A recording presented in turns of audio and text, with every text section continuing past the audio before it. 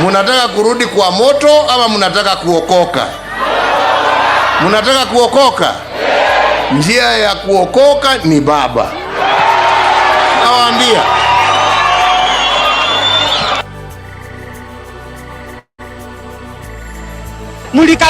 Mlikataa Raila. Raila alikuwa mtu wa kwanza kulilia watu. Raila ndio mwenye kuongoza hii nchi. Mpende.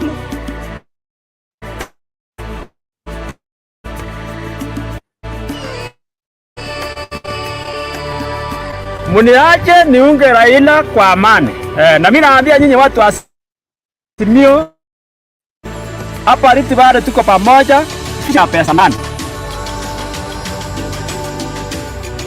Dawa ya hii Kenya ni kusupport Raila Amolo Odinga 100%.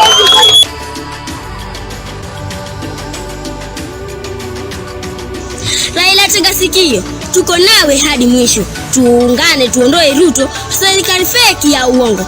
Baba aregesha maandamano, hawa mafisi tuwaone kando. Ruto ainue mkono, Gachagua afunge mdomo.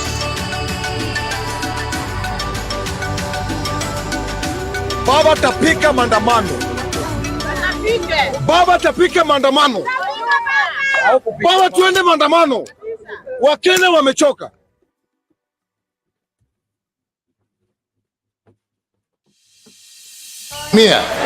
Munataka kurudi kwa moto ama munataka kuokoka? Munataka kuokoka? Njia ya kuokoka ni Baba. Nawaambia.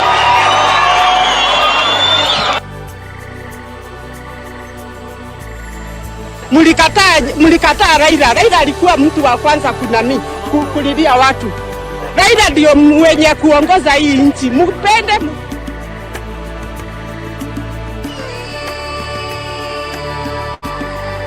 Muniache niunge Raila kwa amani. Na mimi naambia nyinyi watu wa Simio hapa Rift Valley tuko pamoja, vitisho ni ile ya pesa nani. Dawa ya hii Kenya ni kusupport Raila Amolo Odinga 100%.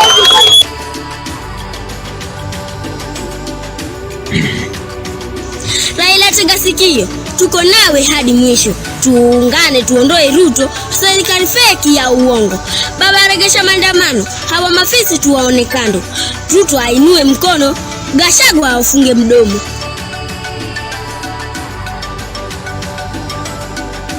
Baba tapika maandamano. Baba tapika maandamano. Baba tuende maandamano.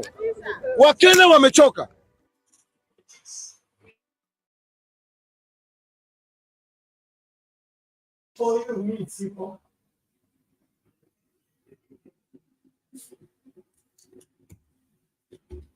Welcome on another day, another amazing day that God has given to us. Welcome to the show and this Sound Candid Talk combined with Triumphant Bible Media. And today I'm your host, Chedizo. Please welcome to the show and don't watch alone. We invite somebody to watch with. Today the show is going to go down. Mtu amesema kwamba kumechemuka leo. Indeed kumechemuka. Tumekuwa na very long day, but I thank God for it. And kabla tuendelee, let me just inform you today that we are still low on subscribers. We need more subscribers, please. If you are the new in the channel, please click the subscription link and click the notification bell so that you can be a member and part of Sound Candid Talk. and for us it will be good, and also for you it will be good. Please subscribe and like and share and encourage other people also to subscribe. For those who have not subscribed to Triumphant Bible Media, I welcome you to subscribe to Triumphant Bible Media, and you'll continue getting more shows that we do here each and every day. I thank you for the people who have been in another show, the previous show, and I recognize your presence also, and I welcome you back to today's night show. And I'm ever your host, Shadizo. And before I continue, I'll read a little comments and then give the shout out for a little bit. One of the people I'll give the shout out with our CEO, our best friend, our guy here, Bernard. He is doing good work, and we thank God for Bernard. And I thank God for the whole family of SCT Sound Candid Talk. I thank all of the families. Please, may God bless each and everyone wherever you are. And I thank for each and everyone that is taking place and which everyone that has joined Sound Candid Talk. And today we are going to look down on our amazing topic that Raila speaks. Raila orders day one Maandamano and makes Ruto to feed on his words, ambapo tutakuwa tunaangalia zaidi na zaidi. Before I continue, let me give a shout out a little bit to people. Now in the comment section naona Leha anasema kwamba hi Sound Candid family. Naona Mohonji anasema hi. Esther anasema good evening Bernard and all of you. Na ameongeza pale like. Naona tena Faith ameongeza likes, anasema likes zikuje kwa wengi. Please let us like the video. Naona tuko 96 viewers. Please let us make the likes to increase to 96. Almost we are hitting 100. We have already hit 100 viewers. Please click the link and join the group. And please don't forget to like the video. Naona Simba anasema kwamba Ruto must go. Naona MNA anasema hello again. Amerudi tena, ndo huyo anarudia tena. Naona Abdul anasema Zakayo must go. Naona Atindeka anasema hi Bernard, hello guys. Alafu ameweka hapo power, we are the people of power kama kawaida. Naona pale Solomon Mboa, Solomon anasema kwamba hey everyone from Solomon. Naona pale James Mtiso anasema kwamba Zakayo mpaka achoke na whatever means. Naona pale Maulina anasema kwamba hello. Naona pale LX Media anasema kwamba toa Bob. Naona pale James ameongeza love, anasema kwamba anawapenda nyinyi wote. Naona pale Abi anasema bado mapambano down with the government, down with Ruto and Gachagua pamoja. Naona pale Aisha ameongeza kwamba love, alafu ameongeza hapo the video guys. Naona please niambie penye unanipata na utuambie penye unatupata pale ambapo ulipo, na tutakuwa tunazidi kusonga na mada ya siku ya leo, na nitakuwa nazidi kusoma comment zenyu. Faith anasema pale kwamba hi Shadizo, hi to Faith, I'm happy to see you again. Naona pale Linda anasema karibu, nawakaribisha wote na mwapea pale loves mingi pale. Kuna Wambui anasema hi Shadizo and all others, I'm good Wambui. Kuna Abi ametuongezea more love and like pale. Naona Peter anasema pale kwamba turning for elder. Ndio hiyo sasa. Alex Media tena amerudi tena anasema I thank Phoenix too. Ndio hiyo sasa. Alex Media amerudi pale anasema Shadizo you Shadizo you say bro, I'm happy to see you Alex Media tena, ndio huyo anarudi tena. Then guys, I thank you and I welcome you back again and again to the show. This is the biggest show ever and the #1 political show, knowing your politics and insing mass, as our motto goes. Amaji, I will see you leo kunaenda kuchemuka. Mimi sitaki kuwachosha na mingi. Let us go down to the business of the day, and the business of the day is that Raila orders Maandamano for the first day and Kananuka.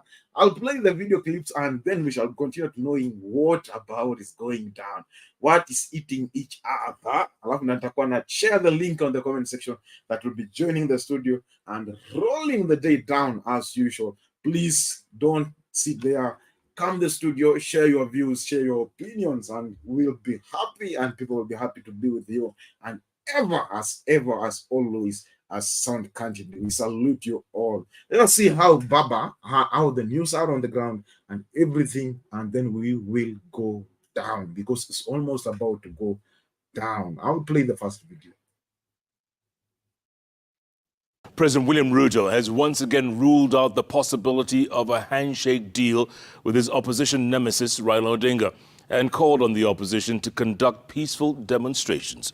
Speaking in Kericho, the president said his government will not condone destruction of property and the paralyzing of businesses. The president lauded the security agencies for securing the country during today's protests and also called on the police to protect people's lives and property from what he termed political hooligans. Let's get more from our very own Nimrod Tabu. As the anti-government protests continued in some parts of the country, President William Ruto toured the Mid-Rift county of Kericho,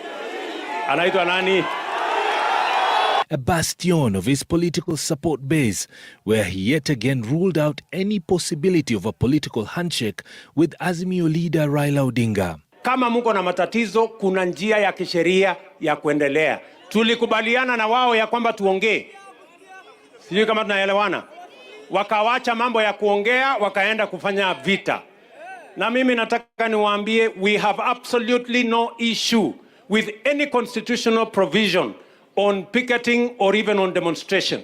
President Ruto slammed the opposition for staging demonstrations, which he termed as violent. Siasa yetu haitakuwa na vita, haitakuwa ya kuharibu mali, haitakuwa ya kuharibu barabara, itakuwa ni siasa bila chuki. President Ruto urged the police to come out strong and protect people's lives and property from the demonstrators, who he termed as political hooligans. We must protect this country, and the police must be firm on hooligans, on criminals, on people who want to destroy other people's business. His deputy Rigathi Gachagua also urging Kenyans to ignore demands of the opposition, saying the government will deal with the high cost of living in due course. Sasa mimi sina kazi ingine, rais aendelee na mambo ya uchumi, na mimi nimeweka mitego kila pahali. Wakijaribu kuja, mimi na deal na hawa. Elsewhere, some cabinet secretaries weighed in against the demonstrations by Azimio. Tumeanza kukula mahindi mbichi huku. Kama umejipanga namna hiyo, ndio utaweza kuteremusha gharama ya maisha kwenda chini. Sio kuweka sufuria kwa kichwa. Ile tunaomba kwa vijana ni kwamba tufanye kazi na serikali. Tuendelee maendeleo ama tunataka maandamano. You can't use blackmail. You know, it's a form of blackmail. It's a form of terrorism. You know, where you can kidnap somebody and then you say, okay, let's negotiate how to release this person. That's what they are trying to do. It's a form of blackmail. In Kimugu village in the county of Kericho, President Ruto later officially launched a 1.2 billion shillings water project aimed at providing 13 million cubic meters of water daily to residents. Ruto later made a stopover at Tulele area in the county of Narok. Nimrod Tabu, Citizen TV.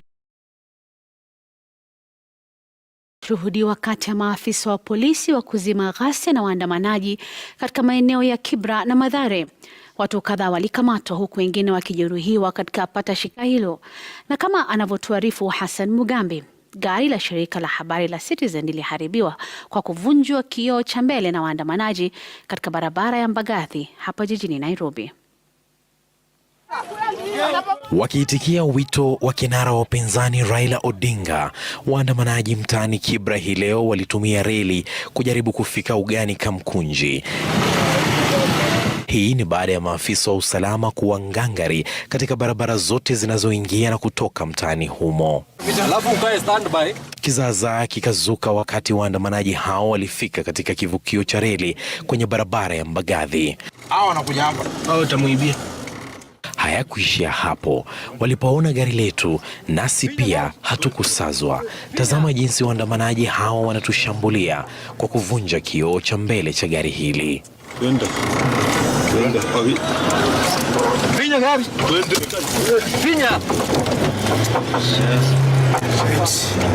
Jaribio lao la kufungua gari letu hata hivyo halikufua dafu, kwani tulianza mwendo kabla ya balaa hii kutufika.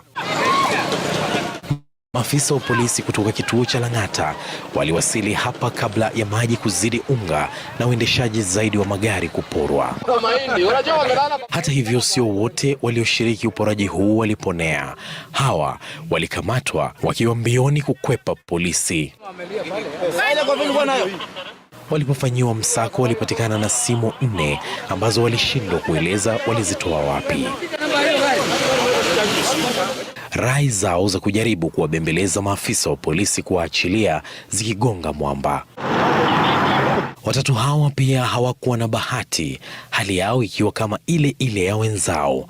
Polisi katika kituo cha Lang'ata wakitoa wito kwa wananchi ambao huenda walipoteza simu zao mikononi mwa waandamanaji kujiwasilisha kituoni kuzitambua. Hali haikuwa tofauti katika barabara ya Juja hapa jijini Nairobi. Wakazi wa eneo la Mathare Stage 10 wakilemeza usafiri katika barabara hii. Makabiliano makali yakajiri na maafisa wa polisi.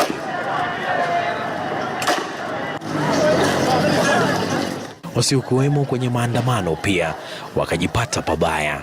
Tazama jinsi raia hawa wakiwemo wanafunzi walivyotaabika kufika nyumbani. Miongoni mwa majeruhi katika makabiliano haya akiwa afisa huyu wa polisi ambaye alipigwa jiwe. Hassan Mugambi, Citizen Nipashe.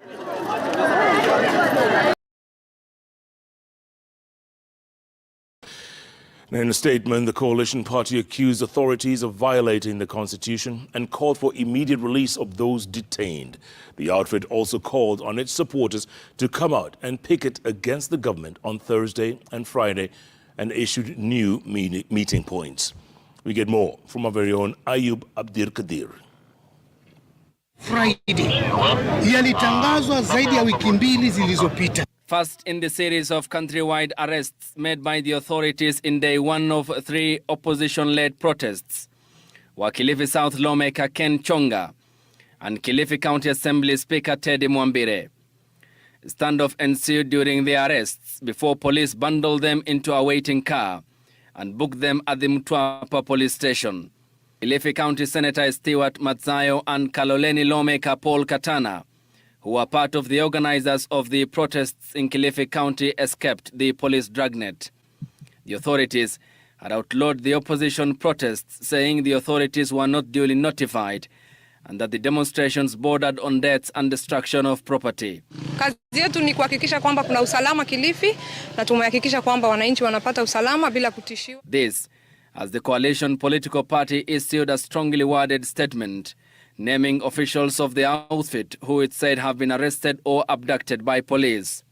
The statement, signed by NAK Kenya party leader Martha Karua, said, quote, "We condemn in the strongest terms possible the arrests and or abductions of Azimio leaders and close associates of leaders without any color or the slightest justification." Among those arrested is Embakasi East Member of Parliament Babu Owino, who the coalition said was arrested by police, held incommunicado and his whereabouts unknown. Others are Mabatini Ward MCA Wilfred Odalo, his Ngei counterpart Redson Onyango, and Eric Otieno and Anthony Otsula, who are budget officers at the Nairobi County Assembly. The opposition statement further said Maurice Ogeta was arrested by police this morning while on his way to work, while Dennis Onyango was arrested from his house this morning, during which time a search without warrant was conducted. Both Dennis and Maurice are close associates of the Azimio leader Raila Odinga. Following the arrests, Azimio lawyers led by Danstan Omari filed habeas corpus application in court over the whereabouts of the Embakasi East lawmaker Babu Owino and Maurice Ogeta, who is Raila Odinga's private security. Maurice Ogeta has since been released hours after his family gave the government an ultimatum to set him free. Up to date, you are not aware of his whereabouts. So we are kindly asking the government, being my brother, Maurice Ogeta, wasn't a politician, but was just a guard to one of our own Raila Odinga. So the family is really in pain and asking for his release. If the government knows his whereabouts, and we are pretty sure this is more political than any other thing. Let the government release the brother, and we ultimately giving the government up to 6. In another statement signed by Karua, the opposition termed day one of the anti-government protests as a success and applauded its supporters for coming out to demonstrate against what it called punitive taxes by the government.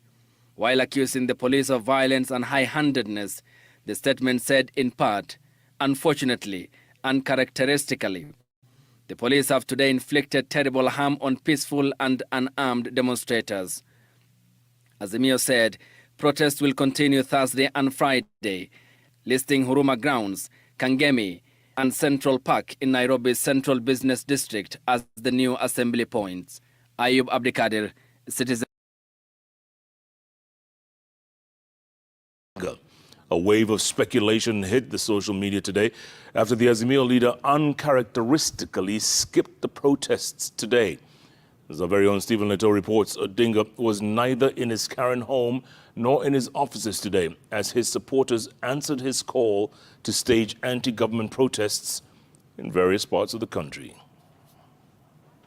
The absence of Azimio leader Raila Odinga from the days of protest was loud. The Azimio boss, who on Monday announced in his Twitter handle that the 3-day protest will kick off today, was nowhere to be seen in today's protest. His supporters poured to the streets to take part in the anti-government protests. Our spot check today at his current home found no single police barricade. When we went to his offices in Capitol Hill and at the Jaramogi Oginga Odinga Foundation, the offices were deserted.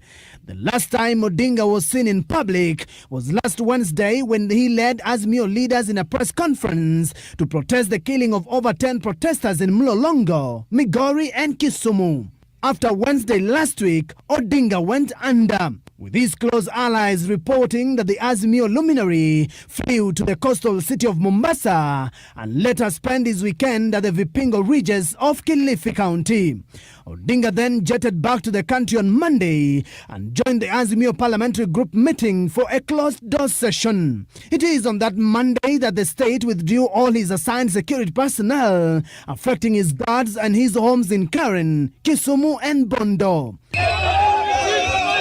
On Tuesday, the Azimio principals held a meeting at the Jaramogi Oginga Odinga Foundation, but again, Odinga was absent in the meeting, with Kenya leader Martha Karua saying the Azimio boss was handling other engagements elsewhere. It was expected today that Odinga will resurface to join the 3-day wave of protest, but he never showed up, begging the question, where is Raila Odinga?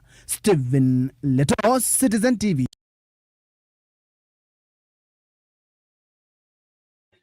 Okay, you have seen how things are on the ground and everything that is going on. Please, I welcome you to the studio. Come and give your option and give your views.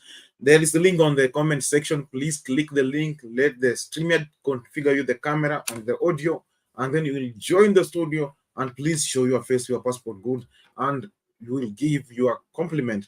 You have seen how things are on the ground. The arresting of the bodyguard and the other people working from the barber and everything that's going down. Please come in the studio and let us talk about it.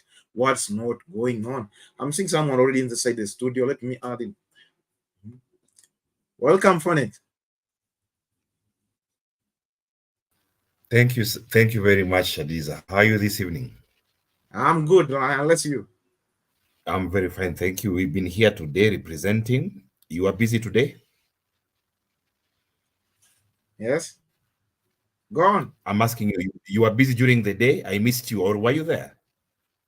I was busy. I went to school a little bit. Oh, you're still a student? Wonderful. Education wonderful. don't end. Really. But today was Maandamano. Even education was taking a pause. You study online. Anyway, continue on that path. Education is true freedom. Yeah. So I would like to request just maybe 1 or 2 minutes. I don't know what is your policy on playing. There is this guy called Lee McQueenie. I've seen an interesting video of his on YouTube. Maybe I can drop you the link. You play it for us because it will set the tone for what I want to discuss. I think it is a better analysis than what we have gotten from our dear brothers at Citizen. Okay, this is Lee McQueenie. He's a serious journalist. You will not find any funny or inflammatory content there. It is safe content. I've dropped the link on the chat. Can you see it?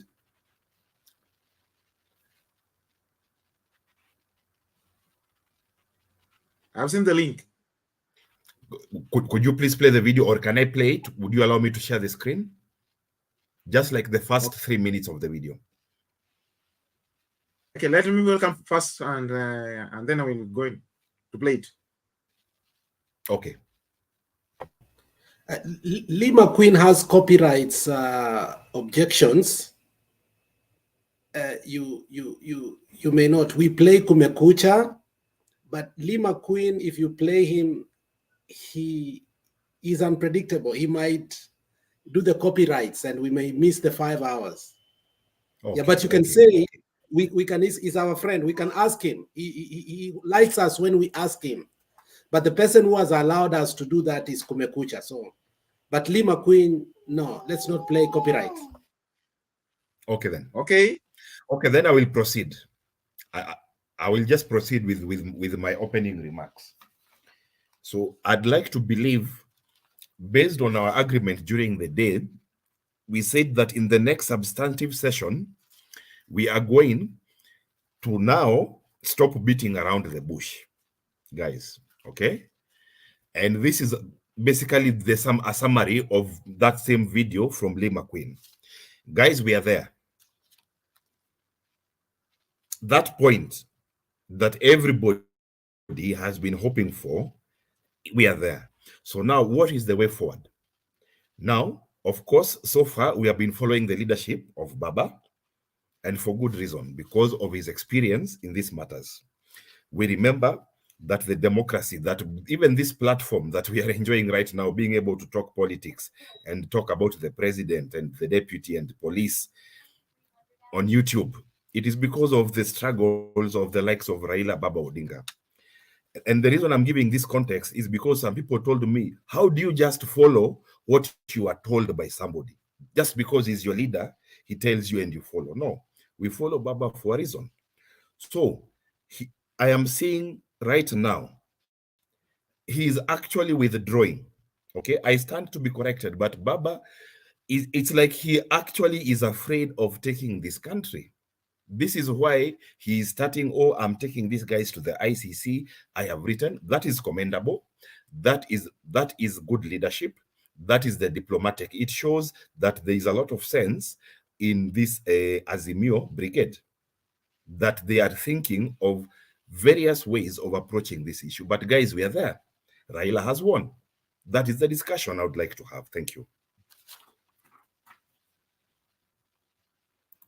Okay, let's go on, please. Can I get mkuu?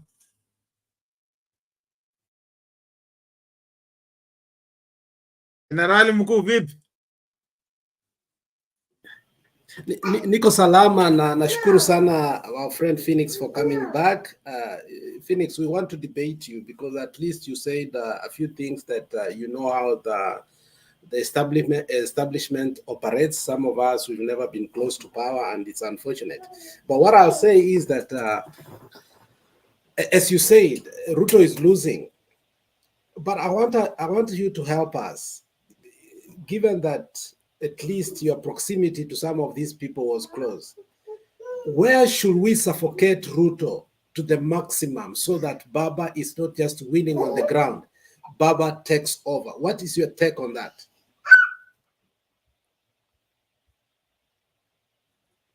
My take on that is about, Ruto So speaks the so finishing much. blow.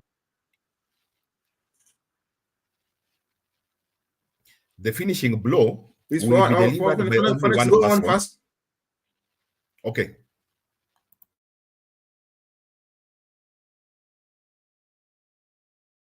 Felix is you. Onyx, go Felix, on fast. Okay, sorry. I thought you said hold on fast. Okay, thank you. My brother, Generali Muku, do you know both camps at high levels? I've gotten a very, just before now, I got a call from somebody. People are laughing. They're saying, so do you tell me that after all this talk, Raila is failing to just take the country? And what do I mean by this? This country has come to a standstill without Raila even leading any protest himself. Okay? Raila has not shown up anywhere. Now imagine if Raila was himself to say we are going to State House today. Who will stop him? Nobody will stop him. So how do we stop now the intimidation? How do we stop the intimidation? So far, we've been intimidated today a little bit, but we cannot say it's on a bigger way. Babu Wino yesterday was arrested. I saw Shiko say, I haven't checked it. Our friend Shiko say that Maina Njenga has been arrested. We saw also the, the speaker, who is actually the person that almost controls Kilifi, has been arrested. And we saw Paranya being arrested, but I think Baba gave them a clear warning that this one is not acceptable. I think before even people knew he was arrested, he was released. Now, when you see such kind of intimidation, you were earlier here and you said that in terms of the policing, he has a sizable command, but in terms of the military, the guy has nothing. Now, how do we take advantage of what you said? Now, the military is more important than the policing. Now, the thing is, we are not just undermining. The issue is not to get out, make noise, and I'm telling our people, hata chakula iende chini, we are not stopping this nonsense. The guy is incapable. The guy is insubordinate. The guy does not even understand what he's doing. He did not have any vision for our country. So we cannot let him just do that. Now, how do we go from our 3 days and now say he must go out? Generali Muku, I'd like to ask you one question only. If today the Honorable Raila Odinga had decided to go to State House, to lead a march to State House, is there anybody in Kenya who would have stopped him? Please answer me that question. I'm not in a position to answer that. You told us earlier that you have an intel, but also you are close. If you wanted to be even in this government, you could have been, but you chose not to be. So some of us, we are completely depending on Bunge la Wananchi. When the country did not have any way forward, what we did is we decided to segregate ourselves even from our friends who are in UDA. What we did is that we came here and form an Azimio brigade. That is the only thing that we had. So what we did was to come here, start from Bunge la Wananchi, then we went to our first rally, our second, people followed, we are where we are. So we don't have any intel, we don't know anything to do. Now that at least you have some intel, can you help us, break the glass ceiling? Okay. I do not want to your question is a very big question, sir. Okay. And I can talk for at least 20 minutes building up before I answer your question. But because of the interest of time, let me just say this. You see, I did not come here to intimidate anybody. Some people are saying I'm a mole, I'm intimidating. No.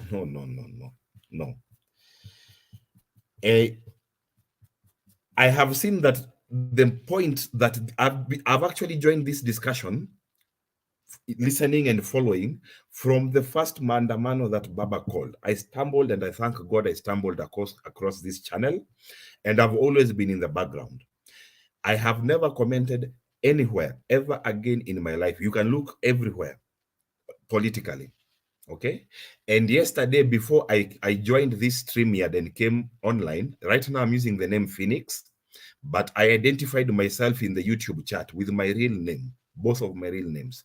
Okay. I'm not here to joke or to play funny games. Why am I here? Why have I come out yesterday? Because I realized, my goodness, Raila has won. Okay. But I said this today, guys, where we are, and the reason I've shown these photos today, okay, if I am to say that now this country is to be liberated, then I must be prepared that that could be me. That will happen. Ruto, Gachagua, they still have a sizable force in the police force, mostly along tribal lines. These forces are drawn exclusively from 2 tribes. And this is the truth. In fact, even you can, if you know a police officer, call him and ask him. They're not even hiding anymore. They are fed up. Those are the people who have been given a shoot to kill order, and they're very well protected. So, my brother, Raila is now the one who is wasting time. Nobody can stop Raila from going to State House. Why do I say this? The only people who can do that is the military. Only the military can handle the kind of crowd that Raila, if he was to come out and lead Maandamano himself, watch this one of the background. He comes out himself. He starts with his people in Kamkunji, going around to Kibra, like that, like that, like that. Only the military can stop Raila. And the military, we know the head of the defense forces, General Ogola, is actually a political activist. Never in the history of Kenya before have I seen any military officer being actively involved in politics. We had President William Ruto saying that I appointed Ogola even though he was part of those who went to Bomas to intimidate Chebukati. Yes, that happened. It is just that I think now this one was too high level. I think President Uhuru just said, guys, let's just leave this thing, okay? But General Ogola was ready to act. I think you're not being here honest. The reason why General Ogola had to be involved was so simple. There was a coup in Bomas, and they were trying to resolve a problem. And therefore, because of the nature of how delicate it was, Ogola was called upon, because in a situation of what happened, and we don't want to go to nitty-gritty, you cannot say that Ogola was political. Ogola got himself in a conundrum that, honestly, as the head of the army, when the IEBC did not have leadership, he had to step in. So Ogola did not come as a politician. Ogola came in as an individual who, as part and parcel of regime change, he has to sit on the table. How dare you say that Ogola is a political individual? From which angle?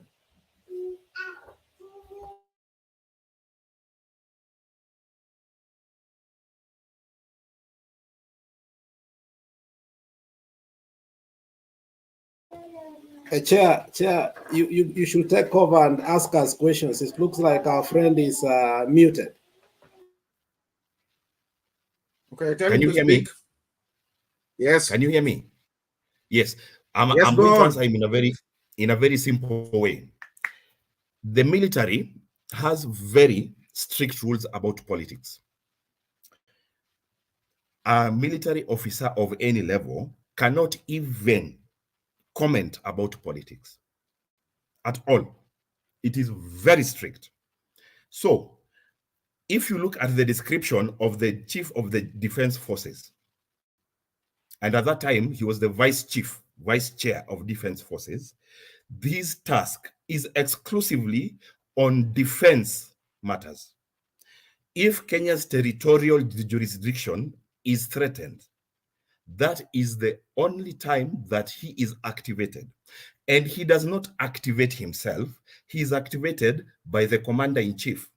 So there is the chain. There's the chain of command. The president gets authority from parliament. He then directs the military. This is a matter of national defense. Maybe there's a plan required. Maybe a mission has to be executed, whatever it is. They do not ever feature anywhere near matters of internal security. Even the police commissioner, who is responsible for internal security matters, his docket does not in any way give him powers to go and try and interfere with the work of IEBC. Okay, let me not use the word interfere, even advise or collaborate with the IEBC. Zero. The only time he will deal with the IEBC is if the IEBC chair writes to him and tells him, we have a security situation in this polling station, Bwana IG, send us some police officers there. Full stop. The military has zero involvement in our election. Thank you.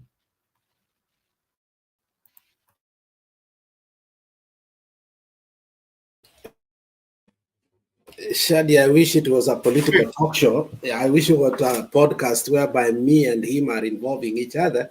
And I had myself prepared with all the clips that I've always had. I don't know why my phone just crashed today. But the issue of saying that Ogolla interfered with election, I mean, it's an issue here. I have never seen or heard Ogolla in any particular manner give a directive or even a presser in regard to election. I don't even know anybody has anything like that. And if it was to be given at that time... This is from William Ruto himself. In an interview from William Ruto, where he said, I appointed Ogolla even though he tried to stop He's a serial liar. I mean, did he appoint him? We know very well when the military was restructured a couple of years ago, when General Tonje was part of restructuring, and he said that if you have to ascend to the highest seat of the military, it has to be within merits. There is nothing Ruto could have done. Every military officer who was, and you know, it was rotational. You have to be in the army, you have to be the Air Force, you have to be in the Navy. It was a rotational thing because Moi had a way of, thank you, Asembo Pachero, so you see, there was a way that Moi used to shortchange people. And General Tonje realized that, you know what, we are making mistakes. Remember this one of these Luo generals who was taken to Liberia, but he was supposed to be chief of the general staff. What was his name? General who was taken to Liberia. The guy was supposed to ascend to become our general. What did Moi do? He kept taking him out of missions, out of missions, out of missions. When Tonje came in, and I want to give you a clear history, what Tonje did was to protect hierarchy and also merits in the military. And the only way he could have done that, he put something called rotational leadership. And the rotational leadership said, if this year is the Air Force, this time is the Air Force, next time is the Navy, next time is the Army. So the issue of Ruto coming here to lie to people like Phoenix, and Phoenix are able to come here to lie to us, is nonsensical. The military adhered to what it had to. General Ogolla was the highest military guy in hierarchy, rotationally, to take over. So don't be lying. Generally, I am so happy to hear you talk about Tonje. Phoenix, I am agreeing with him. I'm supporting him. Phoenix, please show yourself. Please show yourself. Good. Go on. Thank you, Cheriot, for reminding me. It was General Pande. General Pande should have been the chief of staff many years ago. He kept being shortchanged. And you know, people like General Pande are people who actually help people like Tonje to become who they were. So they respected hierarchy, they respected discipline, but also they respected how Kenya military was being viewed, because at some point, Tanzania superseded us, surpassed us. Uganda also. Ethiopia was also surpassing us. The only way to bring military back to power in terms of procurement is to bring a person who understood the general level of how the command in the military works. Remember, the military gets its budget as an entity and its own government. So when we have military budget, they have their own hospitals, they have their own banks, they operate as their own country. So when you are a general chief of staff, you are basically a president. So that is what Moi feared most. So it was not because of Ruto that General Gola became. I'm sorry, I see a hand there, and I will give it to the. Okay, before Yeah. before you come in, let us hear from a sample of photos. Please come on. Come on. Okay. Shadizo, General Mkuu, Phoenix, and the rest of the people are viewing us. General Mkuu, you are explaining yourself. You don't have that. We don't have that time of explaining ourselves. I just want to ask Phoenix a very simple question. Phoenix, why are we demonstrating? Why are Kenyans demonstrating? What's the cause of demonstration?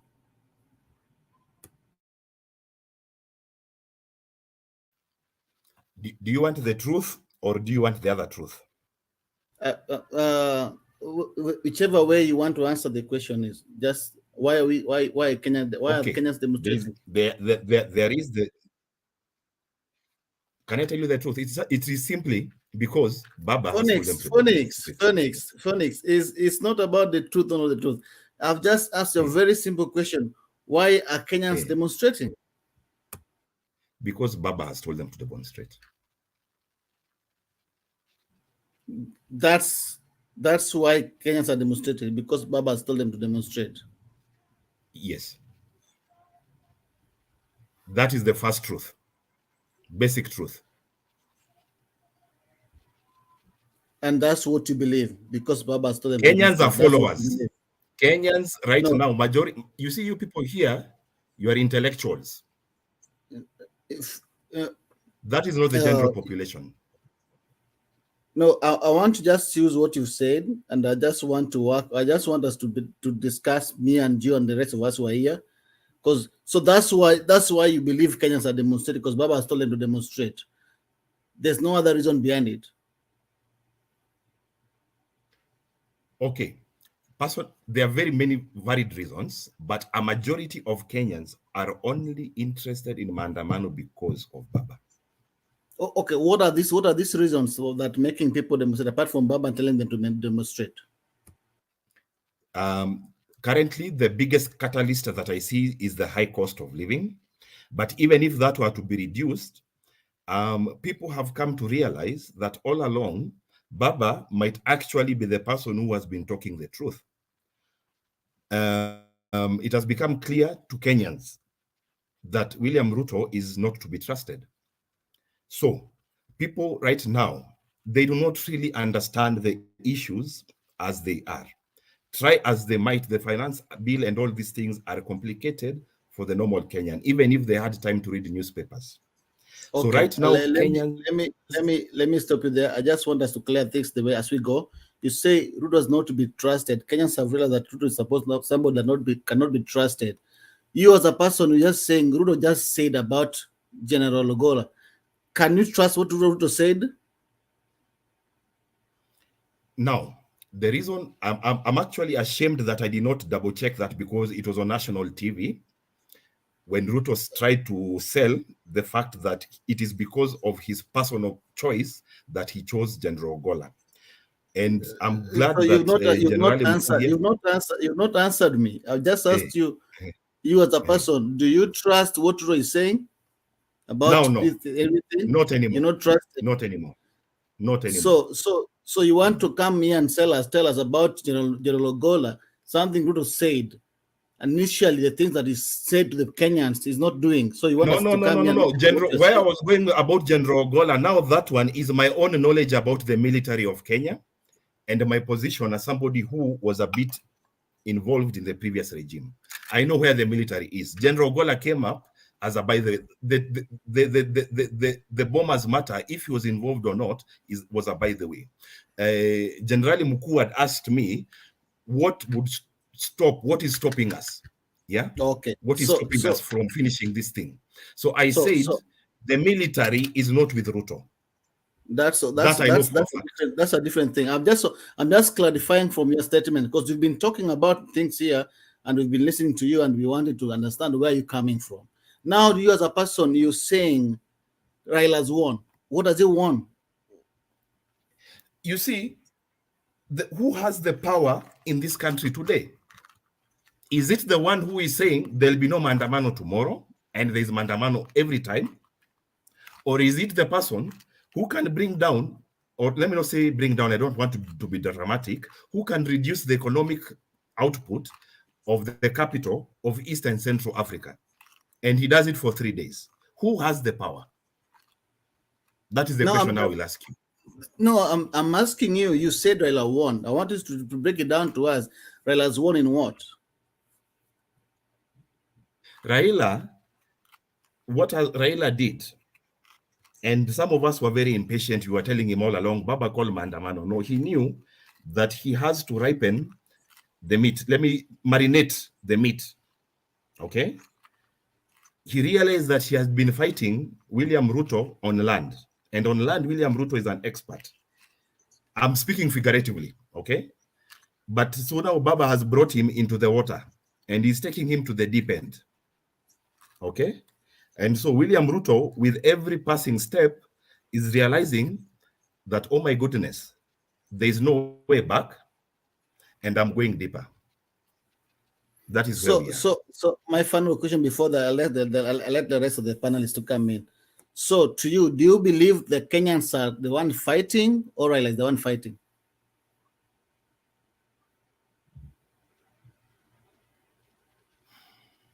Kenyans are following Raila for now. That is my opinion. You're not answering my question. Do you believe Kenyans are the ones fighting or Raila is the one fighting? In what sense? In the Maandamano? Okay.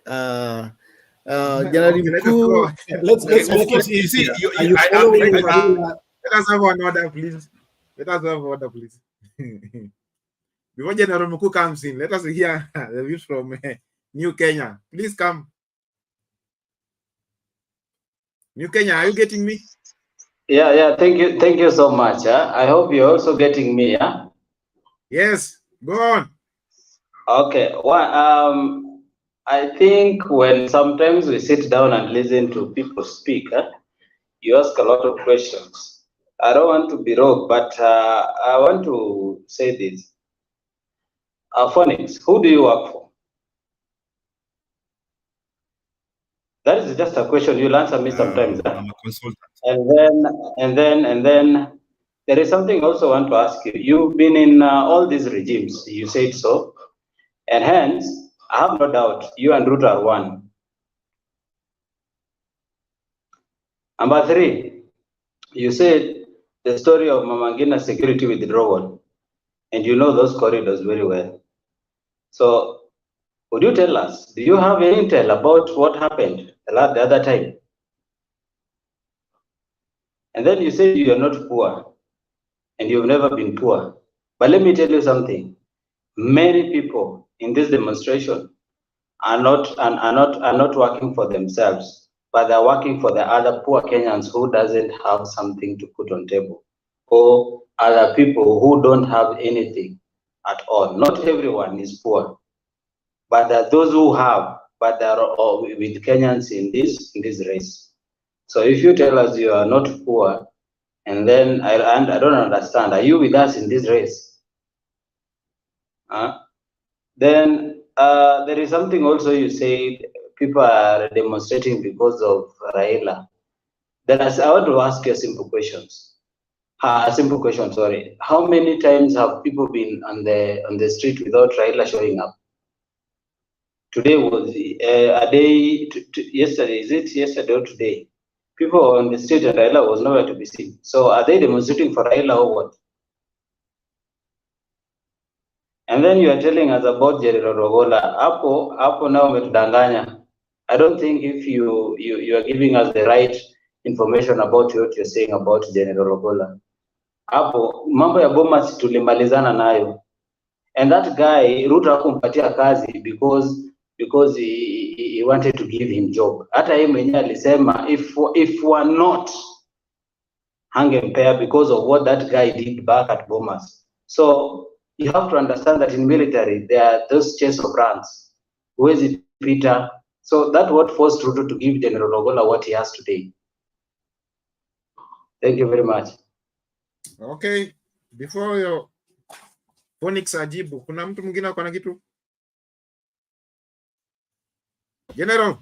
Yeah, unajua, our friend is confusing us here. And I said, I'll be here because of him. I'm supposed to be babysitting in the next 2 hours, but let them babysit themselves. I want to babysit my friend here today because he seems not to know what he's saying here. First of all, you came here and you've said statements that are completely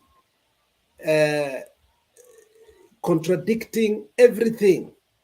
From you say one thing, the next thing you're saying another thing. So it's been very difficult for me to really understand you. Now, Raila is winning. A few minutes ago, you said Raila is nobody to you.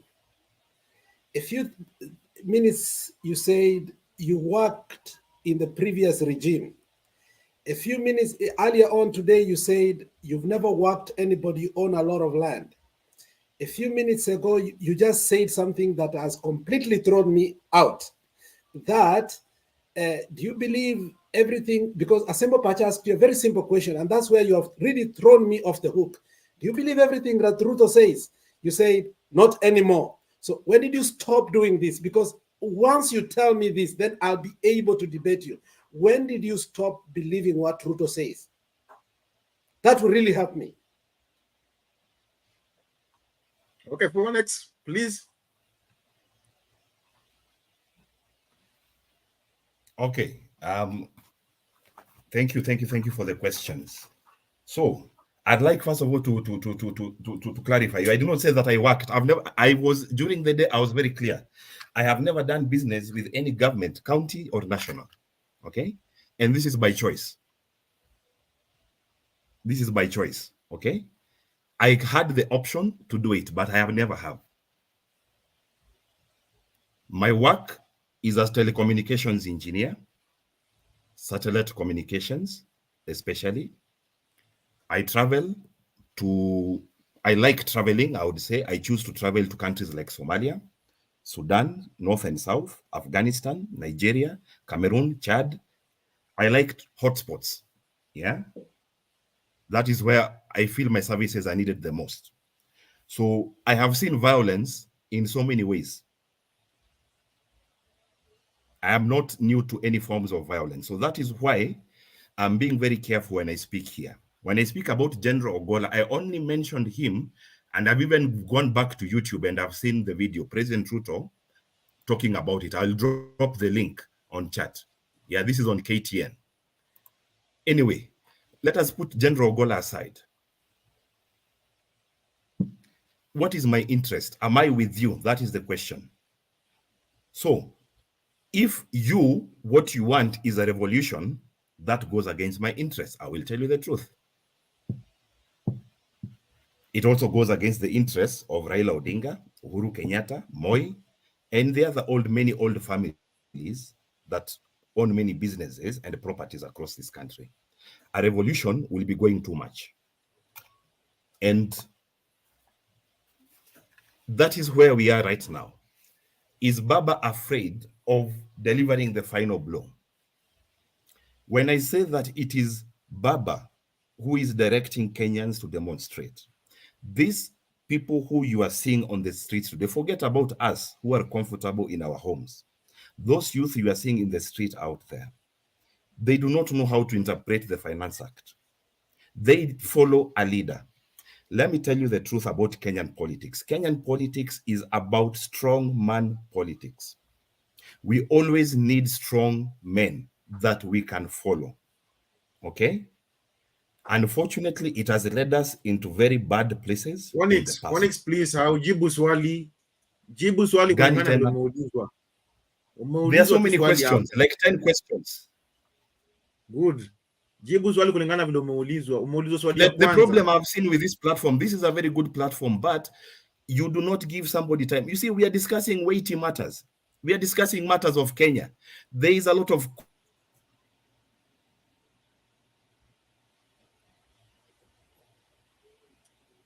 Yes, Asambo, let's go on.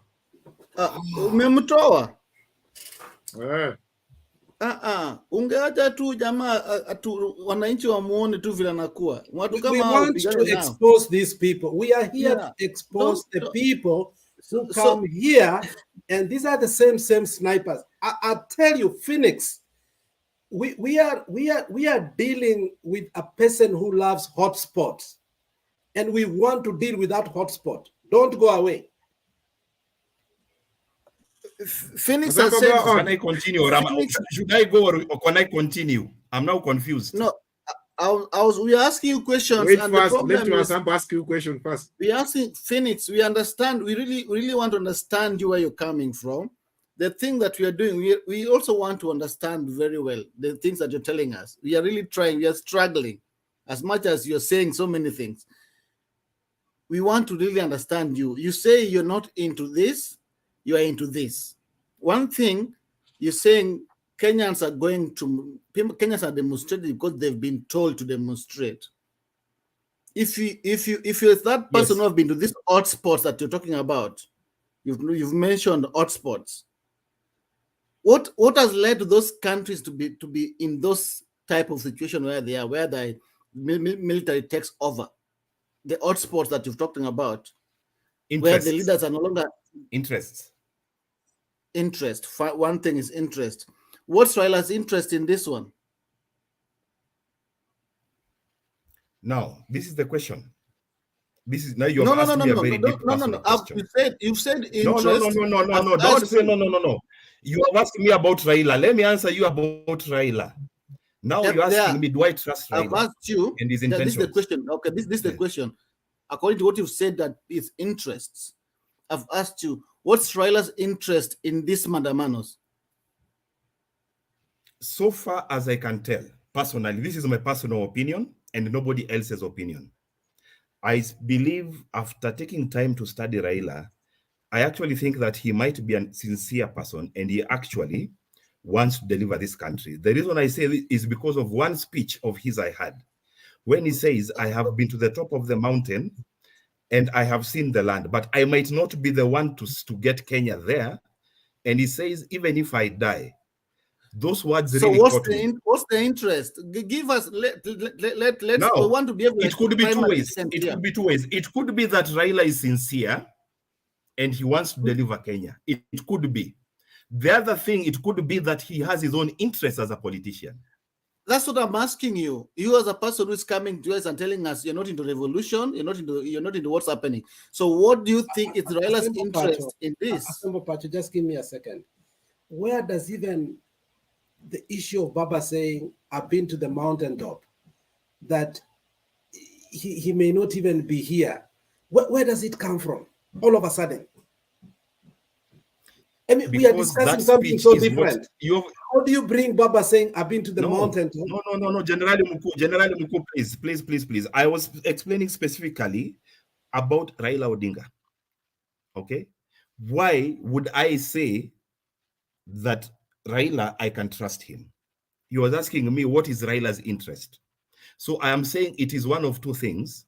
Either he wants to deliver Kenya, or he's just like all the others, and he has his political and business agenda. It is possible. Now, why I am saying what are these political and business agendas you're talking about? That's what we're asking you, because you seem to know what we don't know, and we want to understand. Because when you come to this platform, we educate, we learn, we make sure that the fellow Kenyans understand what's going on. So when you are coming to this platform, you remember you're coming to educate us. You're coming to make us aware of what's going on. That's why you have this kind of talk. So you know interest of Raila Odinga in these Maandamanos, and that's why he's telling people to go for Maandamano. What are these interests? Just sema kama unafundisha mtu wa nasari, A, B, C, D. A for apple, B for ball, hivyo tu ndo sisi wa Kenya wenye hatuelewi tutakuelewa. And before I speak, I would like to say this is my opinion.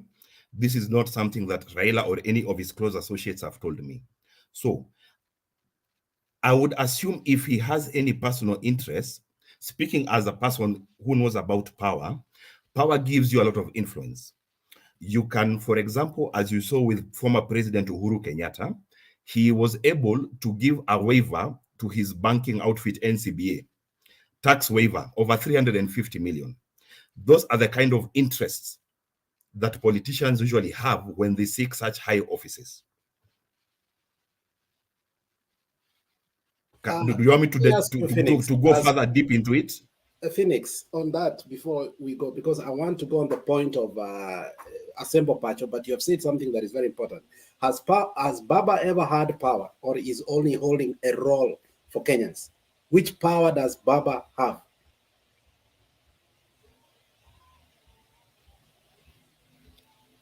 Baba, but my friend, that is a very big question, because you know Raila is a very big man. He has been there since before I was born.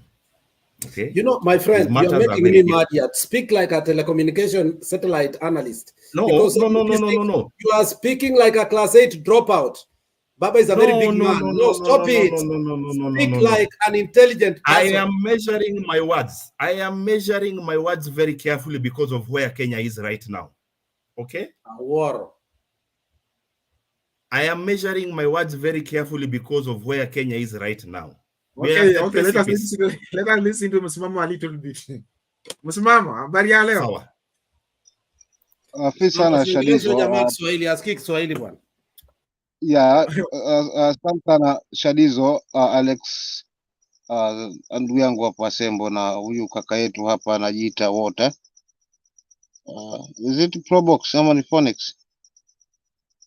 Phonics. Whichever the case, eh? Yeah? Anajiita Phonics. Okay, sawa sawa. Nilitaka haswa zaidi nimsikize kuendelea kwa sababu nilikuwa sijamsoma, so nikawa nashindwa haswa. So nilikuwa nashindwa. Hebu nimpe tu kama nafasi kidogo niendelee kumsikiza kidogo, alafu then nita submit. As from there nitajua kwa wapi kwa kuanzia. Juu nahitaji kidogo niendelee kidogo tu kakangu Shadizo, nisome kidogo ndivyo alafu nipate kumuuliza maswali yangu mawili matatu kabla aende. Sawa Msimamo, wacha tukusikize Assemble Photos. Come on, please. Phoenix, one thing that you really making us fail to understand is your stand on everything that is going on. You're saying Raila's interest in Maandamano, and you don't know the interest. You're thinking maybe political interest. You're thinking, but you're not sure of. So here in Candid Talk, we don't come with propaganda. In Candid Talk, we come with facts.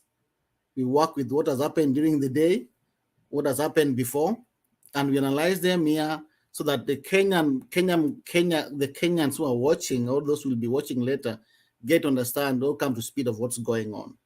We don't work with hearsay, we don't work with propaganda. The past Maandamanos, you've seen Kenyans coming out without Raila Odinga. And Raila mentioned about 3 consecutive days Maandamano. Today was day 1, and you've seen them coming out without the leaders. All those Azimio leaders, you've seen them being arrested. Like 70% of them have been arrested. And was there Maandamano on Monday? Was there Maandamano on Tuesday? I want to help you on something. Will there be Maandamano on Saturday? No. Let me guide you. Let me guide you on one thing, then you'll understand what I'm saying. When a country is going for a revolution, they need a unifying factor. A unifying factor in this situation was our political party, Azimio, who was a leader that is a Raila Odinga. So that was a unifying factor to give us a direction of where we are going and what we are doing. Under that, we had issues that we were bringing on table. Cost of living, IEBC, let me remind you of that. IEBC was an issue here. The 4 commissioners was an issue here. Opening of server. These were the things that were bringing Kenya to this situation that we are in right now. If you don't know why people are demonstrating or people are doing a Maandamano. These are the key things. And remember, the Azimio gave chance for bipartisan talk, for these people to come and talk and reason. which the government of the day refused to do what? To listen to. Now, Kenyans, even before they passed the finance bill that you're talking about, this was already been discussed before with Azimio, that cost of living is too high. Guys, do something about it. But what did they do? They went ahead and put more tax and imposed some more on Kenyans. So that's why Kenyans right now, they're not listening to any politician. They're coming out to demand for rights and their justice. That's what they're doing. So revolution only needs somebody to give them a little direction, which Raila Odinga did. Raila gave us a direction, and that's what that's the only thing that it's supposed to do. The rest is upon Kenyans to act upon, to take the lead and get back the power. So that's why there's no Maandamano. There was no Maandamano on Monday and on Tuesday, because our leader already said we are starting doing it at consecutive days from Wednesday going on. We don't know whether to on Saturday, the Friday could be a climax that even it overlaps into Saturday and Sunday. It's just now into climax. Is right now the train has gone. You are left behind. So that's why there was no Maandamano on Monday and on Tuesday.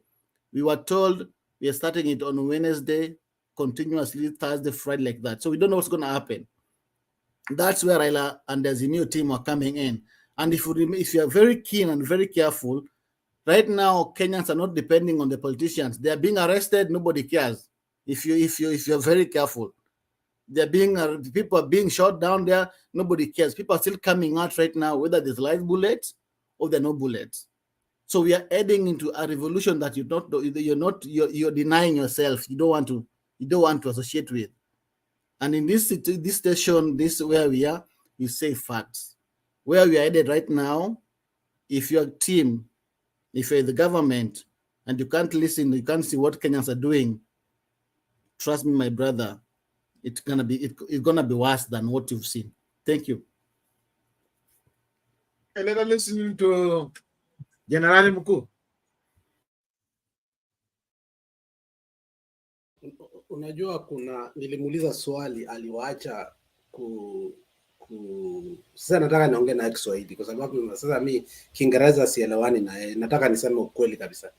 Vitu anaongea ananiongelesha, zingine sipati kabisa. It's just not connect the dots. Tuongee Kiswahili sasa, Wakenya wote wasikize. Uliacha kumwamini Ruto lini? F1X, go on. Siku ya kwanza kabisa kuacha kumwamini Ruto. As I've told you guys, I'm closely associated with Uhuru Kenyatta through family connections. So it was difficult because, as I told you guys, that Uhuru told us this guy is good. Now he was coming to tell us this guy is bad. Okay? But we were presented with a lot of material, evidence about the activities that he had been conducting. Remember that William Ruto was actually in charge of the Republic of Kenya since 2013 and 2017. So he's responsible for the SGR, and I'm not giving you propaganda. You've told me to give you facts. This is not propaganda. He was responsible for the implementation of the SGR and Eurobond and such like big money deals. At that time, Uhuru Muigai Kenyatta was on leave. And this is a fact I'm telling you. Mostly on leave. He took charge in when was the handshake? That is when we believe that Raila opened his eyes to what was happening. And he called for a report, and he realized that things were not good, that his legacy was nowhere to be seen. William Ruto was only interested in the 2022 campaigns. And this is why the Kieleweke and the Tangatanga movement started. Okay? Mbona muna tangatanga? Kuja kwanza tufanye kazi, alafu campaign tutafanya baadaye. But William Ruto, by that time, he had already changed Jubilee, and all the MPs, if you followed the election at that time, Jubilee nominations were bungled by William Ruto.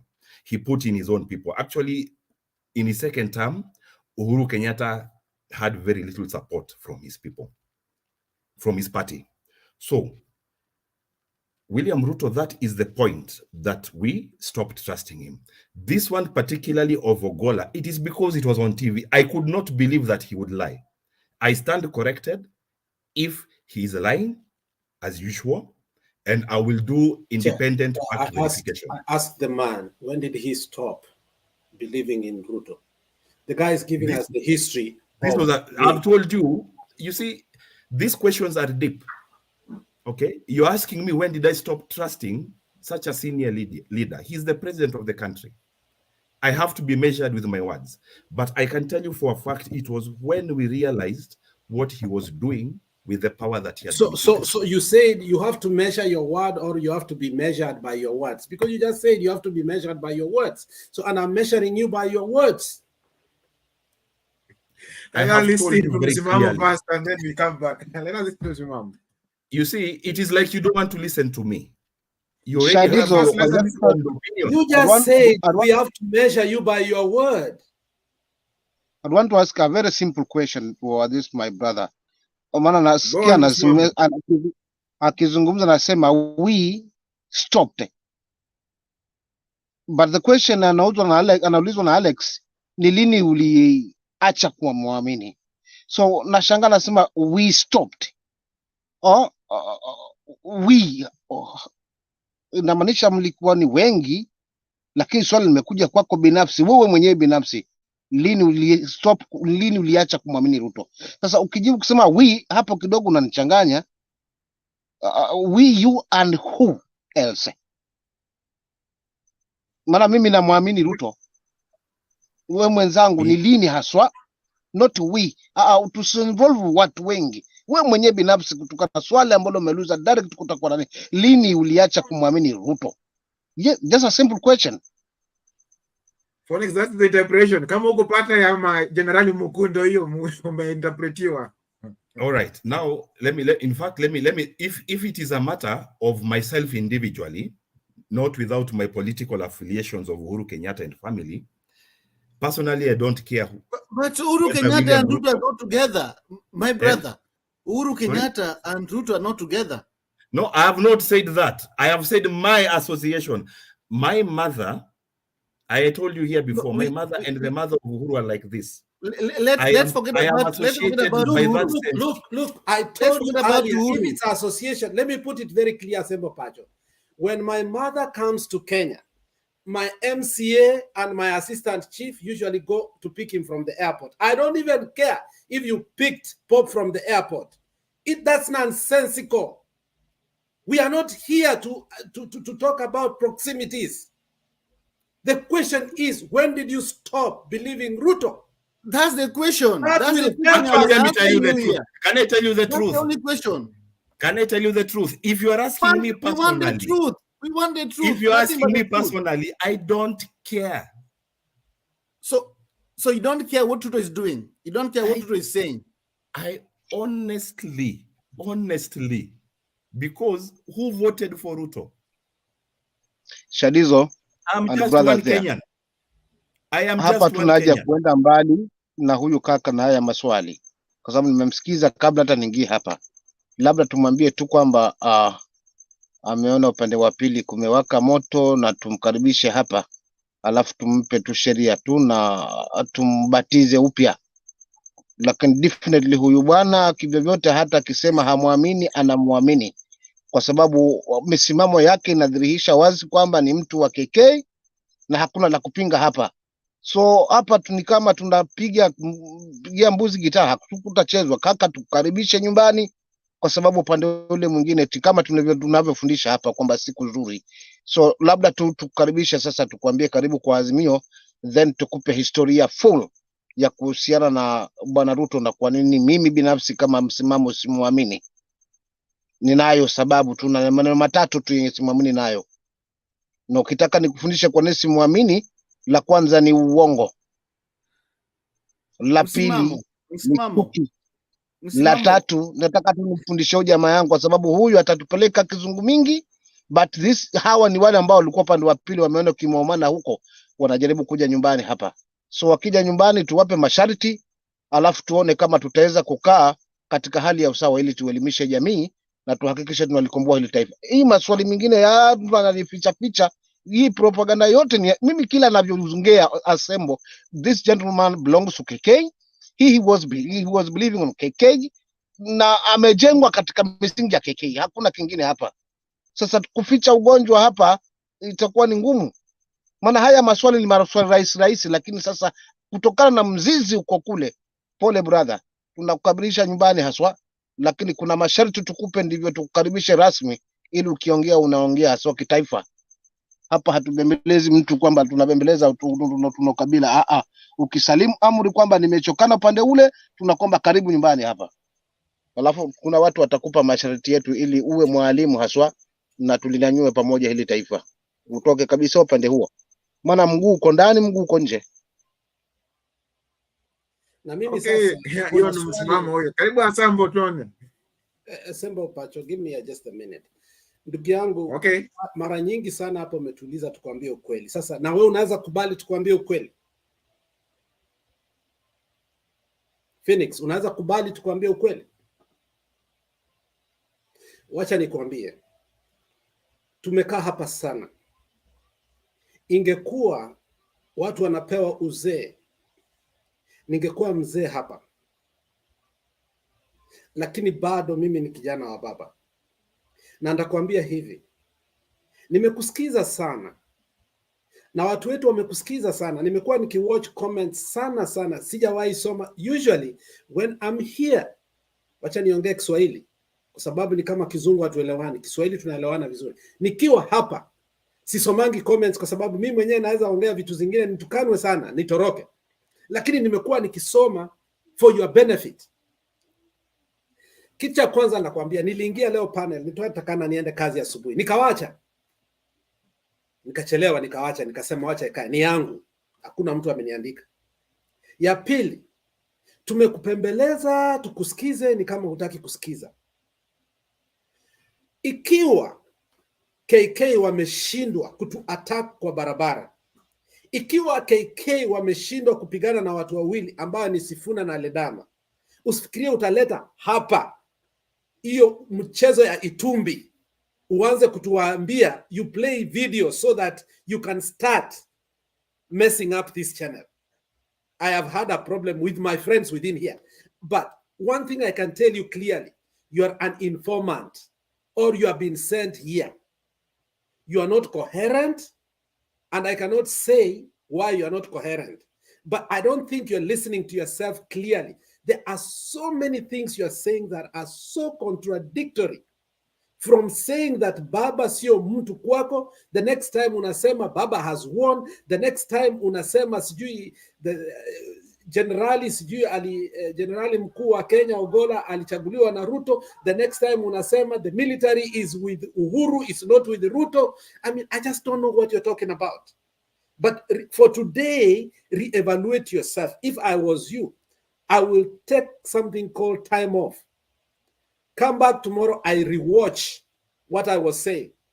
Either you come confess your sins to Pastor Darius, atakusamea, or uendange tu kwa hiyo shamba yako kubwa uende ukae huko.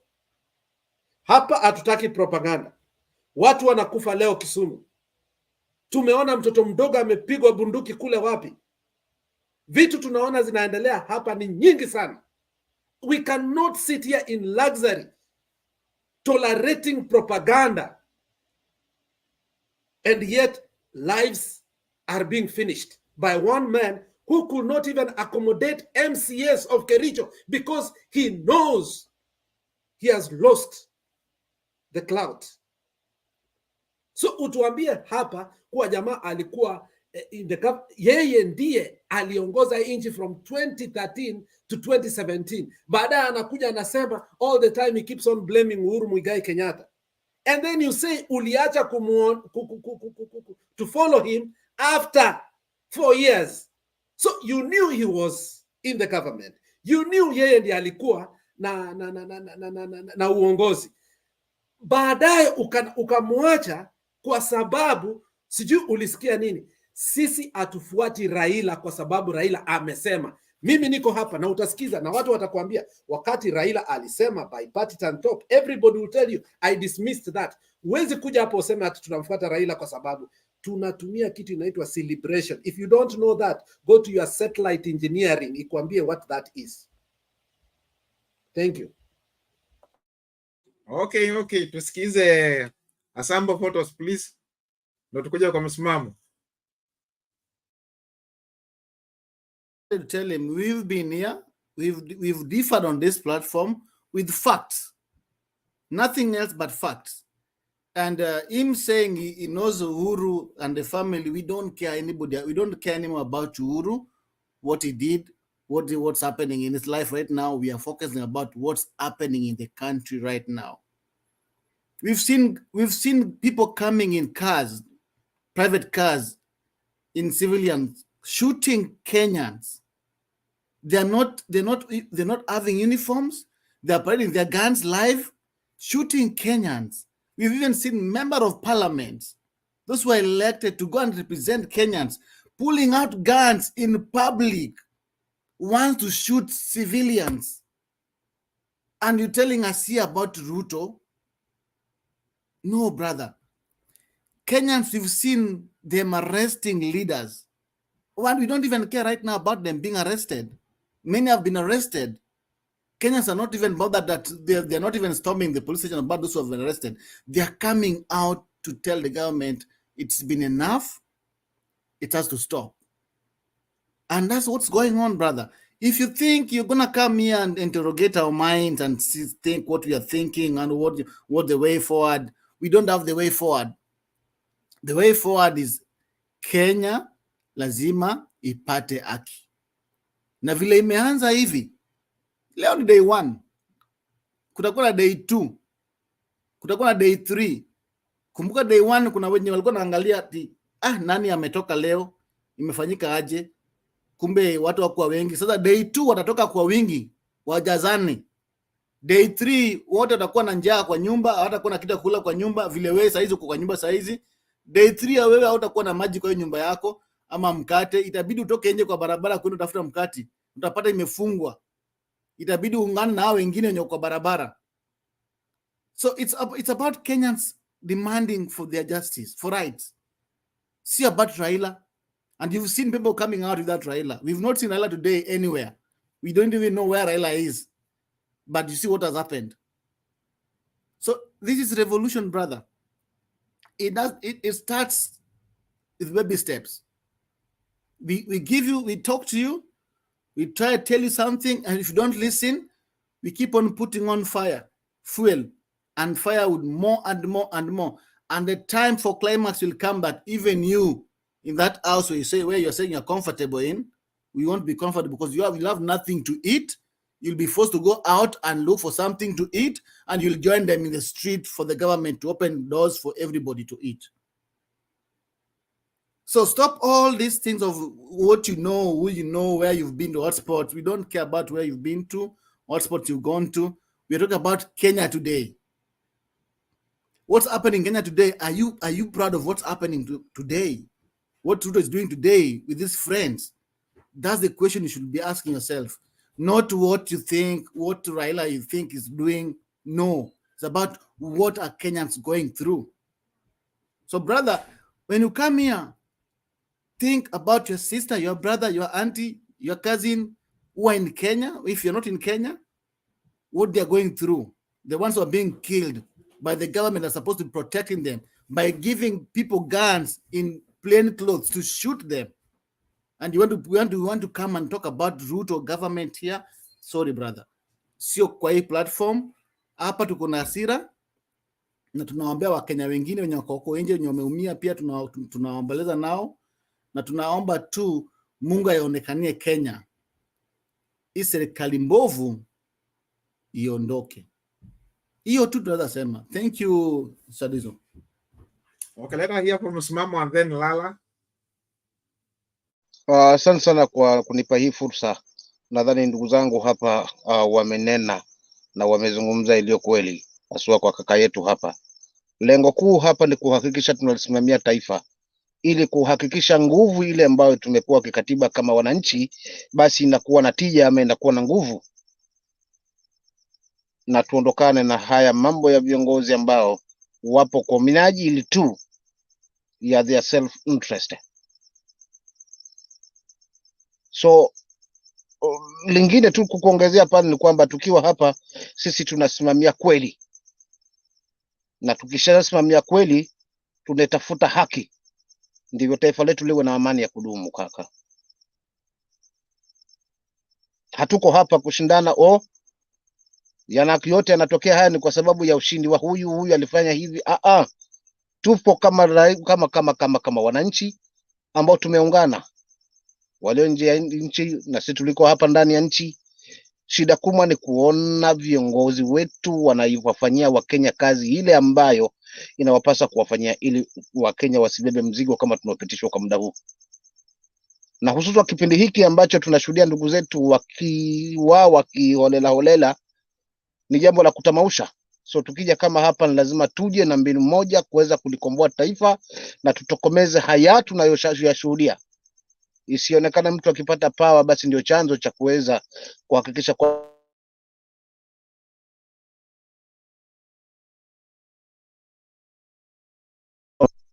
pawa hizi ameziomba kwa mwananchi. Hakuna kiongozi awe rais awe MCA hajamfikia mdosi wake mwananchi. Kwa ni wakati wa mwananchi kuzungumza na haki kusikizwa sauti yake, na sauti singine ni maandamano kaka. Kwa maana hiyo tukija hapa, tunakuja hapa kuelimisha kwa minajili ya taifa letu. Hatuko hapa kuangalia historia ya nani alikuwa hivi, nani anakaribwa na anahusiana na nani. Haya mahusiano hayatatusaidia.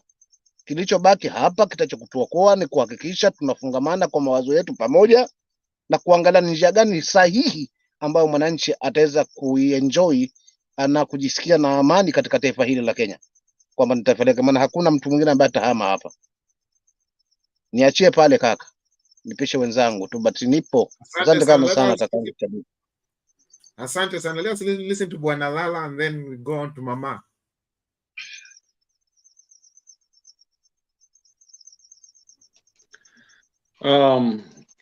Asanteni. Sikusikiza huyo jamaa, lakini kwangu ni huzuni kusikia Mkenya bado anapigania huyu jambazi aitwa Ruto. I want Kenyans to think right now, with all the challenges we have. Our kids are being killed. Our economy is also gone. Nairobi is no longer the capital of investment in East Africa. It is Tanzania. Mama Suluhu confirm aliposema mwezi wa 5 na mwezi wa 6 they had the biggest investment in the country, never before. In other words, our businesses zimeenda. And so some of you who are still fighting for Ruto, what are you going to eat? Start thinking. We must stop this. Kenya must be saved from Ruto. And that's why we are here. The people are sacrificing. Some of them already have lost their lives. And there are people still talking about Ruto's government here. Shame on you. Kenya is bleeding profusely, and we are here to stop it. And so all of you and all of us, those who are listening, we are in this to win, and we are winning it. And people are coming together. You know, our nyani, yani ukienda huku jangwani, ukashika moja, every nyani will come after you. And Kenyans are responding. And let Ruto know that we are all coming to save our land, our precious land. This is all we have. And you can't do it, Ruto and your friends. Scare tactics they're using just to scare all of us. but we are not afraid. And the name above all name, the name of Christ, the name that God has given to us. Sorry for those who are not Christians. We come in that name because this is the land He gave us. God gave us, and we must protect it. It's a time for us to risk it all and step out. To get I can't hear Lala. Is it me or everybody? Lala, please come on, rewind your browser and then come back.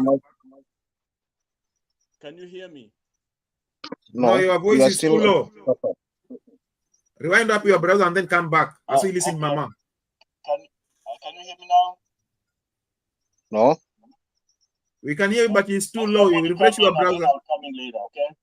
Yes, refresh your browser. Let us listen to Mama. Mama, welcome. Thank you so much, and thank you everybody. Simamo, Jenerali Mkuu na Shadizo na Phoenix. Hapa kwetu kwa hii studio hatusambazi uvumi. Ni mambo ambayo kweli inadhuru watu na inaonekana, na ikiwezekana tuongee habari current affairs ambayo inatendeka huko nchini mwetu. Tuna shida na tuna hofu kwa sababu hatuelewi huyu mtu alitutoka wapi ndio aangamize watoto wetu na kila jamii. Nataka kueleza Phoenix, vile nimemsikiza kwa huu muda wote kutoka jana. Phoenix anataka kututoa nje ya hii maneno tuingie kwa Ruto, lakini akiona tumekataa anarudi tena pande yetu, anaongea tena, anarudi tena analeta huyo mtu wake. Akiona hatutaki hiyo mambo, tumeenda pande ingine na hatutaki kabisa, anarudi polepole, anarudi upande wetu. Kwa hivyo ni kutuuma alafu anatupuliza, anatuuma tena anatupuliza. Don't play those games, Mr. Phoenix. We are here to tell our Kenyans we are together with all what is happening in Kenya. Uchungu tuko nao sisi wote, tuna mandugu, tuna wazazi, tuna wadada, tuna watoto, na hii mambo yote inatendeka, tunasikia uchungu kama watu. Na hii mambo yote inaendelea si halali hata kidogo. Phoenix, nimesikia ukimuita huyu jambazi His Excellency, ati yeye ni smart. Yaani umejaribu kumwekea ile mambo maneno mazuri mazuri.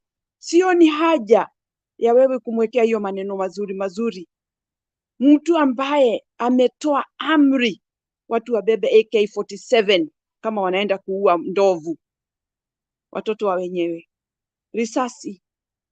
Unaona hawa watu wanatembea huko na mabunduki. In fact, like we are in the wilderness. As if we are not human beings. As if these children, they don't belong anywhere. Huyu mwenye hata anaua, ako na watoto, ako na dada zake, ako na mama zake, ako na ndugu zake, na haoni hata utu, hata kidogo. Ni kuua tu. Surely, is this Kenya? Are these Kenyans being brutally killed like that? Anaachwa kwa chini hivi, kwa ameangushwa hapo na mtu anaanza kwenda na miguu yake ati yeye amefanya kazi. Nani huyu ametoa amri ya kutoa mtu moyo, uhai? Nani amepewa huu uhuru wa kuwa ati akona haja ya kuua wa Kenya? For what? And yet you are looking for money, money, money every day. As if this money will buy you an extra life. Phoenix, please don't bring those jokes here. We are talking seriousness, and we have a country that we are trying to save, and we're gonna save it. However, how much blood we're gonna shed. It's a serious issue. Huyo unayemtetea ndiye tunamwambia aondoke, aachane na sisi. Because even if we disappear, we have no interest with him. He has shown he don't care about Kenyans. He don't care about Kenya. The only thing he cares is about himself. Just him. Very selfish person, human being. Mtu ambaye hafikirii habari ya watoto wa wengine. Wake ameandikisha kazi, wako nje ya nchi, wako na mali kutoka kwa taxpayers, kwa sababu si ati ni kazi wamefanya wakapata hizo pesa. Ni damu yetu na nguvu yetu wa Kenya. Huu uchungu hauwezi isha. Na saa ile tunasikia ati tunafanya jukumu ndio tukomboe nchi yetu, ndiye sasa anatuongezea uchungu wa kuua watoto wetu. Wanaangushwa huko chini kama vitu bure. Anyway, huu uchungu utaisha, Mungu atatuonekania, lakini hatuwezi sahau. The day is coming for us to be liberated. Kwa hivyo Phoenix, the way you are talking is as if you have no feelings of what is happening in Kenya. You cannot call that jambazi His Excellency ati yeye ndio president sasa. Wanani? President wa nchi gani? Hii anaua watu, tukikufa wote atakuwa president wa nini? Ama wanani? For what? Why are we dying? Sisi hakuna kitu ya mtu tunaguza. Tunafanya, yes, tunapiga makelele kwa sababu tunataka atusikize. Hakuna kitu ya mwenyewe tunaguza. Hakuna kitu ya mwenyewe tunaiba. Hata tukiangalia tunaona hawa watu wametuletea hapo na AK47 ndio wanafanya hiyo maajabu yote. Wanaiba na wanaua. Seriously? Ati na bado mtoto wangu hata kuja nyumbani kwa sababu mtu ambaye amemuua na yeye ndiye anaiba. What kind of action is this? What kind of a country is this? We are watching. Na hawa wote tutawajua baadaye. Uchungu ni mwingi. So for you, look at us on this forum and see that we are not here for a laughing matter. We are here for our country, which we are trying to see how we can fight and get it back so that we can settle. Lakini uchungu kweli watu hawawezi kusikiza the same. Huwezi kusikia ule uchungu niko nao. Wewe una hali yako na mimi niko na hali yangu. Yule mwingine tofauti. Lakini uchungu ni mwingi.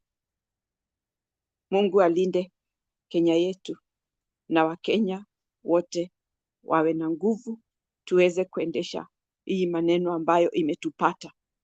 Si rahisi na sio kitu ya kufurahia hata kidogo, na si kitu tunatakiwa even to argue. We need to discuss points that will help us to move forward. We are not going to argue with you, Phoenix. Bring something that can cure our pain, not arguments or trying to support somebody who is really have sabotaged our country for a very short time. Sasa sisi tunakaa namna gani? We are at a laughing stock from other countries. Asanteni sana. Thank you. Thank you, ma'am. Thank you, ma'am, for that comment. Let us listen to Lala. Lala, you are back.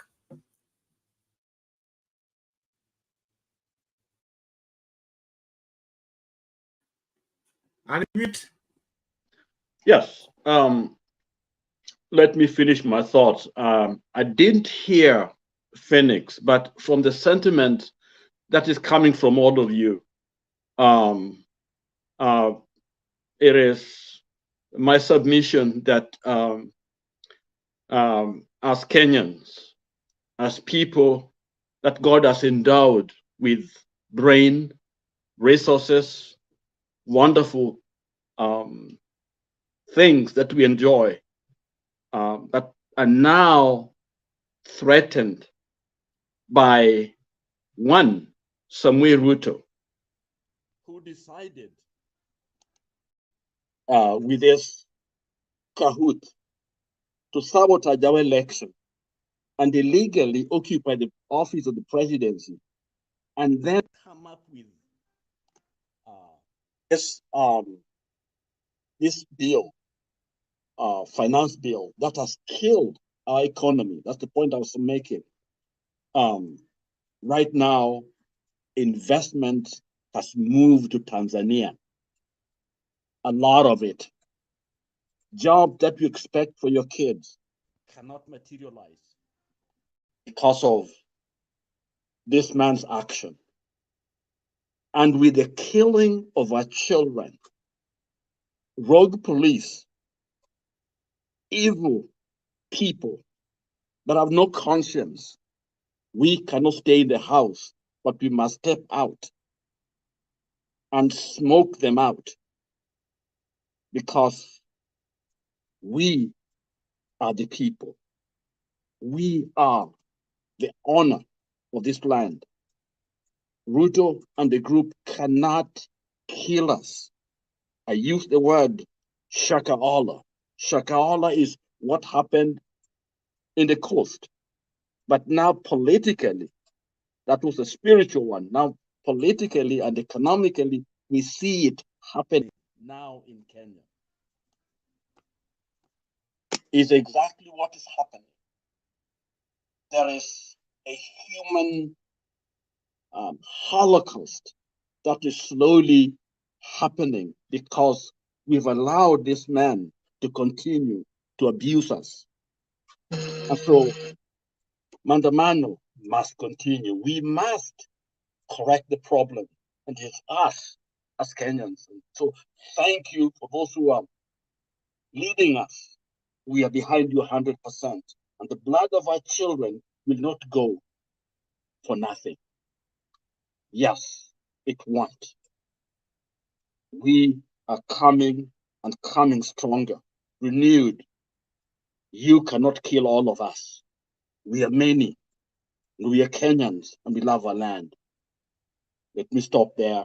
Somebody to come in.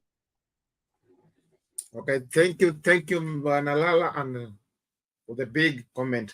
Please, people on the side, please like the video. The likes are still down, and also I need more people to come inside the studio so that we can continue bringing up and discussing up the issues that are hitting Kenyans and each and everything.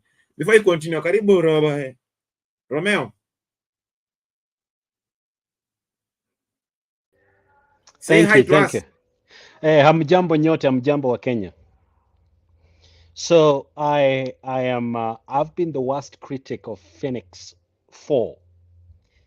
And since I saw him last, and then he said something that got my attention, and I had to come on and ask the questions. So to the panelists, I'm about to ask Phoenix questions. I request that you do not interrupt my time. This time will be for me to interact with Phoenix, and the questions I'll ask, please, you can come in and jump in whenever your time comes in, but allow me to interact with Phoenix.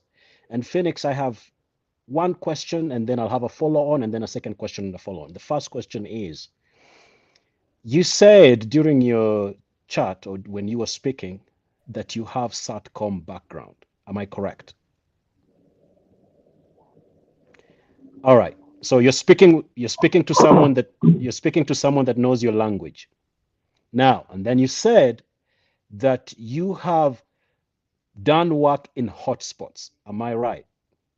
Hotspot meaning areas that are basically war zones.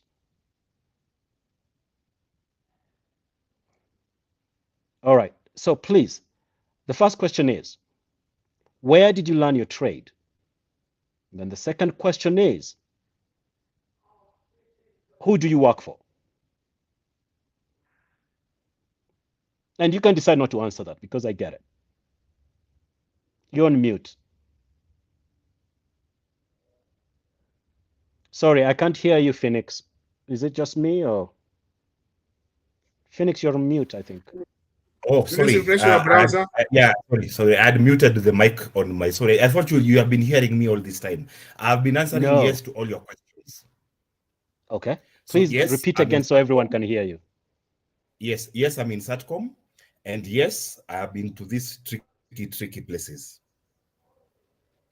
And to your latest question about where have I been trained, mostly Israel. Now, as for who do I work for? Currently, I work for myself. I'm a consultant, and I'm doing a lot of family business. Yeah. All right. So when you say those things, you got my attention because I've worked in that realm as well. And that's why I've asked the question I've asked. And you know why I've asked the question I've asked. Most people might not know, but you get it. So if you were trained in Israel, do you work for the military? Have you ever worked for the military? I'm talking about Kenyan military. No, I've consulted for them. I set up their communication in Somalia. When the Kenyan KDF went into Somalia for the first time, I set up their communication systems for them. And recently, when they went to DRC, I've done the same for them. That is my limitation to my involvement with the military. I want to say I believe what you just said. So the next question, Phoenix. Is Phoenix a code name? You are very curious, man. Why do you want to know all these things? So I guess you can tell I know what I'm asking, right? Yeah, I know what you're asking. I'm going to repeat again. You can say you don't want to answer that question. That's fine. Is Phoenix a code name? No. Okay. All right. I just you've answered my question, and so I appreciate it. And like I said, when I first heard you, I was your worst critic because for some reason I felt like you were not coherent, like the way Alex was talking. You know, Alex said it correctly. You are not coherent. I believe you have done what you've done because I've heard what you've been saying and I've been commenting and no one is paying attention. So you got my attention when you said things that you said, but most people did not get it because you're not in that realm. So I get it. I want to say you are in the inner circle. I believe that. And to do what you have done in your career, you know more than most of us know because I know what Satcom World does. So I would be interested to hear more information about how Uhuru Kenyatta ended up screwing Kenya because he did that. What went wrong? So if you can walk us through, I don't know if I have a minute or so, if you can just walk us through from when you started saying that when not you, but the people you were part of learned that Ruto was going against Uhuru and Uhuru sought handshake and then things went down. Please, if you can take a minute and walk us through that. And I'm asking the panelists, please before don't we go there, interrupt. Just for my time. Yeah. Because before we go there, wacha tusikize nani, alafu tumeona admin No, amekuja Julia. this is my time. This is my time. Just 1 minute of my time. Nimempatia. I explain that period and then I will come out. I'm giving him my time. Okay. I'll be very quick because you are giving me your time. Don't intimidate the moderator. If the moderator, ask the moderator because that's what I'm asking, Alex. I wasn't talking to you. Alex, I wasn't talking to you. You are not a moderator. No, we are Please let us have order, please. Let us have we are guiding the moderator. You did not ask. You forced. You said this. Yes, it's my time, and I'm asking the moderator. Please let us order, please. Okay. I'm asking the moderator to give part of my time to this guy to explain in a minute what I just asked. When I started, I said, I'm not going to speak a lot. I'm just going to ask questions. So moderator, please allow this guy to explain that piece that I requested, and then you can move to someone else. So it's not his time, it's my time. Moderator, we are not here to discuss Uhuru Kenyatta. Please, we don't want to hear anything about Uhuru Kenyatta. We are done with Uhuru Kenyatta. He's retiring, he's resting. Whatever he did, whatever he screwed us up with, we don't want to listen about Uhuru Kenyatta. We are here, day one at Maandamano. What's the way forward? What are we doing? What are we doing wrong? What are we doing best? Please, guys, forget about Uhuru Kenyatta. What is screwed? What okay. Screwed? Forget about that. Assemble, guys. Please, thank you, Romeo. Please, let's forget what about I'm Uhuru saying Kenyatta. is wrong. Then I will get out and thank. Okay, let us go on. Boma, are you getting us?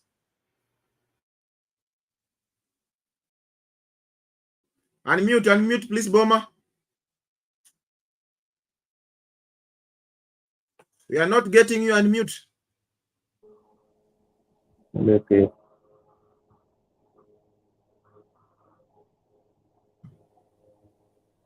Go on. It's okay. It's okay. Okay, Julia, how are you? Fine, thank you. Good to see all of you. Naona kumewaka. Watu wataki mchezo. Kwani Assembly wameenda wapi? Who is removing these people? Are they removing themselves? Good to see everybody. Good to see Alex, Phoenix, Kenya, Maandamano, msimamo. Wasemaji kule pwani kwaendaji? Bado wasukuma kazi huko. Naona nimekuwa nikiona message unasukuma kazi vizuri kabisa. That's awesome. Now, I also want to agree with Assemble, CG Namona Narudi. Someone can add them. That we should concentrate on what we need to do now. We are not interested with Uhuru story. Kama Romeo ako, tumambie hivyo. Romeo, we are not interested with Uhuru, wherever you are. And stops this thing you right bringing us here. Romeo, uko na hiyo tabia, I want to ask you to stop that Uhuru screwed us. Who screwed us what? And Uhuru supported Baba to the end. And I want to remind Romeo, wherever he is, it is because of Uhuru that many people from Mount Kenya region voted for Baba. So stop bringing this thing of wasting our time here. As we sit here, we discuss Uhuru screwed what. It's good you said when I was here, because I think that is not good. We are wasting time.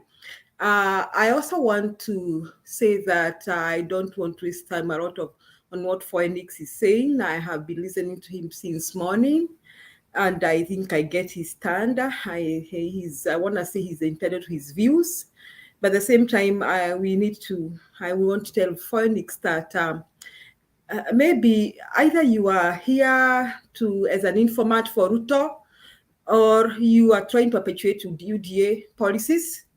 Now, if any of the above is happening to you, then I think I'll take this opportunity to... Mr. Chair, point of order, please. Point of order. You have allowed like 10 people to speak and they're saying almost the same thing and I've not been given any right of response. Phoenix, can you stop talking when we are talking? If you do that, we shall remove you. I can also just kick you out for good. I've been really persuading myself not to kick you. So stop disrupting people when they are talking. We don't do that here. I kindly ask you, just like I allowed you to talk, that you allowed me to finish what I'm saying. I have not been given a chance to respond. No, you'll be given a chance to respond. So when your chance comes, you wait until you are given, like everybody else. And you have been talking too much in this show. So please don't do that. Now, I want to say that I have seen Phoenix has disappeared, but I want to tell him wherever he's in the background, that listen very carefully. Now, if you're an informant for Udaku, or you are trying to perpetuate Udaku policies, I think from today you can see that we are all very tired and very tired. Me, I come from Mount Kenya. So if you want to talk about people from Nyanza and wherever, I am from Mount Kenya and I'm very tired of Ruto and Ruto regime. So if you think by coming here to tell us, Mara Uhuru alifanya nini, nobody cares. Uhuru did his term and is done. So, and we're happy with that. And at the end of it, he turned around and he sobered up and he decided to join Baba. So we are happy with that too.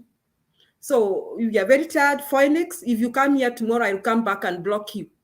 If you start bringing that nonsense here again, because tumechoka.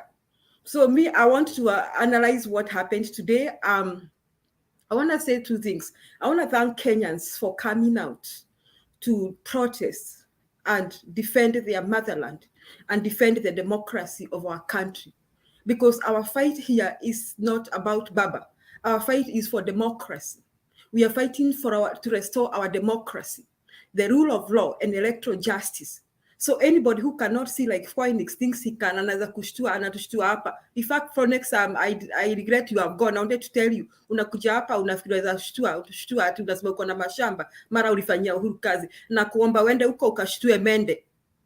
People here, all people you see here, they don't tell us what they own because nobody is interested with what they own here. And nobody is interested who does what. We are only concerned about what our Kenyans are going through. Nobody even cares who, even Rome was wasting our time here talking about career and who works where. Nobody cares who works there, where here in this channel. We only care about one thing, what our people are going through in Kenya. That is what, if kama watu wangeongea mali zao hapa, na nafikiri wengine wengi kama akina Phoenix mungeshikwa na mshtuko wa moyo. Kuna sababu there are people who come here, they never tell us what they own, they never tell us what they do, they never tell us what they have achieved, yet they join here kutetea watu wetu. So Phoenix, Romeo, stop telling us here mnafanya kazi wapi. It is very annoying and irritating. Don't do that. So you go tell that government Kenyans are tired, and we are tired and fed up of being fed up. And that is what you saw today. So I want to thank Kenyans for being resilient, for what they did today, for coming out irrespective of the threats and intimidation from the government, a government that is destined to shed innocent life and to kill its own people. Now you saw them hire thugs and parade them on social media that they wamewanunulia mapanga na nini. But I thank God because Kenyans still came out. But now I want to say this was worked out for us. Because as Baba gave instructions for Maandamano today, Ruto also rained terror on Kenyans by parading all those armored vehicles and the police. So Kenyans didn't go to work, like Nairobi was deserted. So objective achieved. Sasa Baba achieved. Na kasimamisha the running of business in the country. And that was the objective. So it seems Ruto also joined Baba in the riot because Ruto decided to terrorize Kenyans by parading the armed vehicles and the police and all that. So this was good, and I hope it happens tomorrow. So my take is, fellow panelists, I want to thank you for joining me here. Now here we are going to encourage our Kenyans and boost their morale and tell them that aluta continua, the struggle continues. Atutishiki, we are unbogable. We are not going to be intimidated by any form of intimidation. And anybody coming here to narrate to us that Ruto ni mjuaji sijui nini, Phoenix, you are lying. You are not there when we were fighting for independence, and I think you did care when we fought for multipartyism. Pengine wewe ulikuwa mtoto mwenye ajui chenye haelewi chochote, and you don't even understand how we fought for our 2010 constitution. And again, now we are fighting to restore our democracy and the rule of war and the rule of law and electoral justice, period. Any other side shows hatutaki hapa. Mpeleke hizo side shows pengine. Asanti, Shadizo. Na kama tumezidi sana Shadizo, utuelewe. Asanti. Hapana, mko sawa. Manake Waswahili wanasema palipo na wazee hapaharibiki jambo. Mimi napenda tu kuwashukuru tena na kuwakaribisha tena kwa show tena na tena. Na napenda for your support. You really encourage me to go on. I like it. I like the vibe. I like everything. And I appreciate each and every one of you for accepting me na kwa accept kila kitu. Nawashukuru sana sana. Na wale ambao mko na likes, please continue bringing in the likes in, and we shall be going and be doing well. Kabla sijasahau, ningependa tu tuzungumzie kitu moja before watu waanze kuondoka. Kuna hii swala ambalo watu ambao wameshikwa na kuna hii mtafaruku ambao inaendelea. I will play the clip, alafu tuone, and then we can come back and we discuss the issue.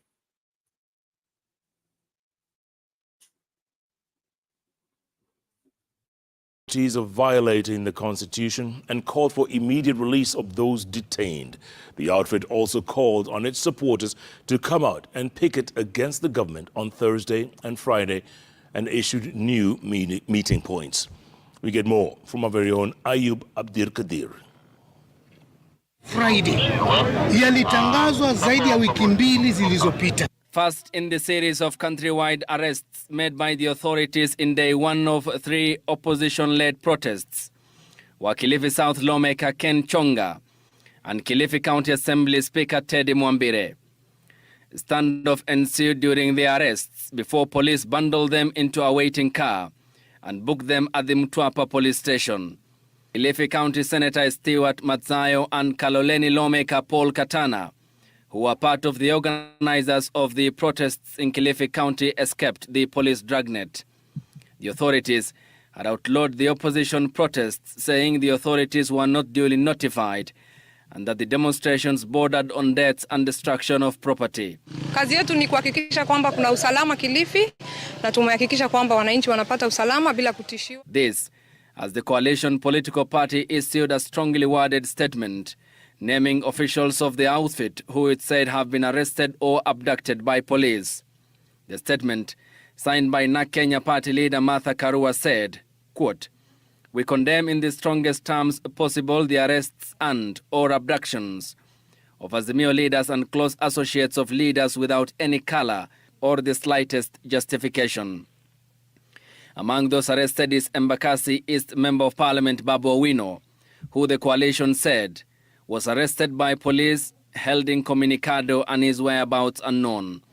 Others are Mabatini Ward MCA Wilfred Odalo, his Ngei counterpart Redson Onyango, and Eric Otieno and Anthony Otsula, who are budget officers at the Nairobi County Assembly. The opposition statement further said Maurice Ogeta was arrested by police this morning while on his way to work, while Dennis Onyango was arrested from his house this morning, during which time a search without warrant was conducted. Both Dennis and Maurice are close associates of the Azimio leader Raila Odinga. Following the arrests, Azimio lawyers led by Danstan Omari filed habeas corpus application in court over the whereabouts of the Embakasi East lawmaker Babu Owino and Maurice Ogeta, who is Raila Odinga's private security.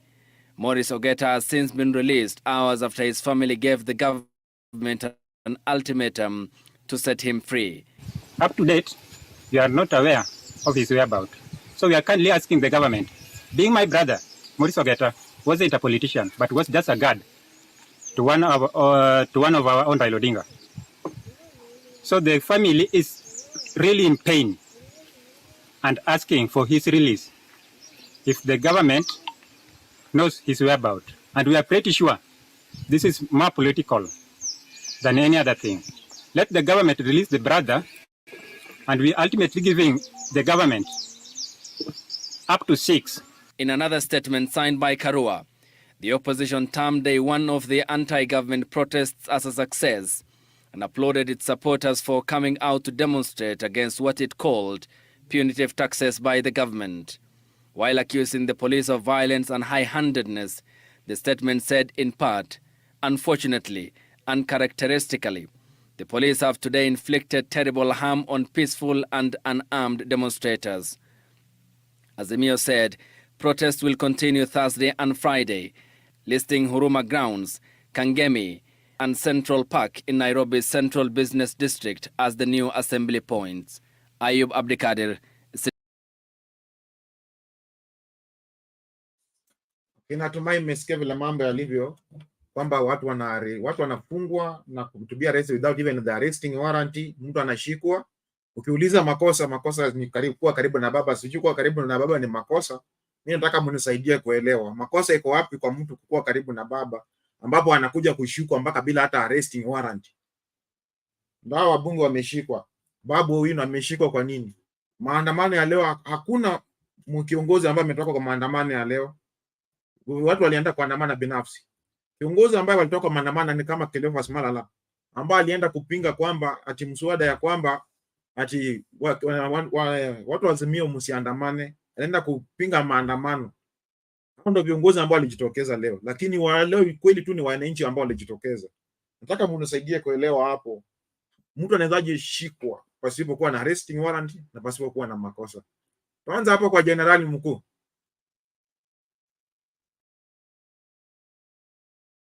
Ni kitu cha kushangasha sana. Unajua vitu tulizionea leo from the KK side, were just appalling.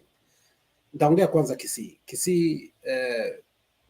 A few days ago Sora alikuja na vijana wake, and ukiangalia the contingency of the police officers that were following them behind, waki protect them during maandamano yao.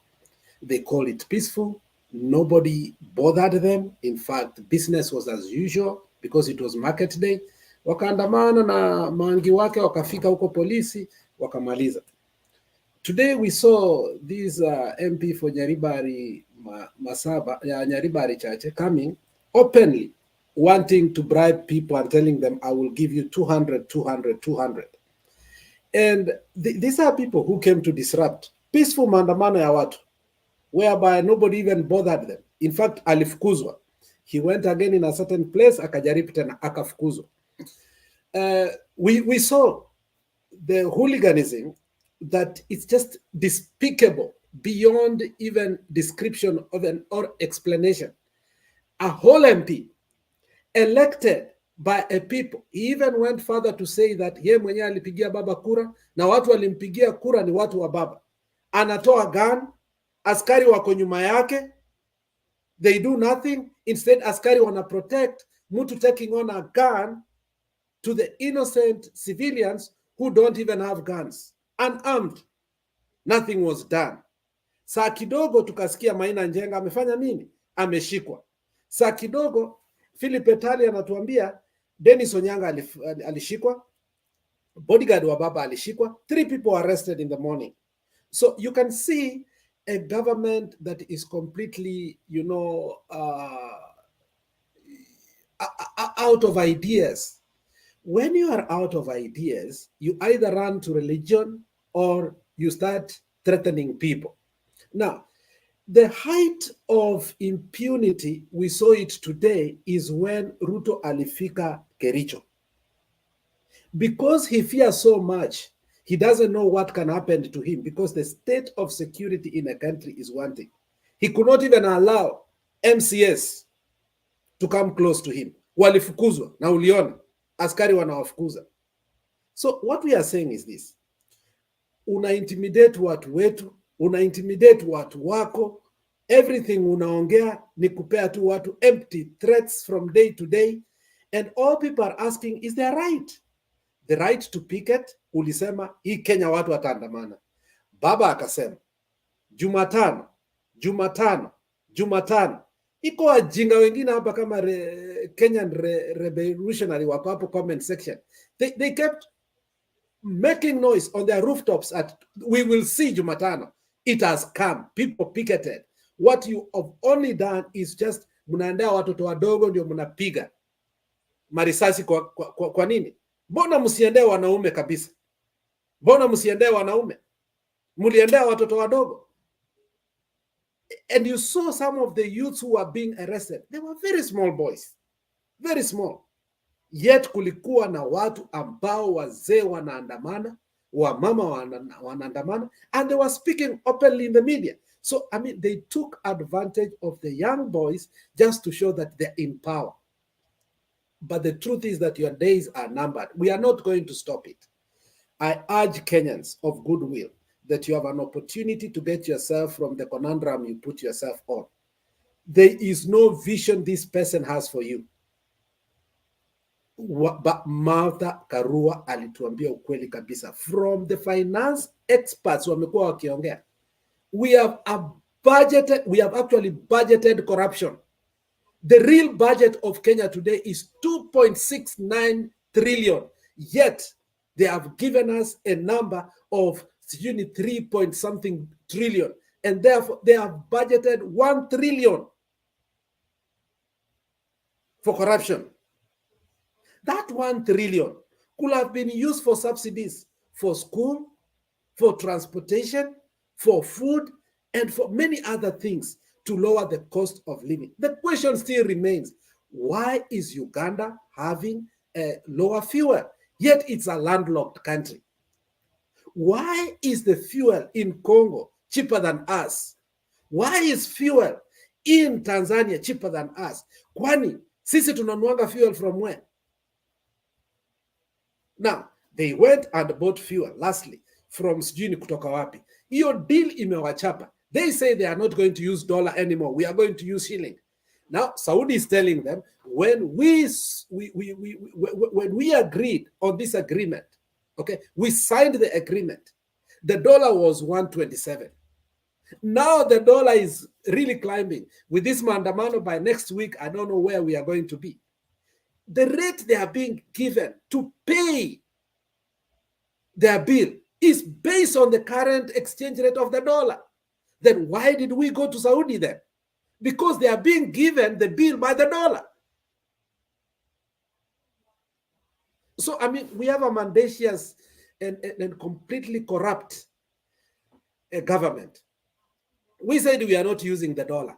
Moses Kuria wants to meet the trade representative of the US. If you don't want to recognize the dollar, then what do you have to do with the US then? And with their trade? We have really messed ourselves up economically because of economic policies of a person who is completely subdued of common sense. And before it gets late, we must go back where the Bible says, fight for your families, fight for your women, fight for your children. It's a clarion call. Fight for your country, fight for your mothers, fight for your sisters, and fight for your children, period. You're not fighting just for yourself. You're fighting for the future of this country. Thank you. Okay, thank you. Let us listen to Mama.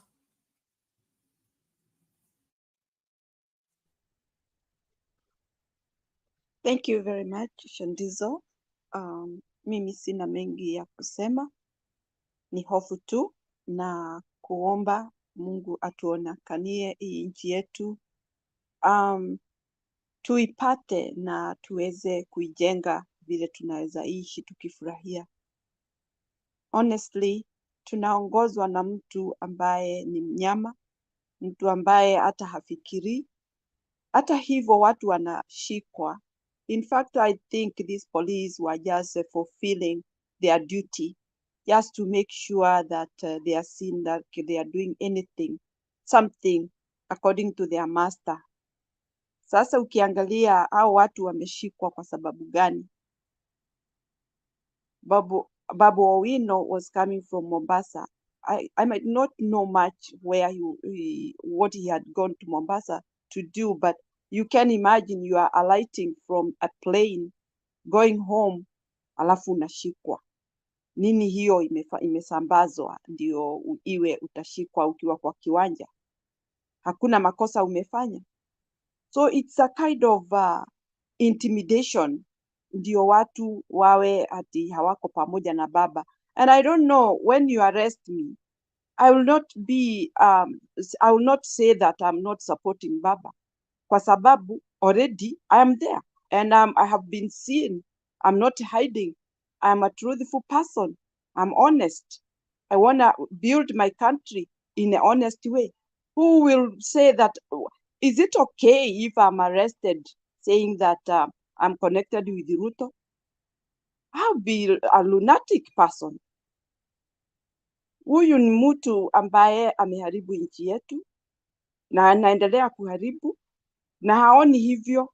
In fact, I don't believe ati kuna watu wanamuadvise. He is the one who is doing that.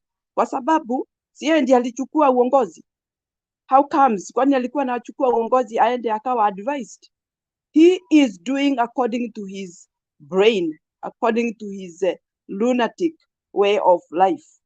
Huyu mtu ni mtu mjambazi mbaya sana, ni mtu hana haja na kila aina ya mwananchi. Vile yeye anajifikiria ni yeye mwenyewe. Very selfish person and incompetent. Hiyo nitatumia. Tukiangalia hii nchi yetu tunaona kabisa ule upendo sisi tuko nao baina ya sisi wananchi unataka kuharibiwa kwa sababu amejaribu kuharibu uhusiano mzuri wa makabila. Ona pahali Uhuru alituachia. We had nothing against each other. We were okay. We were driving each other harmoniously. We were together. We had no grudge of any kind. Huyu ndiye ameleta hii mambo yote ya msukasuko. Ametugawanya na anajaribu hata kugawanya hata kabila moja inakuwa divided. Nani huyu ambaye anasema analeta unity in our country? What is the unifying of the country? What is the symbol of unifying the country? Si ni huyu ambaye anasema ndiye kiongozi? Mbona amefanya hii mambo mbaya machafu ya kuharibu Kenya? Kwa sababu hana haja. In fact, if he really loved this country, ni yeye angekuwa entertainer mmoja mzuri sana wa hawa investors, ndio apate hizo pesa anataka. Lakini kwa sababu amechukua pesa pandi hii pandi ile, huko na huko, na sasa ameona hii mambo yote imemzidi, sasa ni kuharibu akili za wananchi ambao wako halali. Sisi akili zetu ni mzuri, sisi si wenda wazimu, hatutaki kuharibiwa, hatutaki kupewa anxiety. Sisi tunataka kujenga maisha yetu kivyetu, lakini vile amejiharibu yeye, anataka kuharibu hata sisi. This guy is somebody who really want, ni wale wanasemaga ukimwaga ugali na mimi namwaga mboga. That is exactly what he is doing. Kama hana hope ya maisha yake, asiharibu yetu, aachilie watoto wetu, aachilie hata sisi, tufanye tujimudu katika nchi yetu. These children that have been killed, really, they have really pained me very much. Nimeona huyo mama ameshika huyo mkono wa huyo mtoto na amelala chini. Sijui kama ako hai ama amekufa huyo mtoto, kweli kabisa. Na unaona huyu mwenye kumuua ndiye huyo anaenda kama amefanya kazi mzuri sana, amewin, na hiyo bunduki amebeba. And I could see that guy is a Somali. I'm sorry, I would say that, kwa sababu ni kweli, na amejifunga kitambaa to these guys people, lakini tumeona sura yake. Hiyo ni mambo ya uchungu. Yani unakuta tu mtoto wa wenyewe na unammaliza, na kweli in your own brain unajua kabisa huyu nampiga na maliza, as if you are fighting with a foreigner, a different country, within the same country. Sasa watoto wetu wanakuwa ruined. Maybe we may doubt these people, maybe they are coming from a different country. That's why they don't have a blood of feeling. They have no mercy at all. Hii kazi wamefanya, wametimiza. Basi jambazi, furahia. Umewin, lakini ujue hata wewe siku yako inakuja. This guy, he has no brains. Hivyo anaitwa smart. Sijawahi kuona mtu smart anafanya mambo kama hiyo. Smart people invent things, but they don't perish people. They don't kill. They just do wonderful things for people to be inspired. Kwa hivyo, Wakenya, mimi nawaomba, hii kazi hatutaiachilia hapo katikati, tunaendelea nayo. Ndio wao wanatuchekelea, watuheshimu, ndio tuweze kujimudu katika nchi yetu.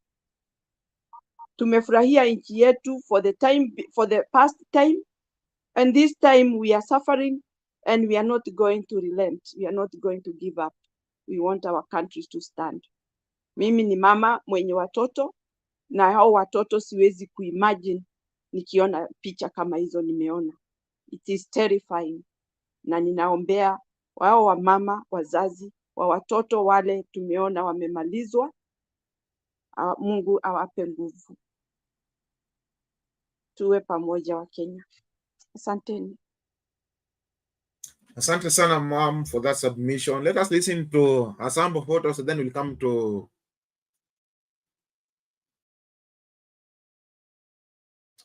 Asambo. Come on.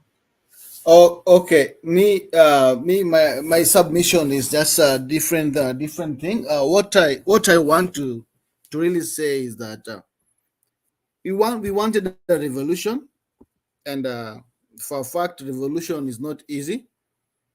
There are casualties, there are consequences of revolution, and there are things that will happen that many will not like, but it will happen. Knowing that Ruto is that one person that will not come down easy, and he'll fight his way down, whether it's coming down or staying or not staying, he'll fight. And in revolution, people this is a naked truth. People will be killed. And what can help right now, and this is my prayer, that for the first time, Kenya military can step up fast and render the policemen useless. Then all this careless shooting will stop. When the army comes in very fast, then this careless of shooting and killing can be contained. But if the Kenyan army stay too long, then the system will use the police to kill so many. So it's a time that we really pray for our Kenyan military to come out very fast. With that, I'm assured it will be tough on everybody and anybody doing business, whether we may get the curfews, but killings may be contained to a certain aspect. So my prayers now is that the military to step up. For the first time, if they can come out, because Kenyans are tired, Kenyans are fighting for their rights, Kenyans want to be fed, Kenyans want to be heard, but the system is not listening, and what's happening in turn, they're being killed. So it's the right time for military to step out as soon as possible. Then the killings can be contained. But if our military will stay for a while, then the system will use the police to kill so many innocent Kenyans. So in revolution, many will be killed with the police because they only follow the local command. But if the military steps in, then that's a different play game. Ball game, different ball game completely.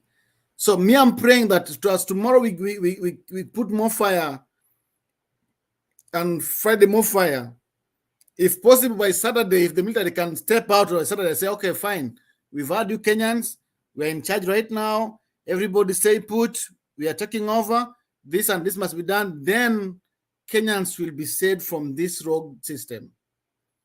But if military takes too long to come out, for us to achieve what we want, then there'll be a lot of bloodshed. This is the naked truth, where we are heading to.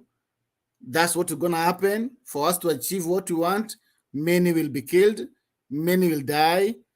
But if our brothers in the military can step up, even like yesterday, if they can, then Kenyans will be saved from all this.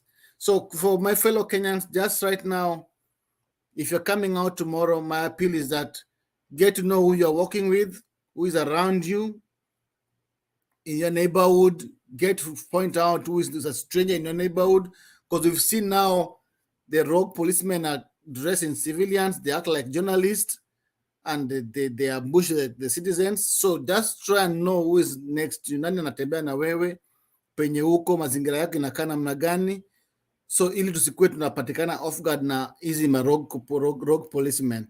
But mi naomba sana amri ya jeshi kuu itoke. Wakitoka, Wakenya watasaidika. Wasipotoka, tutaangamia na wengi watauliwa, lakini bado tutapata kile tunataka. So mimi maombi yangu ni ile tu kwa jeshi itoke mapema. Wasingoje sana watu wakufe sana, watoke tu wachukue, then after hiyo tutajipanga baadaye. Ni hiyo tunasema kwa sasa, and that's my submission. Thank you. Asante sana Sampo Photos. Let us listen to Boma and then we come to Musafiri. Thanks Shadizo, unanisikia? Nakupata, endelea. Okay, asanteni sana na wasalimu wote. Thank you for the opportunity. It's sad to hear what is going on in our country, but yet it is warranted. It has to happen. For a long time, watu wamekuwa wamezoea kugandamizwa, and I think to the previous panelists said, Uh, the people are in a hopeless situation, and they've been there for a long time as Kenyans. Watu wamekuwa hapo for a long time of hopelessness.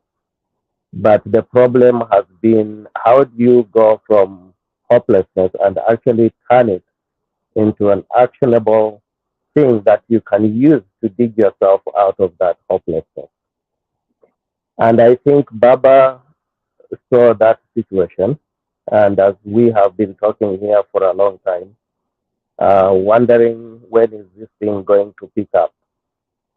I think Baba himself being a mzee ambaye amekaa kwa hii nchi for a long time na ameona everything that has come and gone, I think he realized where things are at. And the only thing that comes to my mind right now, you know, the way the eagle teaches its young to fly. They take the eaglet or the young one and they fly way up in the sky. Alafu wanaiachilia. And then the eagle, the little bird, in a struggle, and if it lands down with a third, it gets picked up again, and they go back up again. And I think that is the situation that Kenya was in. And for a long time, Stone PK and others, they could attest to it, that people have been agitating for a long time. Why isn't this thing picking up? Why are we postponing hii kitu? Inakuja, alafu tunaachilia kidogo, inakuja. And it's because I think Baba could smell that if we go into this thing, tuachilie tu watu, people will be killed and there will be no fruitful results. Or watu wataogopa and there will be nothing. So ni kama ile amekuwa akivizia polepole tu, you know, are you there yet? Anasema no, we are not. Okay, let's plan for another day. And asikiliza, he feels people are not there yet. They are in pain, but they haven't realized they haven't reached to that point of realization that they can actually take action into their hands. And for a while, we were saying this thing can only take off if it is by the people. And I think Baba saw that, but maybe probably also he had the message. So now, everything that is happening has been planned, has been choreographed. Everything, including reeling in Ruto na watu wake, and everything that he's planning to beat up people, to abduct people, to arrest people, it had to reach to that level. Tuliona jana, Baba was nowhere to be found, but people came out. And I think that is what we've been looking for a long time. He stepped aside, hatukumuona, hatukumsikia, but the impact was more realistic than in the initial stages when we wanted mammoths to come out. Because watu sahi are being intimidated. Na mnaona huyo kijana ambaye amekuja hapa anaitwa sijui Phoenix or something. That is the mentality that is there, sorry to say, from a lot of Kenyans. Watu wanasema afadhali au ile tunasemanga, you know, bora uhai sio maisha bora, you know, bora maisha bora sio maisha bora. So they would rather sit on their laurels, they would rather sit on their beds, they would rather feed into intimidation, they would rather feed into fear than actually face the reality that whether I'm inside here or I'm out there, I am going to die. But how will that help the situation? Is it by me being here or by being out there? It's like your fate is already written. So you have to decide how you may maybe commandeer that to make a little bit of a difference in how you are going to be recognized. So for me, I think even going back to this guy, the people who are here, they've been here for a long time. We've had people, they just come to derail the talk. They just come to bring other things that we are not interested in. And it's because they are interested in bringing propaganda so that we get off topic. So my hope is that when a moderator or a person who is more familiar with this kind of propaganda, because we've seen them from the days of being in Mtembe, they come and their sole purpose is to make sure that they jam the conversation with what they want. And a funny thing is, we are very quick to feed into that, and we get derailed, we get worked up, we get agitated, and before you know it, the guy is laughing while they are walking out because anaenda anasema nimewapata. So I think what Julia said is the right thing. When people like that, you can smell them from miles away, you give them a warning, and if they are not, you kick them out. If they try to come back, give them a timeout. Hata kama ni a day, they should come back the next day and then address them. And then say, this is what you said yesterday. What do you think about that?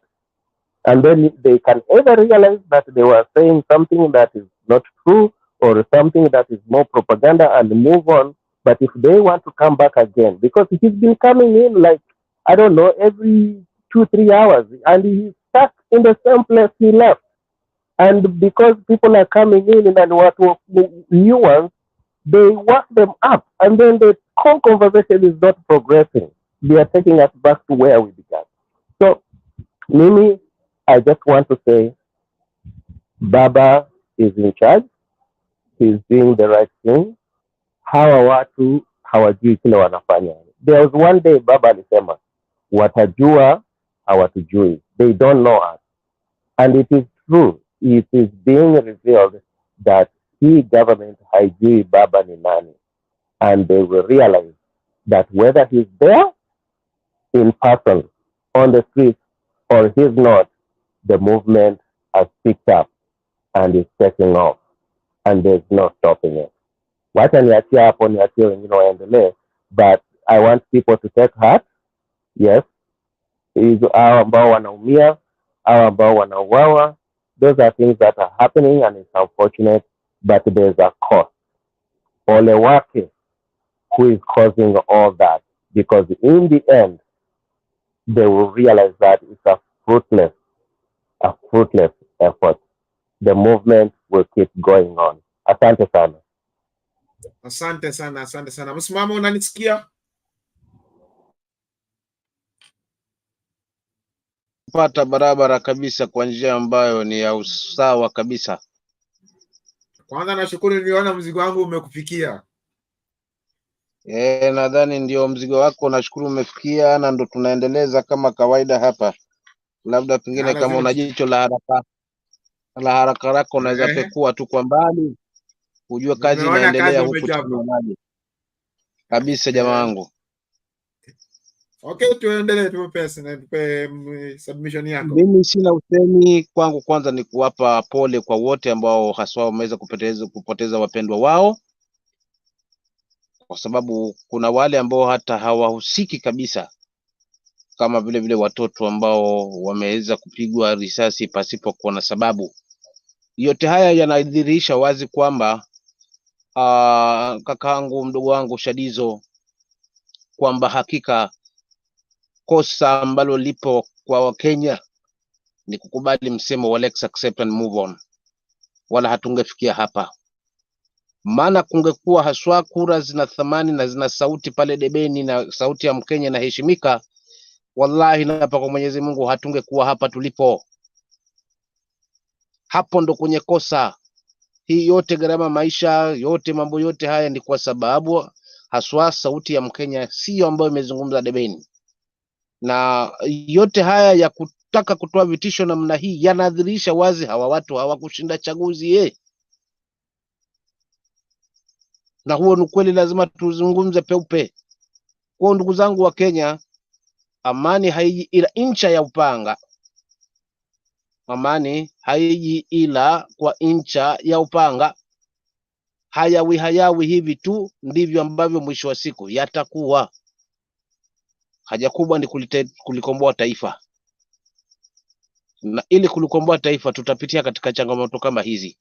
Kwa hiyo tutatiana nguvu, maana safari bado ndefu mno ya kuweza kulikomboa hili taifa, na linatuhitaji sisi wa Kenya haswa ambao ni wananchi haswa, ili tutengeze hii daraja kati ya mwanasiasa na Mkenya wa kawaida ambayo ndo mwananchi kwa mujibu wa katiba. So kwa kweli mimi sina usemi wangu, ni kuwapa pole, na watu bado tutokeze zaidi. Wale wanasema haya maandamano ni ya Raila Odinga kisa kashindwa, wacha washikwe na waibu, waone kwamba haya maandamano ni sauti ya Mkenya, maana kwanza amechoka haswa, amechoka. Harama maisha ndio hiyo, kila jambo linafanyika hapa linamkandamiza huyo mwananchi. Imekuwa vigumu hasa kuweza kumfundisha hata mwanawe shule, wala kuweza kupata haswa hata chembe za dawa katika mahospitali yetu huku vijijini. So kwa kweli ni mambo ya kutamausha, na ni mambo ambayo hakika ni lazima tuyalaani na tuseme enough is enough. Kama sauti ya Mkenya haitasikika, basi tutakwenda tunalo tu, awe baba yupo awe hayupo, lakini lazima tulikomboe taifa ama sauti ya Mkenya isikike.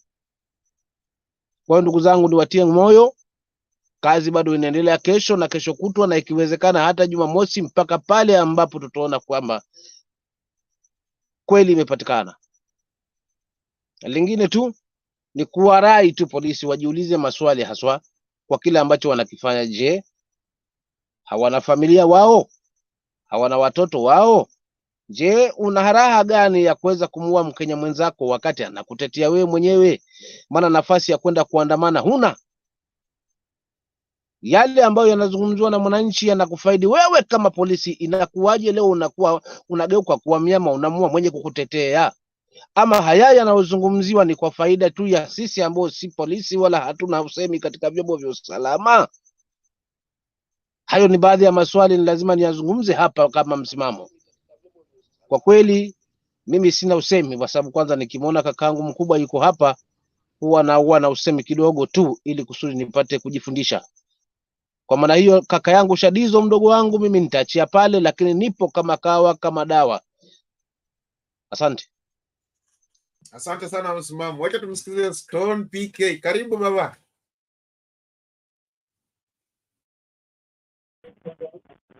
Oh, salama Shadizo, mnanipata kwa njia nzuri kabisa, sivyo? Nakupata kabisa. Okay, asante sana. Namuona bwana msimamo yuko pale, na kuna nani huyu yuko hapa chini, anaitwa nani? Romeo nataka kuingia huyu. Bwana msimamo, vipi ndugu yangu, siku nyingi? Labda ni mimi nimepotea kidogo. Hata mimi nilipotea kidogo chini ya maji, lakini tumerudi kama pamoja. Sina neno kakaangu mkubwa, sina neno, namshukuru Mungu, alhamdulillah. Asante. Amina. Pia ni msalimu huyo nani bwana Romeo, msalimu. Yangu atakuwa mafupi pia, manake kama nilivyosema jana, juzi na siku zile zingine za hapo nyuma, wakati wa kuzungumza umekwisha, na haswa kile kinachoudhi kabisa ni kwamba Azimio bado tunaendeleza mazungumzo. Tunafanya mambo yanaitwa debate, sijui watu wana debate, sijui watu wana sasa hii ni kama people coming to laugh at you during the times of mourning. Let me begin by registering my sympathies, empathies, and condolences to all our Azimio heroes that have been put down by their own brothers, ambao hawajui wanachofanya. Niwaombee mema na wawe pahali pema peponi roho zao, Mungu azirehemu, na tuzidi kuwekwa ama kutiwa ghadhabu na yale ambayo yanatendeka kwa ndugu zetu. Kwangu mimi, baada ya hayo, sioni haja ya watu wa Azimio ama sisi wafuasi wa Azimio kuendelea kuzungumza tukisema tunafanya maandamano ya amani, sijui tunaomba Ruto ashukishe chakula. Huo tunafanya ni upuzi. Sasa tumeanza mchezo wa utoto. Mtu anakuja anakudunga kisu, wewe bado unaanza you are dilly-dally. Tumekuwa sisi ni kama wale watu ule, sijui Bible ilikuwa imesema sijui ukipigwa kofi upeatie mtu mara sijui ni 70 mara ngapi. Hiyo ni upuzi. Hiyo ni mambo ya zamani sana sana sana. Mtu anakupiga kofi moja unampa upande mwingine, it's not possible. You can't do that unless you are a fool. Mtu akikuchapa, you deal with the person depending anakuchapia nini. Hayo mambo yalipitwa na wakati, na mambo ya maandamano ya amani yalipitwa na wakati. Wakati wewe ukitoka kuandamana kwa amani, yule anakuja amebeba bunduki na risasi, kisha unamwona amemwangusha mwenzako hapo chini, damu imemtoka, ametetemeka, huyu amejikojolea, amekufa. Hapo tena inatakana unapandwa na mori. This I'm telling you, those kama sijui wa Kenya huwa wanasikiza ama sisi tunazungumza tu wenyewe kwa wenyewe, wala watu wakijui majuu nini. Maana sijui kama tunawapata Wakenya wenyewe hasa. Tungetafuta njia kupata Wakenya, tuambie sasa vita vimetangazwa, na vilitangazwa zamani na Ruto. Sasa sisi tu ndio wapumbavu wajinga, tukisema mtu amekuja na bunduki na panga na nini, mnaonyeshwa clips, nyinyi mnajimwaga barabarani ya kwenda maandamano ya amani. Tutakamuliwa kabisa. We will be killed. But the good thing is, what we should ask ourselves, let's lose 10 people. Like I said yesterday, like huyu askari alishoot huyu kijana, he should have been killed there on the spot kwa watu, kwani alikuwa na risasi ngapi? Sisi tutakuwa tu, hata kesho wengine wataangushwa tu, tunasema tunaangushwa tu, tunasema this is the time to know that the war has been if we are not going to fight back, then let's forget it. Tuachane nayo. Hapa si Kalongo, si Tapo tunacheza. Unless, see, there's something also I find, kama vile naona kasumba ingine very very terrible kwa UDA, upumbavu fulani wa UDA. Pia naona upumbavu fulani kwa sisi Azimio. Upumbavu wetu ni huu. Mtu anakuja na kisu anakudunga kwenye chest. Wewe unamwambia amani amani. Alafu kisha unaanguka, una drop, una die. My friend. Hiyo ituishie kabisa, because hakuna amani Kenya. Sasa utaenda kuandamana amani gani? Na unaongoja upewe uwezo na nani? Kenyans, who are you expecting to sympathize with you? Because you are doing maandamano, you are saying we are following katiba. Which katiba are we following? Pekee network yako inasumbua, tukupate vizuri.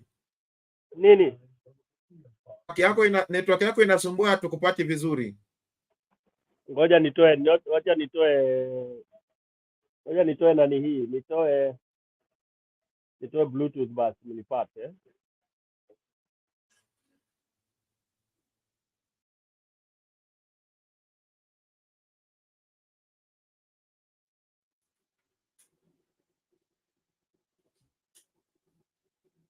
Mute mic, can mute. Are you getting me now? Hapo sasa. Sasa nimezungumza mengi, niliwapotezea wapi? Hapo nyuma tu kidogo, sisi nyuma ndio ilikata kidogo. Haya, wacha niseme tu ile muhimu. Niseme kwamba vita vimetangazwa Kenya. Tunaanza kushikishwa upumbavu na UDA, watu wa Azimio. Upumbavu wa Azimio ile tunachukua ni kwamba mtu anakuja amebeba bunduki, risasi, panga, wanapanga usiku namna ya kutumaliza, alafu sisi tuko tu amani. Hakuna, na msimamo wamesema amani ambayo huja bila ncha ya upanga. Wahenga walisema. Biblia imesema pia. Quran pia. Ingawa mimi si msomi wa sana wa hayo hizo nini. But there is no peace. Hakuna. This thing of maandamano ya amani nilisema ni maandamano ya kuuliza pay rise, maandamano ya kufuta chairman wa kijiji, maandamano ya kutafuta mwalimu mkuu ambaye ameanza kulalalala na watoto wetu, wazazi wakitaka kumtimua waletoe mwalimu mwingine. Lakini maandamano ya kumtoa ambaye mtu amejipatia usukani wa uongozi wa taifa, hamna ya siku yatakuwa ya amani popote duniani. People are saying France, watu wanaandamana. In France they are not andamanaring to remove the prime minister. They are andamanaring because of other things, trivial issues. Kumtoa rais wa bandia ni vita, huwa ni vita. Sasa tungekuwa na maandamano, wengine wanapanga kumuua, wengine wanapanga kumnatua kwa mbio. Ni vita. Na kama hatuwezi hayo yote basi tuache bana. Because we are losing people for nothing. This I'm saying candidly. For me, I don't see the need of day one maandamano, day two maandamano. There is no achievement we are going to get. Because Ruto continues to do and screw us up left and center. He continues to steal. The end result, the sum total should be to get rid of William Samoei Arap Ruto out of that seat. We should stop two things we are talking kila saa hapa. Even panelists here, bei ya gharama ya vitu. Huo ni upuzi bana. What are you talking about gharama? What can Ruto do about gharama? Unajua sisi wazimio, sisi ni wasomi lakini tumekuwa wapumbavu pia. What can Ruto do about gharama ya nini? Mwizi. Mtu ambaye si padri, mtu ambaye hana huruma na watu. Hana haja kabisa. But wewe una huruma, ukipewa hicho kiti, there is something you can do. But this is a thief. It's like calling a pickpocket who has taken your wallet with your 3,000 shillings, then unaanza kupiga magoti hapo ati unaomba Mungu aende hivyo arudishe, ati aende hivyo akirudi hiki kukurudishia hizo 3,000. I mean, what are we doing, man? Wakenya wale mnanisikiza. Tukitoka kama sasa kesho tunatoka na tunabeba na silaha, na kama hatuna silaha basi tujipange, tutulie, tujipange hata kama itachukua mwezi mmoja. Kisha ukabiliana with Ruto properly, because Mkenya you are left alone. Jeshi haitujali, watu wanaangushwa. Police are killing our people and we have an army. I keep on saying here, one person being shot dead by a policeman, a person who is picketing non-violently, and is shot down or gunned down, it's good enough. It is a trigger enough for the Jeshi to take over. But the Jeshi has been screwed by Ruto. They are in bed screwing each other. They are cocked up. It's a total mess. Hakuna jeshi Kenya, mpaka inadharauliwa na muhozi wa Uganda, wanaambiwa ninaweza watandika mpaka sijui Naivasha. That tells you these guys are just there decorated, doing absolutely nothing. Wanakula tu chakula ya bure, mapombe ya bure na kila kitu. Useless. And I can say and I can test that if I was a general, there is no way a Kenyan would be dropped on tarmac who is not a robber, just an innocent mwananchi anapigwa chini na bunduki, risasi ya serikali inamwangusha mwenye nchi, na jeshi wanakaa pale na matumbo wakidai ati. What are we talking about here? This is what should annoy Kenyans. Then we come out, all of us, in big numbers. Let them shoot 100,000 of us. Then we see where they will go. But again, we get out not to go to get out and come back home. It is get out and go where Ruto is. Strangle him. 1 million people get out, which is very quickly. It is annoying. It is annoying coming here. Oh, maandamano, sijui tumeachieve. What have we achieved? Nothing. How can you achieve when you have more than 2, 3, 4 people dead? You can't achieve where you have lost, even in any army. You only achieve if your one is killed and then you kill 5 of the enemy. That is when you now go sit and say you are conquering. Not when you go home with the dead people. Unapeleka watu nyumbani, wamekufa. Then we are saying we are achieving and no business went on. Every business went on. People just went on holiday. Ruto was in business in Kericho. It's not about the mwananchi not opening his shop. That is not our achievement. Because huyo ni mwananchi wa kawaida pia anakuwa punished. Our achievement should have been, have we killed how many policemen who have killed our people? Have we burned any of the police station? Have we burned State House? That is what we call achievement, because this is war. But we've lost our children. We've lost our people. So what we are doing here, no wonder hawa watu wa UDA wanaingia hapa kututukana. Thanks Julia for coming to tell these other idiots off. Yeah, those people who are coming here to give us how they know Ruto, what they did with Ruto, sijui nini. That's nonsense. This is not the time for us to hear to those, listen to those garbage. That's garbage. We are at war. We want to go to war. We are at war. We are being killed. We don't want to hear how related you are to Ruto, what you do with the relatives of Uhuru and the rest. That's nonsense. And I appeal to my fellow moderators here. Don't entertain your garbage. You should have the capacity to listen to somebody coming with a trajectory that is taking us to goose hunting, wild goose hunting. We are not coming here to learn things. We are not learning. People have learned their own. Watu wamemaliza kusoma. Hapa tunakuja mobilize for war, to remove Ruto. We have not come here for theories. We have not. Nobody can teach anybody anything here. No one will listen. Here, come tell us, this is what I plan. I want to contribute $10,000 to support strategy to remove Ruto. You are welcome with that. So, moderator, tafadhali, unless people have a lot of time to waste here kusikiza theories zile zinakuja ambazo hazina miguu wala hazielezi chochote. For me, I think for me that is not it. While I'm mourning the loss, I should be strategizing on how to do that. You kill one of us, we kill 5 of you. Yes. Right now, we should be planning how we will set things on fire. What are you wanasema destroying property? We will destroy the properties and we will pay. We will build the properties.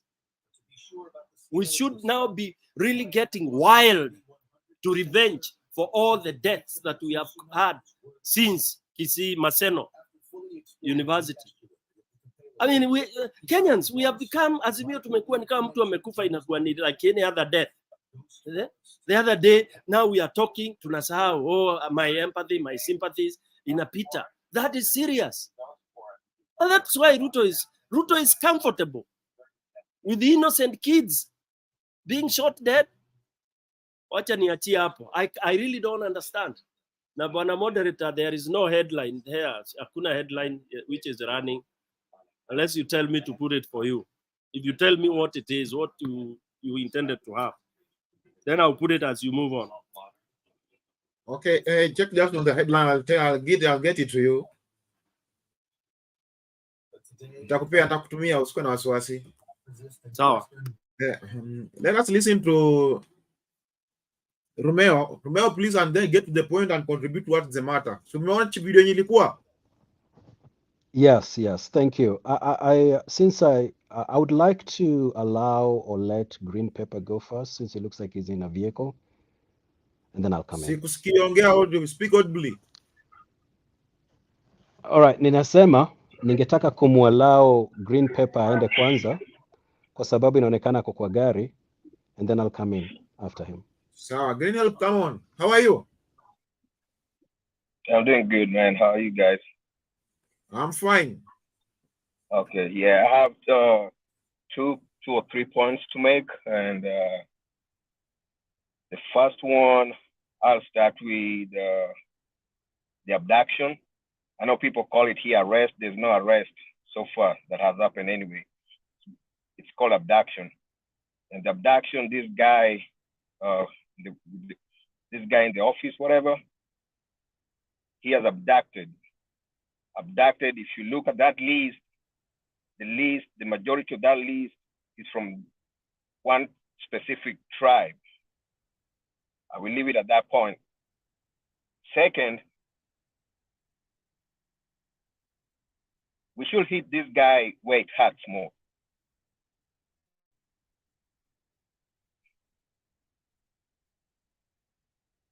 Hello, can you hear me?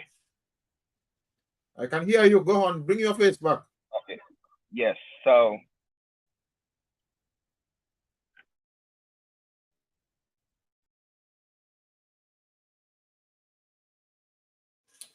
Oh, yeah, green pepper ametuacha kidogo Okay, nitalafu pale.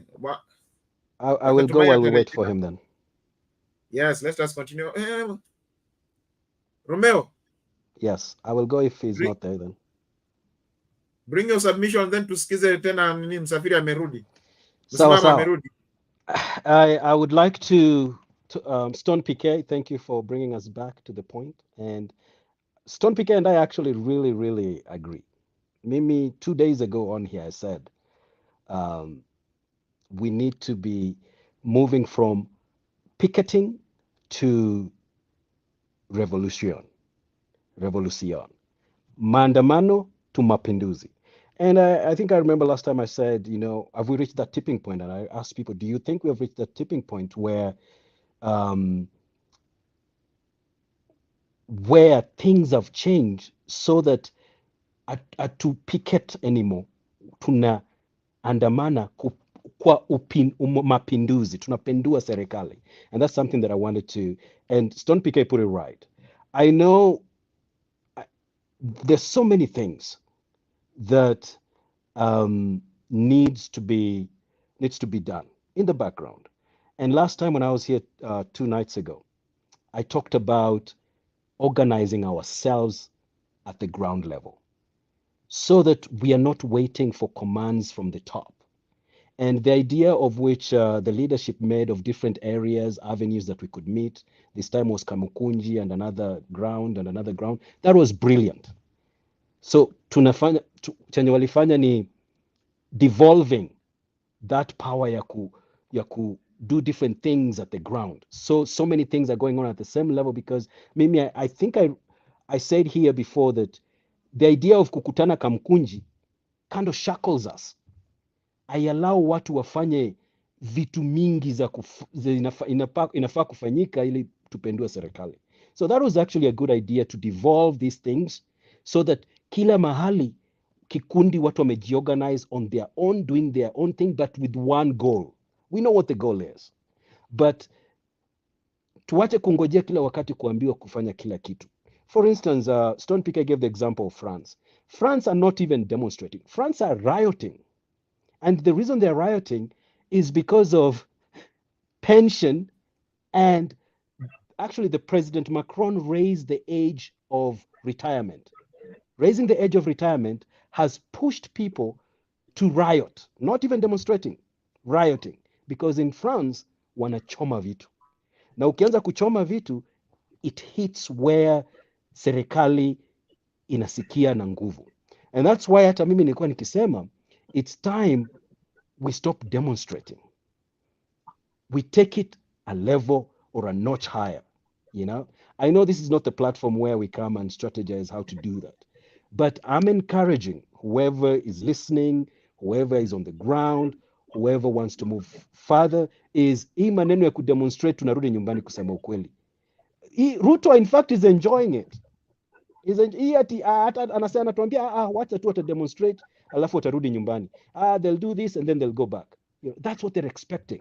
So saa zingine nasema, why don't we catch them with their pants down, where instead this time we're demonstrating or rioting na haturudi nyumbani, tutakaa nje mpaka kesho asubuhi, mpaka siku hiyo nyingine, every night, every day, getting things done.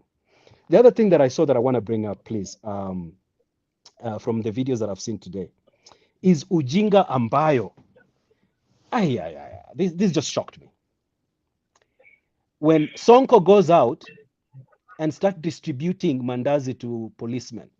Alafu Sakaja is driving around anapatia watu 200, 300, and then there's also another MP in Kisii going around giving people money not to demonstrate. Wakenya, this was on Twitter and I kind of commented on it. How do leaders keep you poor? They keep you poor so that they can control you. And that's exactly what they're doing. This black savior Jesus concept, where Sonko amevaa whatever he wears, you all know how he wears, and then anafika mahali anaanza kupatia watu 1,000 na mandazi ati you know, njaa iko lakini rudi nyumbani. So tunahongwa tusidemonstrate, tunahongwa riot. Na watu wenye wanatuhonga ndio watu wametukalia. Na ukumbuke, watu wanatuhonga, that is the goal. The goal is to give you money so you stay home, you don't do what they're doing in the background, or you don't force them to change the rules that favors them. So Wakenya tafadhalini, I know kuna njaa. Na hii njaa itaendelea so long as hao mabwenyenye wanaendelea kuwapea 1,000 mukae kwa nyumba ama murudi nyumbani. Hiyo 1,000 akikupatia, unachukua unaweka kwa mfuko, unaenda unakata, unarudi nje hivi, unakata kona, unarudi unaanza kumpiga. That is how it should be. Akisha kupea pesa unachukua, unarudi unaanza tena kumpiga nayo. Unampiga ukimwambia unanipea pesa nifanyie nini? Nataka kazi. Kwa sababu kazi ndio will sustain you in the long run. Hii pesa kidogo 2,000, 3,000, tafadhali Shadizo, kama unaweza pata hiyo clip ya Sakaja na there's an MP in Kisii ama Sonko anapeana pesa na mandazi kwa askari. Hata askari wetu ni wajinga sana. Yaani mandazi ya siku 2. Hata kwa tumbo haitakaa siku 2. Siku moja inakupatia encouragement ya kuua watu. Mandazi. Yaani that's how low Kenyans we have gone. Tunahongwa na 1,000, 2,000. Kama wale goons wenye tuliona video walikuwa wanapeana mapanga. Walikuwa wanapewa panga na wakipewa na 1,000. I really felt it. I felt bad. Yaani 1,000 imetosha kuua mtu.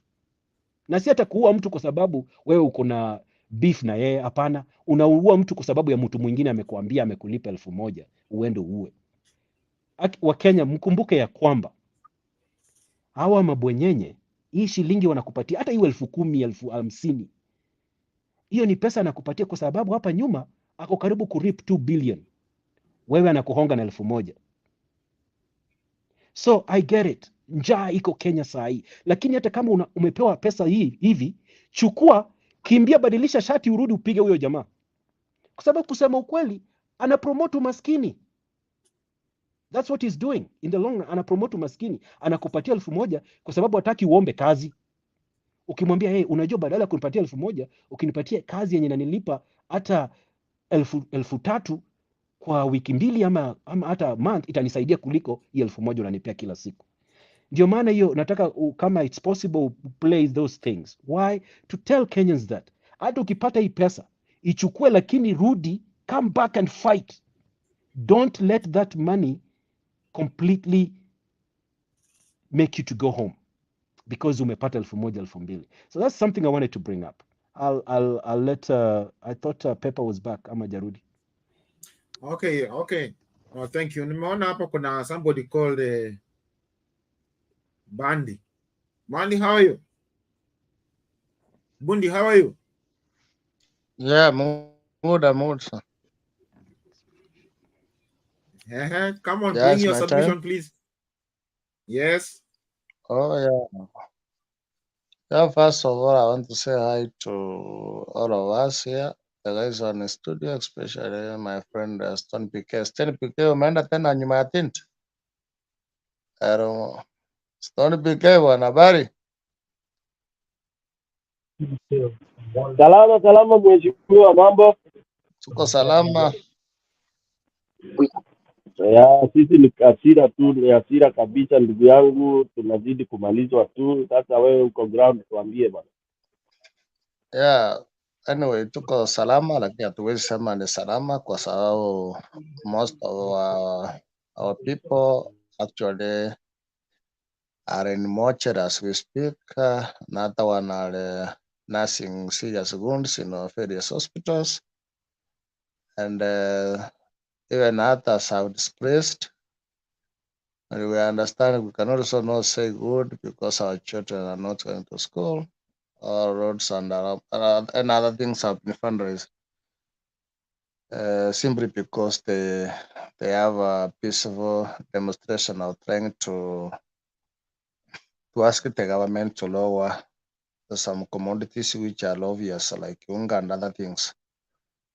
That's not only the case, as some people want to tell the nation that chakula iko karibu kukua watu chakula irudi chini. There is a lot of things like practice of IPC. So there is a lot of major things which we feel like if it can be solved today, we shall never have such a maandamano ever, like elections. Kwa hivyo mimi naweza shukuru sana kwa kila mmoja ambaye alichangia kwa njia moja ama nyingine kwa maandamano, na mimi sita kusema ya kwamba leo pia tutakuwa hapo hapo. Leo ni leo kwa sababu ni Thursday, jana kulikuwa na riaso. Tutakuwa hapo, we don't care.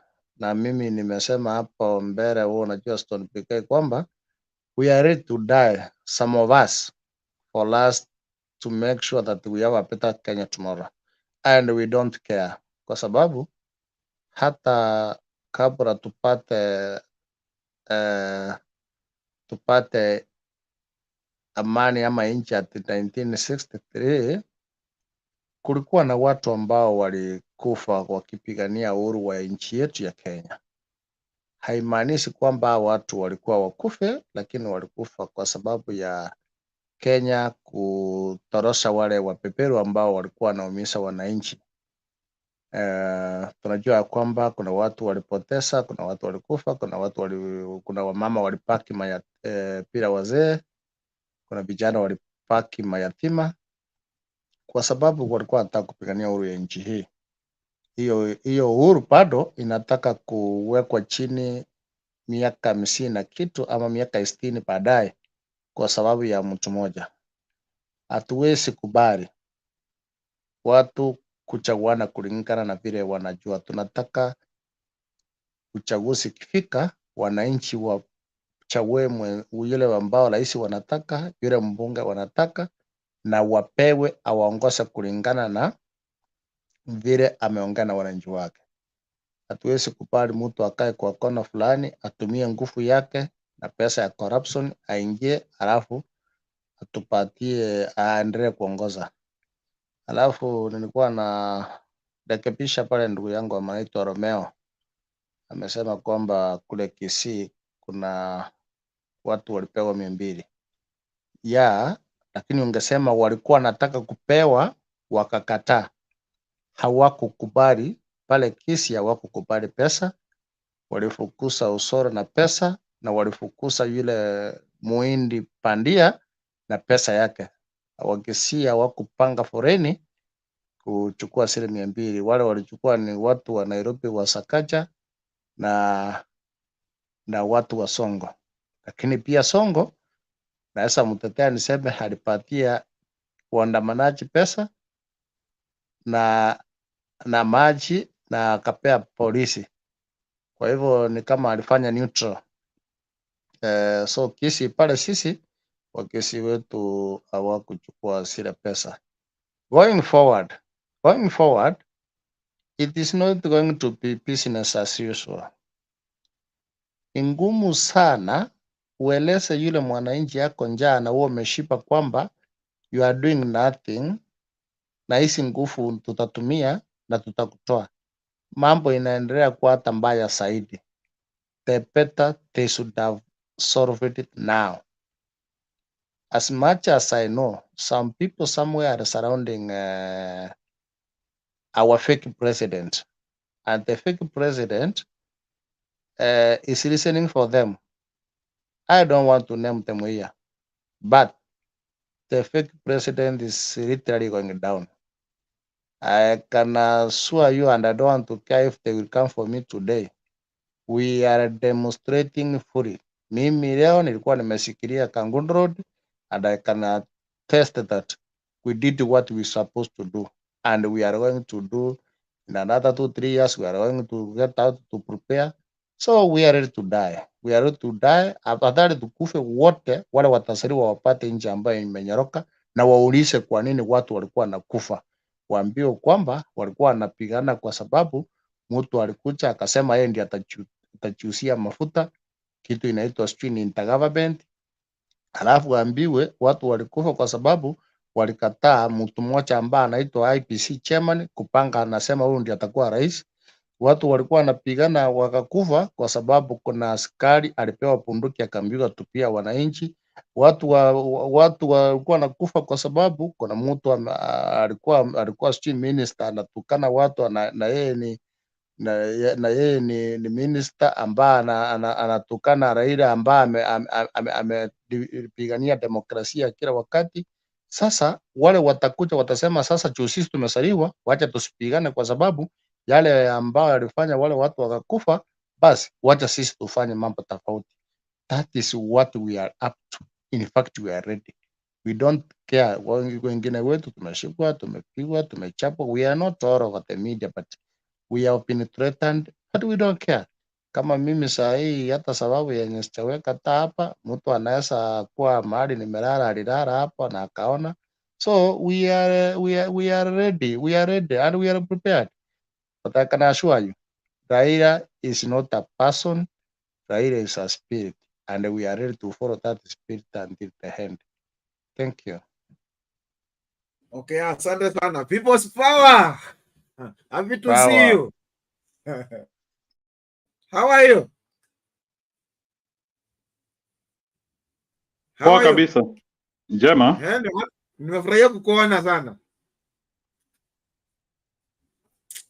Halafu Sure. sasa unasemaje? Maandamano tunayo ama hatuna? Unajua sisi we are on the receiving end so in fact we should congratulate ourselves sababu we are dealing with the people with the bombs.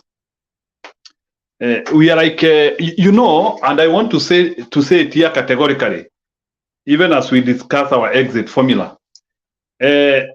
I think the Kenyan police has turned into a militia. I do not think, and I would want any person who is in Kenya police to come and challenge me. The Kenya police has turned into a militia, and I do not mince my word when I say that. We do not have an organized, people-centered police force. What we have are bandits in the name of uniform. And going forward, we will have to do a lot of things. We need to reform our police force. We cannot be having a police force which is using cars with no number plate, police force which is killing Kenyans at close range, police force. So unajua kuna kitu mimi nashangaa, hawa polisi wa Kenya kwani ni waoga anji? Hawa watu ni waoga sana, including hata jeshi ya Kenya, watu ni waoga sana. How do you kill civilians if you think you are serious? I think we have more bigger, which I think we have more bigger threats, which to me I think they are affecting us. We have more bigger threats which are affecting us. So, and I think the Kenyan police has to start behaving, and we cannot have a police force which is not disciplined. We cannot have a police force which cannot handle a group of people in an organized manner. So it is sad to see people being killed. Ati hatuwezi kuwa na maandamano ya amani. I follow some demonstrations in other countries. Unakuta hata kuna mainchi zingine watu wana demonstrate hata for 1 month and there is no casualty. Leo nimeona watu wamepigwa risasi za miguu. It is pathetic. Now, let's not talk too much about that because it is unavoidable because of the person we are dealing with. So, but the question which we need to ask ourselves is, at the end of the day, where are demonstrations going to point to? You see, that is the biggest question which we need to ask ourselves. We will demonstrate on Wednesday, we will demonstrate on Thursday and Friday. Now, what is the exit formula at the end of the day? Because there is usually fatigue. At least it is good now. We are now having 3 days constant Maandamano.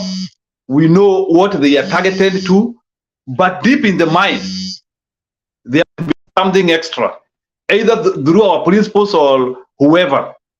Like, the formula should be beyond what we are seeing in the streets. What is happening in the streets is good. It's bringing a rallying call. I happened to talk with many people today, and even the people who voted Zakayo, actually people think that these Maandamano are justified, and they need to be there. It's only that people also see that for Maandamano, if they become too lengthy, people might also not have time to also work for themselves. Remember, hizi siku tatu ambazo tuko maandamano ni kama kazi. People are not working and still people need to eat. It is a sacrifice of a kind. And we need to know that that sacrifice cannot continue all the time, because people have to eat, people have to do what, and we don't have food, we understand. So, and that's why I want to really congratulate wote ambao wametokezea maandamano. They have given all they can. Wangekuwa pahali, they could be somewhere working for themselves, doing something nice to themselves, even being with their families. So it's a sacrifice. Ni kama kazi. So mimi nataka kusema hii maandamano ni kazi. It is energy we are donating for the liberation of our society and our nation. It's some energy we are donating. So what we need to know is that going forward, tukifika Friday, after you do the final audit, we need to have a serious exit plan. Are we going to continue with more maandamano going forward, or what will happen? What will be the bigger kick? What will be the end game of the match? Are we going to extra time? Is it a penalty shootout? What is happening? Is it a sudden goal thing? We have to be saying that. So far, Maandamano are doing the right thing. I think Maandamano also very good even in communicating to the external world, foreign nations, to understand that there are people who are somewhere who are sounding against their government. So in terms of speaking, we have already spoken. In terms of speaking, tushaongea, and I think hata maukuta zimesikia. We have communicated now. But we need now an hyperaction. Hyperaction. I don't know what that hyperaction is, but if it was to communicate, tushaongea. So whoever is leading us, ama wale watu wanatuongoza, they need to think of things extra. And I know they are thinking, that's why wametufikisha hapa, but we are not in maandamano to communicate. Tulishaongea kitambo. So we are in this maandamano as a revolt, as an anger show. But we are not there at kuambia watu. Kama ni communicate, we communicated a long time ago, when majority of our members did not vote for this punitive law ya kodi. I know life has become difficult. We don't need to speak about that. There are so much things which have gone wrong within the few days. So, but all in all, the best reward we can give these demonstrators is if they can get what they are looking for. Can you imagine, Bwana Stone, if hii maandamano iishe alafu tukue hakuna kitu tumebadilisha. That's why I'm saying, if we are in the streets, we have to get out with something. We cannot be in the street, alafu tu hiyo finance bill bado ikue hapo, Zakayo na kina Moses Kuria wanaendelea kututusi. So ile kitu iko, whatever happens, something has to happen into our lives. The peg has to move. So isikue watu walikufa, tulienda kwa streets, tulipoteza wakati wetu and nothing happened. So ile kitu iko ni, we demand reforms, and it should be clear that we should not get out of the streets without any reforms, including even having a regime change. We are not ruling out that. And one thing which I want to tell Kenyans, if you are participating in maandamano, it is like you are increasing your salary. Ni kama unajiongezea mshahara. Because imagine if this finance bill will be blown out, ama itaondolewa. You need to know that all those taxes you will not be paying them. So by actually demonstrating, it is like you are fighting for a salary hike. You are fighting for good life.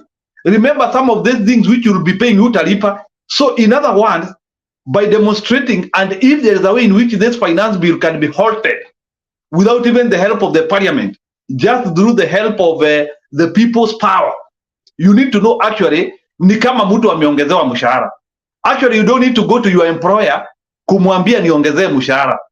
You can actually be right in this thing, and you'll be actually be helping yourself and helping other people, including children. Hata wale wajazaliwa unawasaidia sai, because hizi vitu watakuja kukutana nazo in the future, including even having somebody who can make himself a life president. So we are just dealing with a very, so this one is our moment, and we have to do it. And we need to know that hii maandamano, it is an individual thing. Ni kujisaidia, unajisaidia wewe. So the moment when people with the small minds, wale watu ambao wanafikiria kama panya ama kama siafu, people who I don't think they deserve even to have human brains, the Neanderthals, who think that Raila is the one who is making people to just be around in the streets. They are just people with very small mind. Yes, partly, Raila Odinga is our spokesman of this agitation. I agree. But the real reasons are out there. So we cannot continue hiding, or we cannot continue hearing the people who are destroying the beautiful name of our liberators, people who have ever brought products. And I want to tell people, this experience is very important. We will need fighters even in the future. And some of the people who are getting experience, unajua watu kama akina baba, they will not be in this fight forever. But this fight is giving people experience. And we need that experience, by the way. That experience is very important. So wale watu wako kwa ground sahi, musome sana. Hata wale watu wako karibu na baba, musome. Muko darasa sahi. Maybe in 2050, 2060, we will be having more draconian leaders. We will be having dictators. And this experience, we could be saying in 2023, we did this. So actually, this agitation is very important and we need it. So hapa tuko darasa. Na wale watu waandika vitabu, document as much as possible. We need people. People to write books of what is happening now. The raw information as it is. Hizi mapicha, some of the photos we are getting in the ground, ziingie kwa vitabu, watu waandike vitabu. We can buy those books. It can be part of business. So whatever we are doing very, but ile kitu nilikuwa nikitaka tuichukulie, let's not take this thing as a multitude thing. Let's individualize it. Let's say that najipigania. If every Kenyan can say that hii maandamano wanajipigania, we can actually do better than we are doing now. I understand things are working. Watu walitokezea leo. The big win was that Zakayo na akina Kindiki, Penina, they had said that hakutakuwa na maandamano, but we got it. So that was one great thing which I can confirm we got. And I want to confirm to you, I know maandamano ya Thursday na Friday, it will be more hot. That is one thing which I know, because kuna vile, even in tournaments, kuna hiyo increase ya wave with the time. So I get it. I know people are going to to riot more. Watu watajiongeza. And I know they will even be more spontaneous now. I wish even people in Meru can demonstrate today as Zakayo is going there. I wish. There was a very big maandamano last time in Meru. I wish today in Meru we can get a serious maandamano, even as Zakayo is going there kufungua. We need to see more towns, even small towns. Yeah, what wanajua, I know maandamano is exhaustive. We know, we understand it is exhaustive. You need to be there all the time. We know it is exhaustive, but we are doing it for ourselves and for our children. We cannot continue being ruled with by an iron fist in the name tu ya kuangalia mtu. Yes, we are doing it the right way.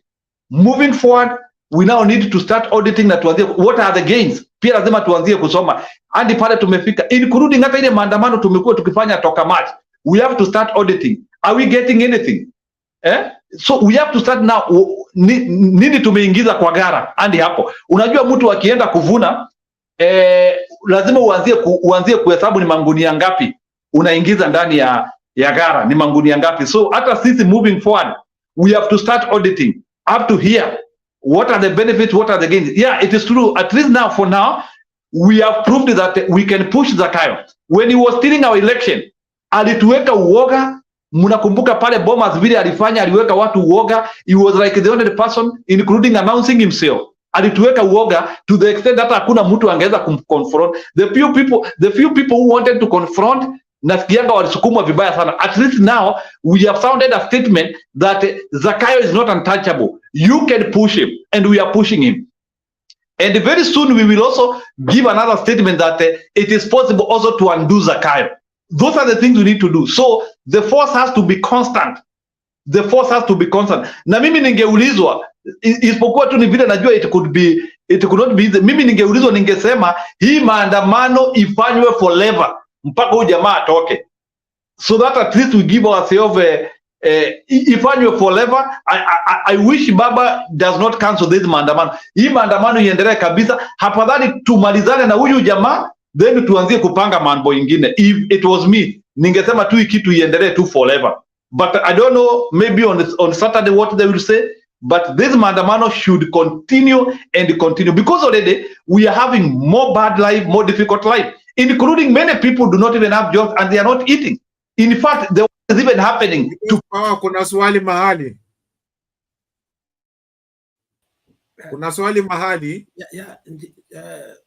The people's power ananichanganyisha. Unajua iko wakati alisema we need to have an exit strategy. Sasa tena amesema hii maandamano tena iendelee. Sasa unajua mpaka ni kuchanganyikiwa ama ni sijasema, sio kuchanganyikiwa, nimesema maandamano iendelee, but deep in the mind we need to have an exit strategy. What should happen at the end of the day? Strategy or tragedy? Strategy. So what I'm saying is that at the end of the day, we need to know what we are looking for. So when you bring the idea of exit strategy too early, it's a little bit overstretched. For now, let us say that we know why we are where we are. It's because the guy cannot listen to anybody and to anything. So the only language that he understands is this one. And therefore, he must listen to it before we can even make any other move. I think that will be better for our people to understand. I agree, but remember, hivyo watu wametokezea, all those, including when people dying, that is like giving their life. Already the statement is there. People have shown that they are fighting Zakayo. Now, what is happening is that, you know, when you are analyzing something, we also need a point of infraction. I hope you understand me, whereby you understand when to do what. Kabla mambo ikuwe stale sana. So ndio nasema, yes, we are doing the right thing, but we cannot communicate forever. We have already communicated. Something has to happen. You have already said that we should be there until. So, I mean, that's confusing. Let's put it clear that our people know what they want. They must get what they want. But saying that we can't do it forever, I don't think that's very good news to our people. Maybe somebody else may help me if okay. Before we continue, wait for a little bit, a minute. People, our lights ziko chini sana, tusiongeze hizo lights. Alafu ningependa tusikize Green Pepper, si ndio? Amekuja sana, network imemsumbua, amestabilize kiasi, tumsikize and then I will make the open. Sawa? Ama just on PK. Maybe hiyo jina Nasema tupe Pepper nani ndio Green Pepper inafanya nafasi ya anaenda, atusalute, alafu angechange tuendelee. jina.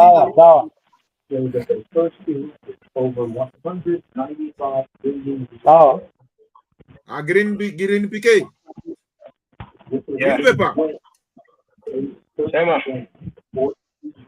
Tuko viti tu. Okay, sawa basi, kama mnanisikiza mimi niko na points tu mbili hivi ama tatu hivi.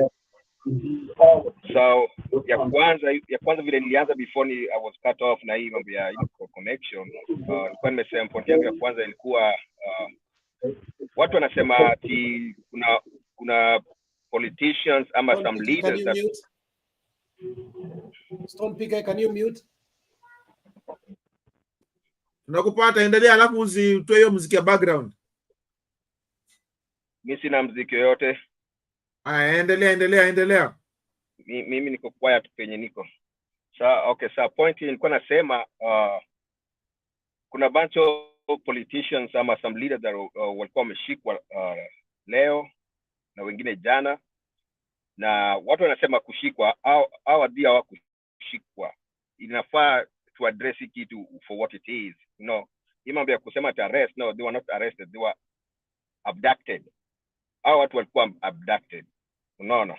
Na ukiangalia kwa hiyo list ya watu tu, uende nyuma alafu angalie kwa hiyo list ya abduction, uangalie majority za hizo majina, it's like somebody ana target particular people. Hiyo ndio point yangu ya kwanza tu, na natoa hapo na itupa hapo nje, watu waone, watu wajue. Kuna wengine wameiona pia, they might agree with me. Second point, vijana tuwezi pigana na mtu na kijiti. So najua na kijiti, no, that's a war ama that's a fight lose mapema by the time umebeba hiyo kijiti. So kitu naweza sema, vijana, najua mzinga iko huko nje, mzinga iko huko kichochoroni, ziko. We don't have to say it. Ziko.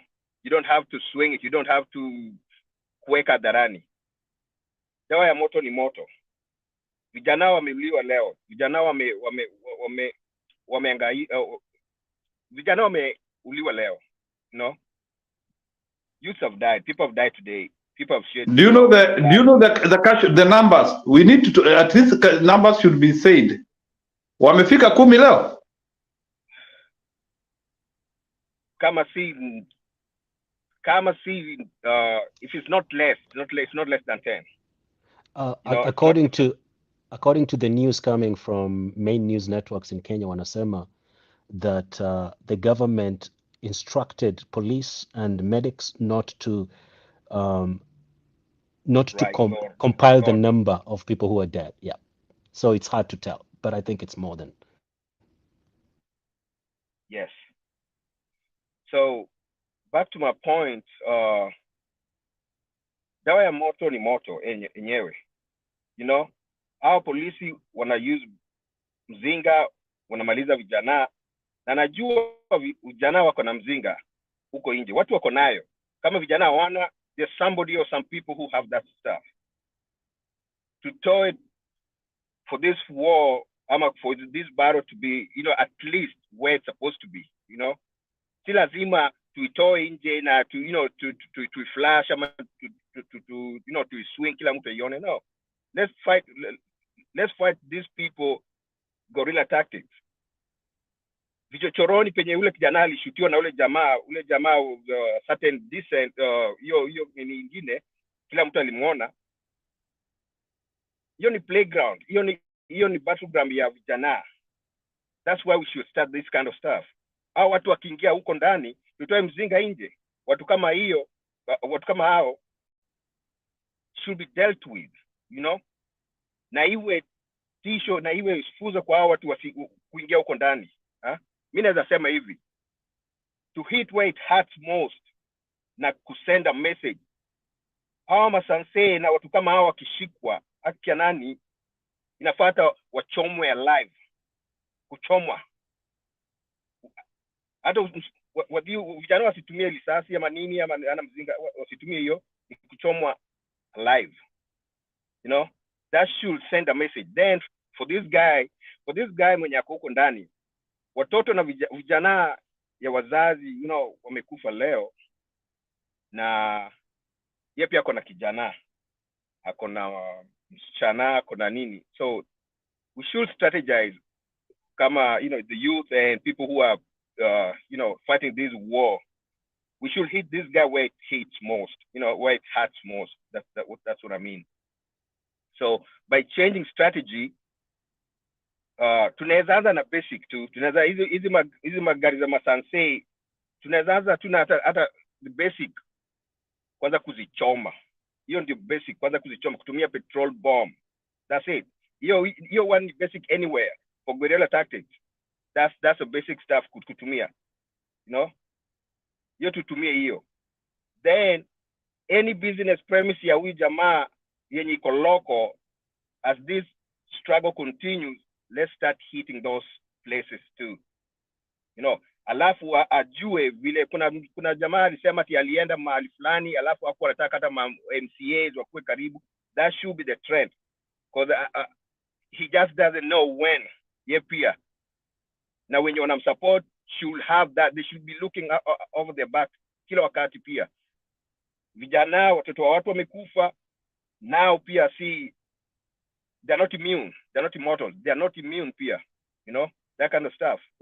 Watu wajitokeze tu, wenye wako na mzinga huko nje, toweni mzinga, wacha mzinga itembee pia, wacha wadhiu pia wajue wakipigwa pia, how does it feel, you know. We should send a message. That's the strategy. We should change. Vijana wamekufa, wadhiu pia wakufe, one way or the other. That's my point for now. Somebody can chip in. Mimi nataka kuongeza kitu hapo kwako vile umesema. Bwana moderator, niruhusu tu niseme kitu hapo. That's the reason. Yeah, I know watu wanasema najichanganya. I don't know. But let me explain why. You know, already we have known Zakayo is killing 17-year-old boys, 18 years old, vijana wadogo, hao ndio anatuulia saa hii. And we are not retaliating. So that's why I was saying somehow something has to happen quickly, because even as we are saying, yes, you know, in the revolution people have to die, but the same case, we have to minimize casualties. And one way of minimizing casualties is having speedy results. Like we need our point A to point B has to be clear. Our point A to point B. Otherwise, I still feel that we cannot allow every maandamano our people just to be dying. Na tunaangalia tu. Either there must be two options. Maybe there must be two options. If it is a long stretch maandamano, if it is a long stretch maandamano, we have to have tactics of defending people. Number one, if it's a long stretch, I don't want to share which methods. Whoever our principals can get that information and they know what to do. Kama maandamano itakuwa siku mingi, we have to have methods and the concept of defending ourselves and preventing or minimizing casualties to make it to zero. But even for us, when that every maandamano tunaenda, I want to say this one, every maandamano tunaenda, we are talking of 10 casualties, 15 casualties. We are also not doing a good job in terms of that level. So lazima tuandamane, and at the same time we have to look for methods of minimizing those casualties. We have to think of deterrence, which we are supposed to use. Counter retaliation, those things should happen, but iwezekani kila siku kazi yetu ni kuhesabu mizoga. that one I desist. We cannot do that. It as much as tunaandamana, hatutahesabu mizoga tena. Something has to happen, and brilliant people can understand what I'm saying. We cannot allow people to be dying na sisi tunaangalia tu. Even as we are not doing right. So like the other maandamano wakaua watu 10, tunaosha tu.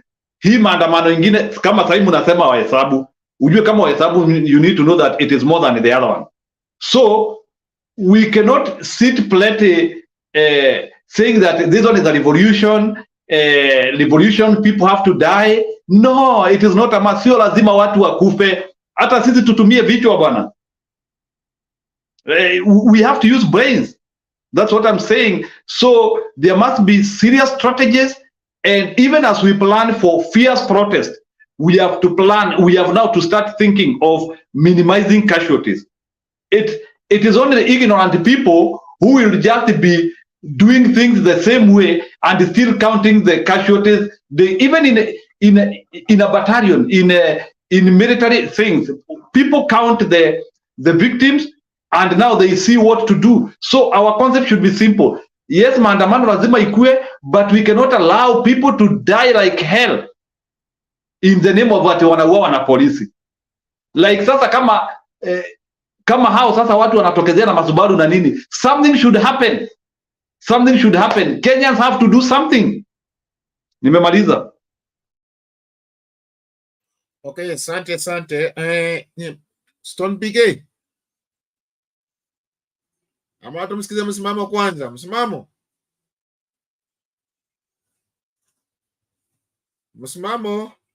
Umepotea. Okay, tukingoja msimamo arudi.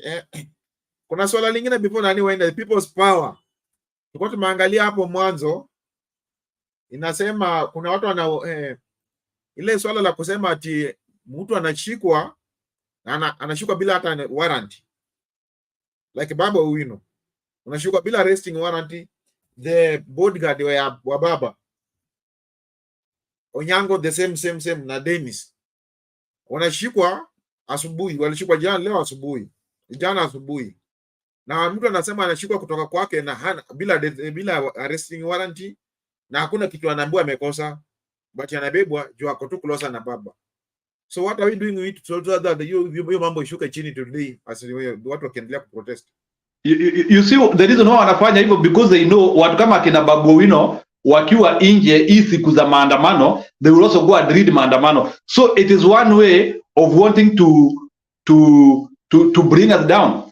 But hata ile kitu iko ni now we have to start tukue na good research of knowing how watu wakikamatwa ni wapi, na tunaandamana kwa hizo polling station sasa. Like I've seen a video of I don't know if that video, nimeona video ya bibi ya Babu Owino somewhere in Mwea, wanasema sijui Babu Owino ni kama alikuwa amepelekwa Mwea huko. It's a bit sad sababu nimeona huyo mama alikuwa anafanya press conference peke yake. I think pali kama hapo kulikuwa kunafaa kukuwa na more than one person. Although even if it is not press conference whatever, but that woman was speaking alone. It's not fair that way. So in any case, we need to have a system whereby those hiyo battalion yetu hebu nikuulize kama if Ruto is mistreating people like Babu Owino and we are not doing anything, what if common mwananchi? No wonder hata wanatupiga tu risasi tu ovyo ovyo tu because they think that we cannot respond.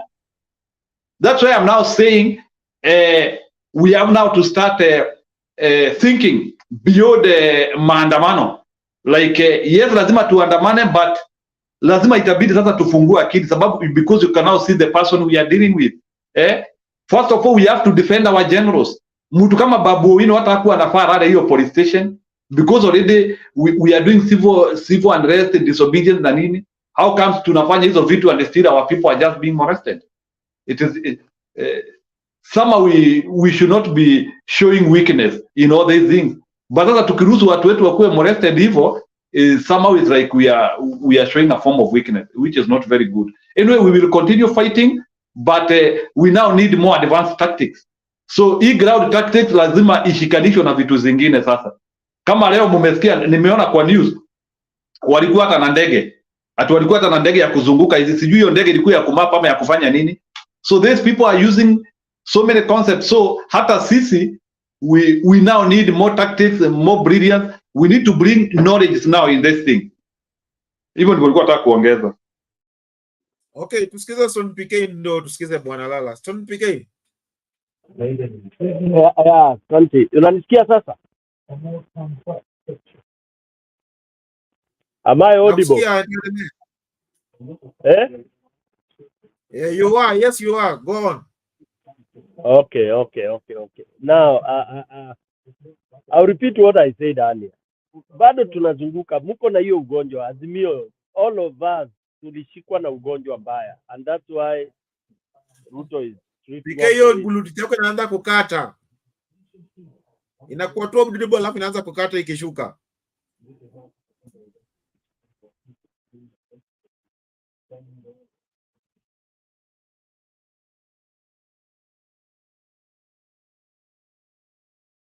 Najua sasa utanisikiza. Let me say quickly ndio wengine waje. Hapo sasa, hapo tuko sawa, twende. Aka ka ugonjwa sijui itakuaje, sijui tuanze nini, tufungue kipindi kingine itakuwa purpose to teach Azimio people what they are supposed to talk, because looks like we don't know what we want right from even our presentation, even when we are discussing here. Our honestly, mimi nimepotea labda. Let me explain why I think we, and I see it even up to all the way even mpaka kwa Raila sasa. And no wonder we may not go anywhere with the Ruto.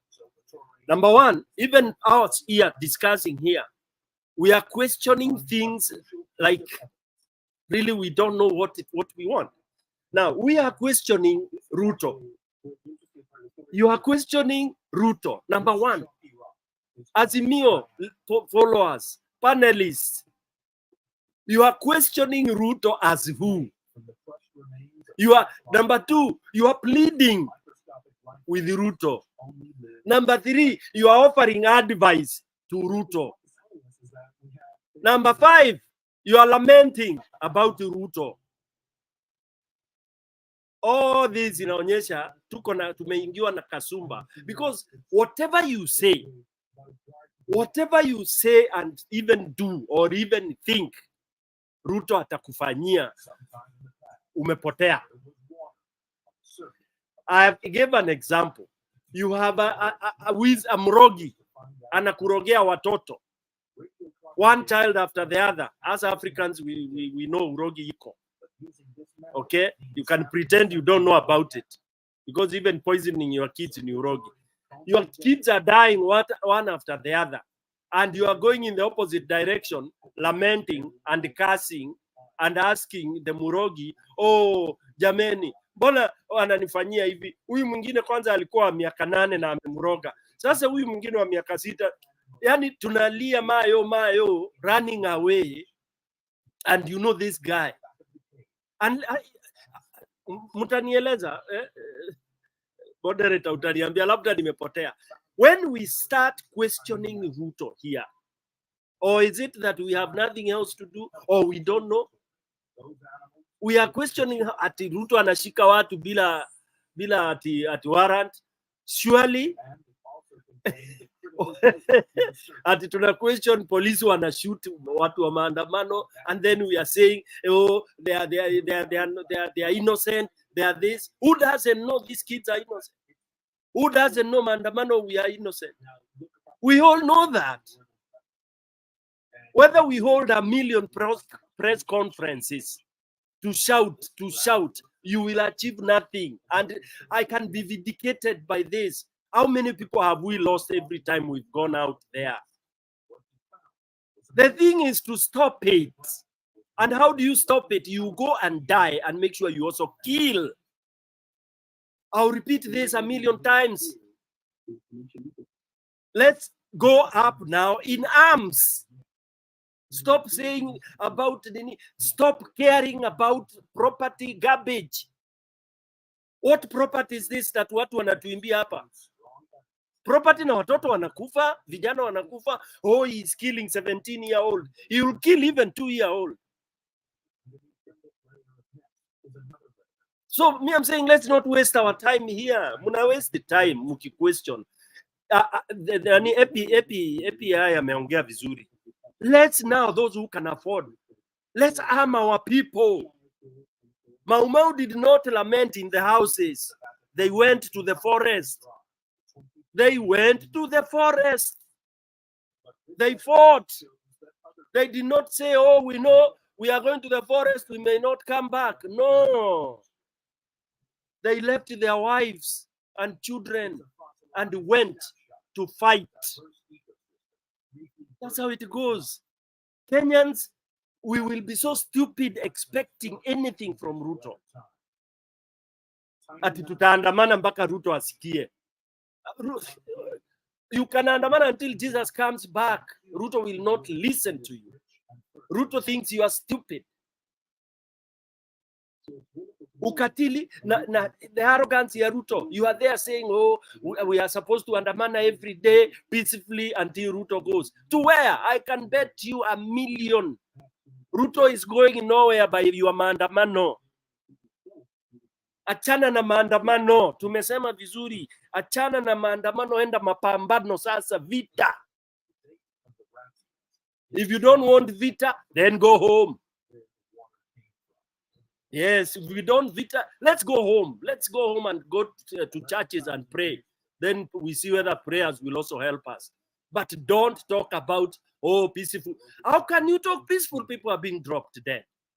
Sincerely speaking, are we not stupid? Tuseme sisi ni waoga. There is nothing we can do. At your today it was successful because nothing went wrong. I'm saying, let's not use these points. They are very weak. They are very terrible. It is a very stupid way of consoling ourselves.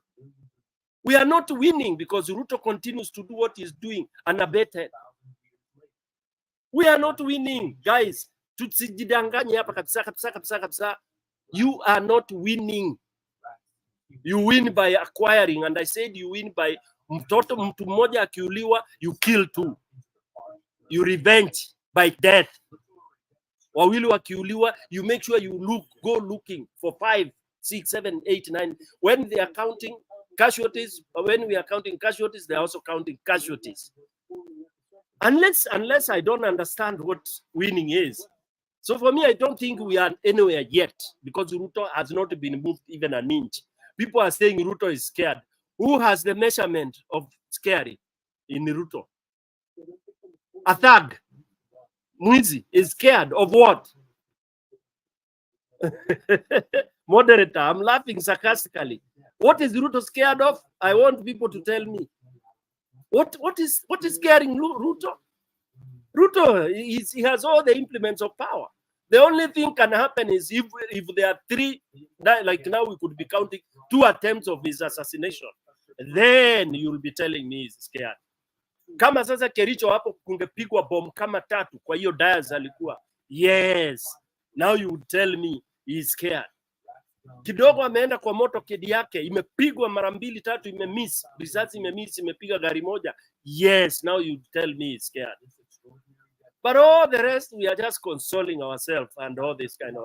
Let's target Ruto. Epi, you have talked very well, although you are not here. Let's target other targets that are connected to him.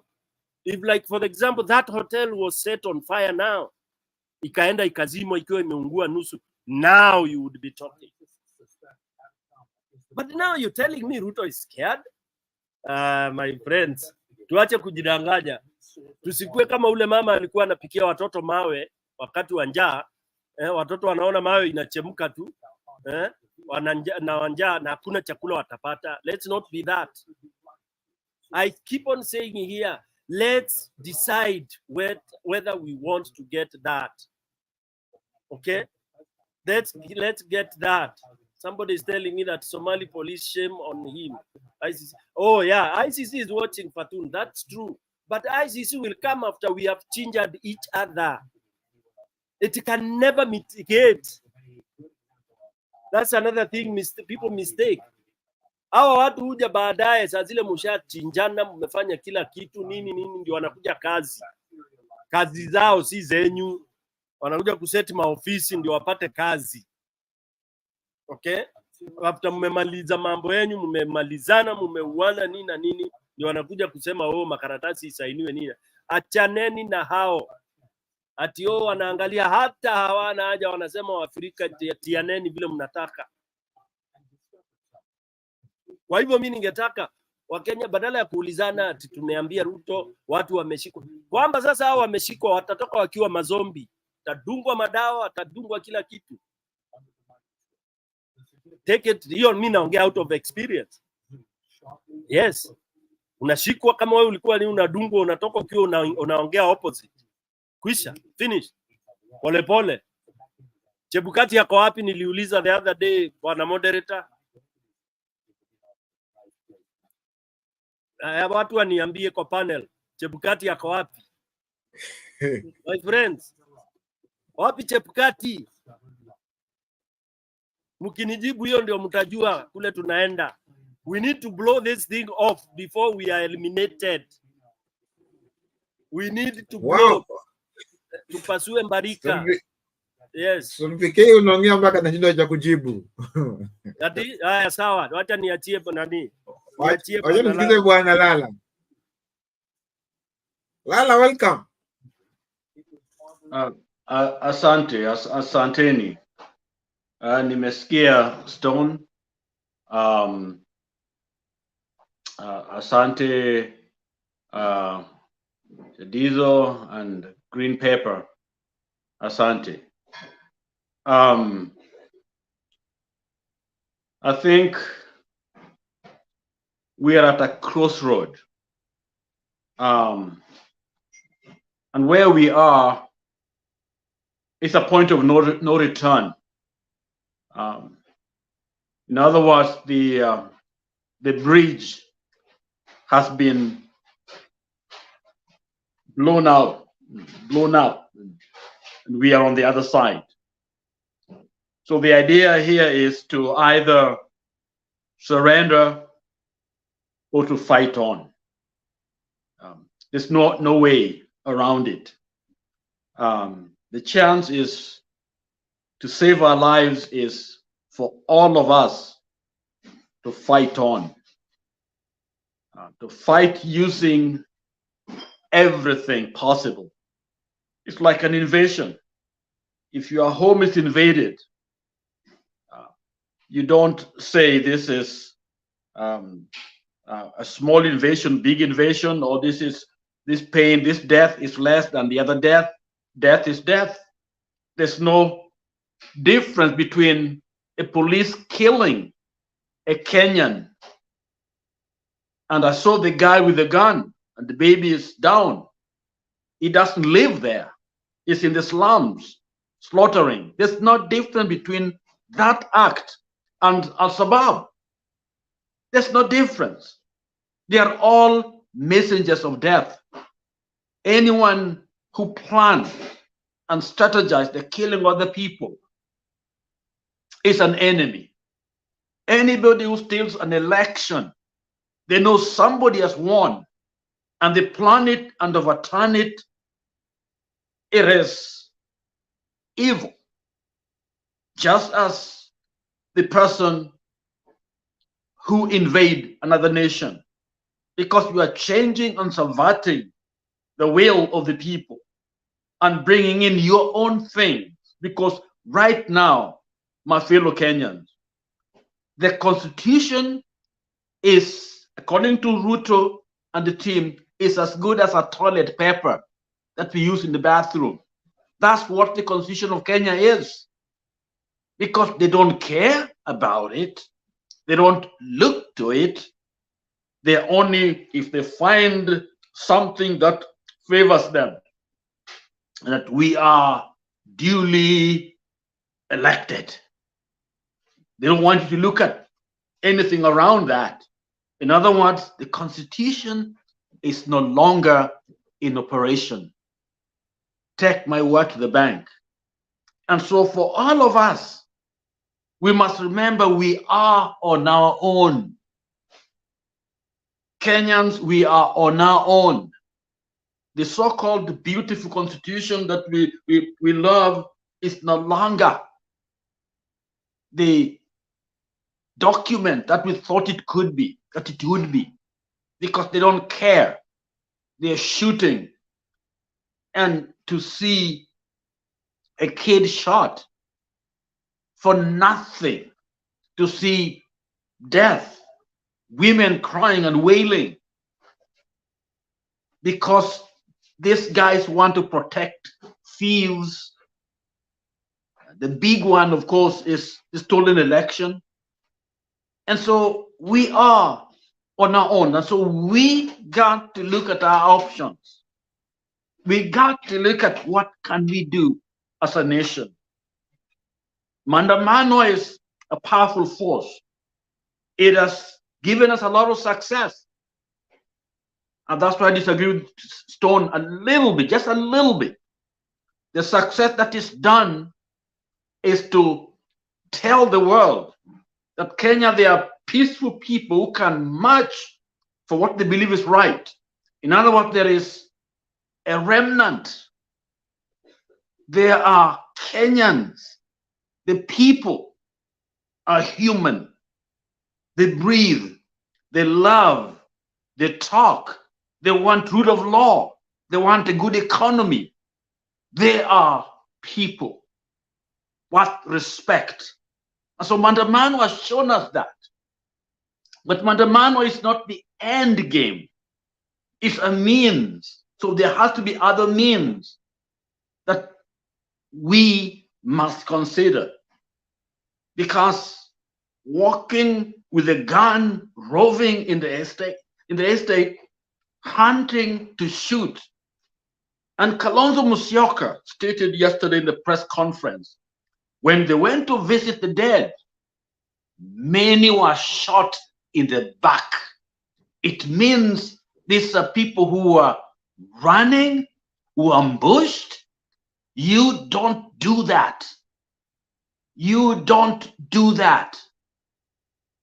You don't shoot someone in the back. So in other words, they were not attacking you. You can't pretend to self-defense. Just like that guy with the gun. And you can see where he is. He does not belong there. But that kid lying down, that environment around him is where those people live. So this is an invasion. They have invaded the people. An invasion requires a response, and it has to happen.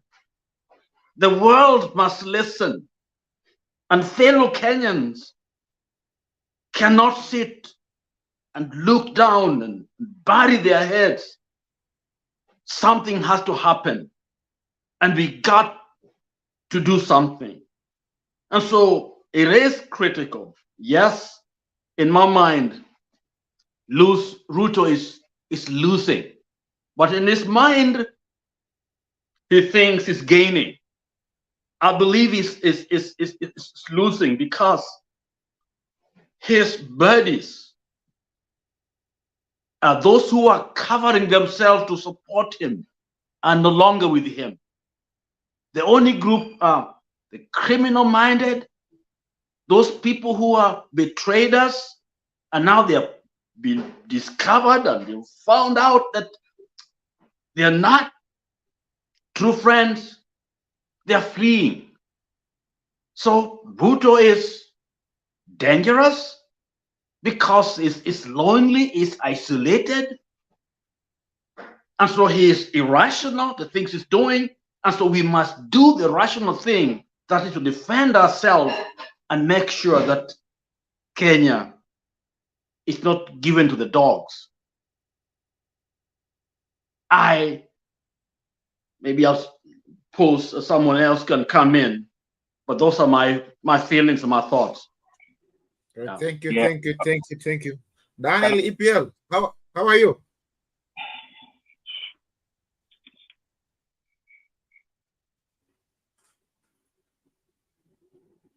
I am good. How are you, Shadizo? I'm good too. Happy to see you. Yeah, I was just gonna give my contribution today, and I just say that you're doing a good job for being a new host. Yes. So I have to congratulate you on that. One thing that I have observed, because I've been watching this show in the background. I think we have a lot to do to get to where we want to get to. And Stone PK, I heard your conversation. You have a point that do we have a plan? Like, this thing should not just be like we're doing it for the sake of it. But I also want to warn us, like, in terms of entertaining ideas or people who are coming in, you can sort of filter these people when they come in and what they're saying. We had a problem with the guy who was here previously, and he was talking about, he was just being vague, you know. And the reason why he was being vague, because you could be like an informant, is collecting information. So when you are in the hosting seat, know that your job is also to listen to what people are saying. Are they saying the right thing? Because someone comes here and sell fear to us, we are at a critical point, when if people can continue with the spirit that we have, and we can fight this thing to the end. But if we don't, then we are going to lose the point. Like, we are going to give up. And that's not the point here, that what we are doing. On the other hand, I think Stone PK had an idea of, like, why are we, like, these people are using brutal force to us? Why are we not responding in the same manner? We are not government. We don't have the same weapons they have. But what people can do, like you say, use the weapons that you have to defend yourself. Because when someone is coming to you in a way that they want to compromise your situation, you also have to defend yourself. And self-defense is something that you can even prove in court. If someone came in a way that they wanted to finish you and you protected yourself, that's something we should do. But going forward, I think the guys are doing on the field, are trying to do their best. How can we encourage them? How can we tell them that you guys are doing the best thing? It's not going to be easy. I think that's what we've already settled on, and we should not fear the government because they have the guns, they have the AK-47. That's not something that is going to finish us. Remember, we liberated our country, we got independence, we fought people who had guns, and we had no guns, but we still defeated them. So ask yourself, how did we defeat these people? Well, they had all those sophisticated weapons, and we had just the regular things that we have. That I'm saying, David killed Goliath with that thing, the thing the Lord used for throwing stones. That thing is a dangerous weapon. You might take it lightly, but if used properly, it can work. So whatever you have in your hand when someone attack you, that's what you can use to defend yourself. And let's tell these guys, you go out there, you're peaceful. But when someone is being the way they are, the thing is, now they need to work in groups. Don't walk in as a one person, because the person who has the gun is only one guy. If you have 5 people, he will shoot one person, but if the 4 can get to him, you take that gun away from him, and you can do what you feel you can do with that gun at that point, because he has already injured one of you guys. So I'm not going to say anything, but it's up to you to make it to that point. But these things are not going to come easy. We are also have to pull our effort. But we, at this point, it's no retreat, no surrender. We have to fight for our rights. We have to tell this guy, you either listen to us or ship out. That's what I would say. Okay, let us listen to Green Pepper. He had something to say. Yes, let me just add on to what Lala did not say. I know he didn't want to say it, but if I'm correct, if I'm not correct, I beg to be corrected about the gun. Out there we don't have guns, whatever. But if at all we have guns, that would be my plea. Like, this war cannot be fought with stakes anyway. But the government have guns. All the youth need, if people can provide guns out there for this guy to understand, what's at stake, then that's me. Let's have guns out there. I know people who have guns, hidden guns, whatever. Let's bring them out there. Shoot this police too. That's what some people don't want to say here. These people are killing our brothers and sisters out there, and they're not accountable. Nobody's gonna take them accountable. We are talking about kids. Let us not forget, these people are murderers. They're gonna murder and maim, no matter what. It's all about guns. Let's fight. Let's kill them too. And actually, it's even important. Like, if we have guns, if one or two have guns out there, guess what? Let's start with their fucking leaders out there. They have a uniform that's pretty much, you can see it from so many yards away or so many meters away. Take them out first. Because apparently they're different from other, those other cops. Let's take them also one by one. Let them feel how the youth, how the citizens who are demonstrating, who are fighting for their rights are feeling. That's the language that they're gonna feel. If it is gun, let it be. Let it be gun. Let's fight out there. Wacha bunduki itoke. Kila watu walimane na bunduki basi. Because they're not gonna understand anything. They're gonna come and keep on killing us. That's what's gonna happen. If there are well-wishers out there that can provide those guns to us, let it be. Let the guns come. Tuonane sasa basi na polisi pia. Now when you're on a safirisho vile, some people saying that they're coming from I don't know where, but it doesn't matter. So long as you're in our in our ground, if we have the same weapon, it's gonna be like that. It's gonna be fire on fire. There's nothing, there's no sugarcoating anything. That's the language they're gonna understand. We're gonna shoot them, we're gonna kill them. If they come in, let's play and fight the guerrilla warfare right here. Even hizo magari za masanse, if we can mobilize, let's choma those magari spear. Let's choma those magari. Let's use petroleum bombs. Weka kwa nini? Kwa glass ama whatever. Those has been used before, and they're effective enough. Let's use anything we can, and those are the simple things that we can. So hii mambo ya kubembeleza na watu kama waliua baby Pendo, let us not forget they murdered that child. Hii inafanyika saa hizi nothing. They will keep on murdering our people, and the kidnapping they just did for our leaders, that's the same thing we should do, because they abducted the leaders. That they did not. Let's seize and stop calling this thing whatever people are saying arrest. No, nobody was arrested. These leaders were abducted. That's what it is. Let's call it for what it is. They were abducted. Okay. They were abducted. So thank you. Let's face this thing head on too. Fire with fire. If it's bullets, if there's people who out there who have guns, whatever, who can supply that stuff, let's supply that stuff to us. Let's fight.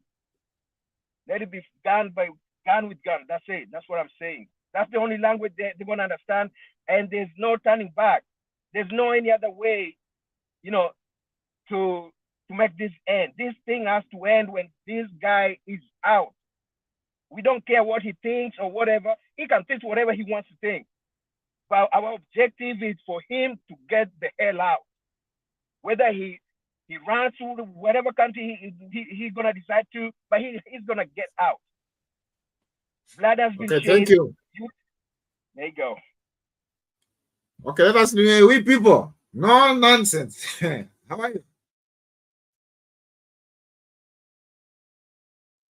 Not nonsense. How are you? One night. Yo, what's up, bro? What's up, man? How is everybody doing? I'm good, unless you. Great, great. Lala, nice to see you, bro. Stone PK, Green Pepper, and Daniel EP. Nice to see you all. So we're back again, man. So today, what happened? I think I've had quite a lot of people like Stone PK sort of things that you say, and I agree with that. I think it's time that people start thinking differently because our people are getting killed. So I think what's happening as well, we got to take things step by step. We shouldn't just do what they want us to do. We got to do things step by step. We have the first week where we've been going on the streets. We don't carry weapons, but they're killing people. Remember this outside world as well that are seeing these people. Soon, in the next let me just say next week, if we're going for the next week, and then suddenly we change how we go on the streets, then now people can see that when we went on the streets without weapons, they killed us. Now we have to go on the streets to protect ourselves. It's a war. We're going to have to go for a war. But for now, we got to go there and show people that our intention first is not to go there and fight them. That wasn't the intention. So if the intention, we go there quietly, they're not paying attention to that, then now we go for a war now. Now it's not about protest. It's not about people going there because they are not happy with what's happening. Now we are going on the streets. We are going for a war.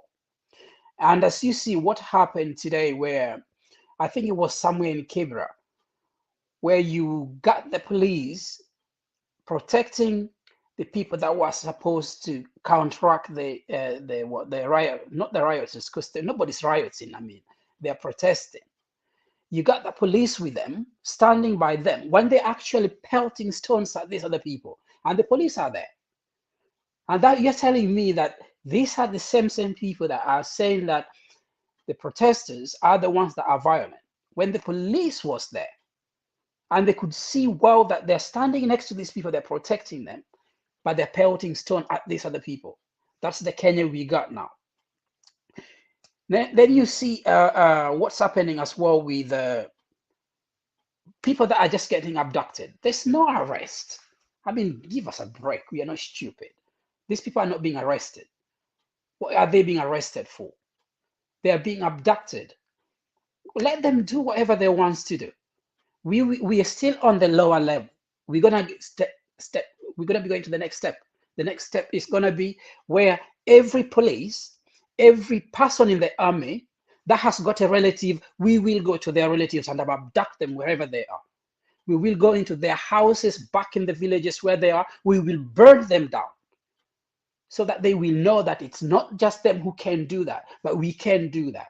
But for the time being, as everything is, we got to do things step by step.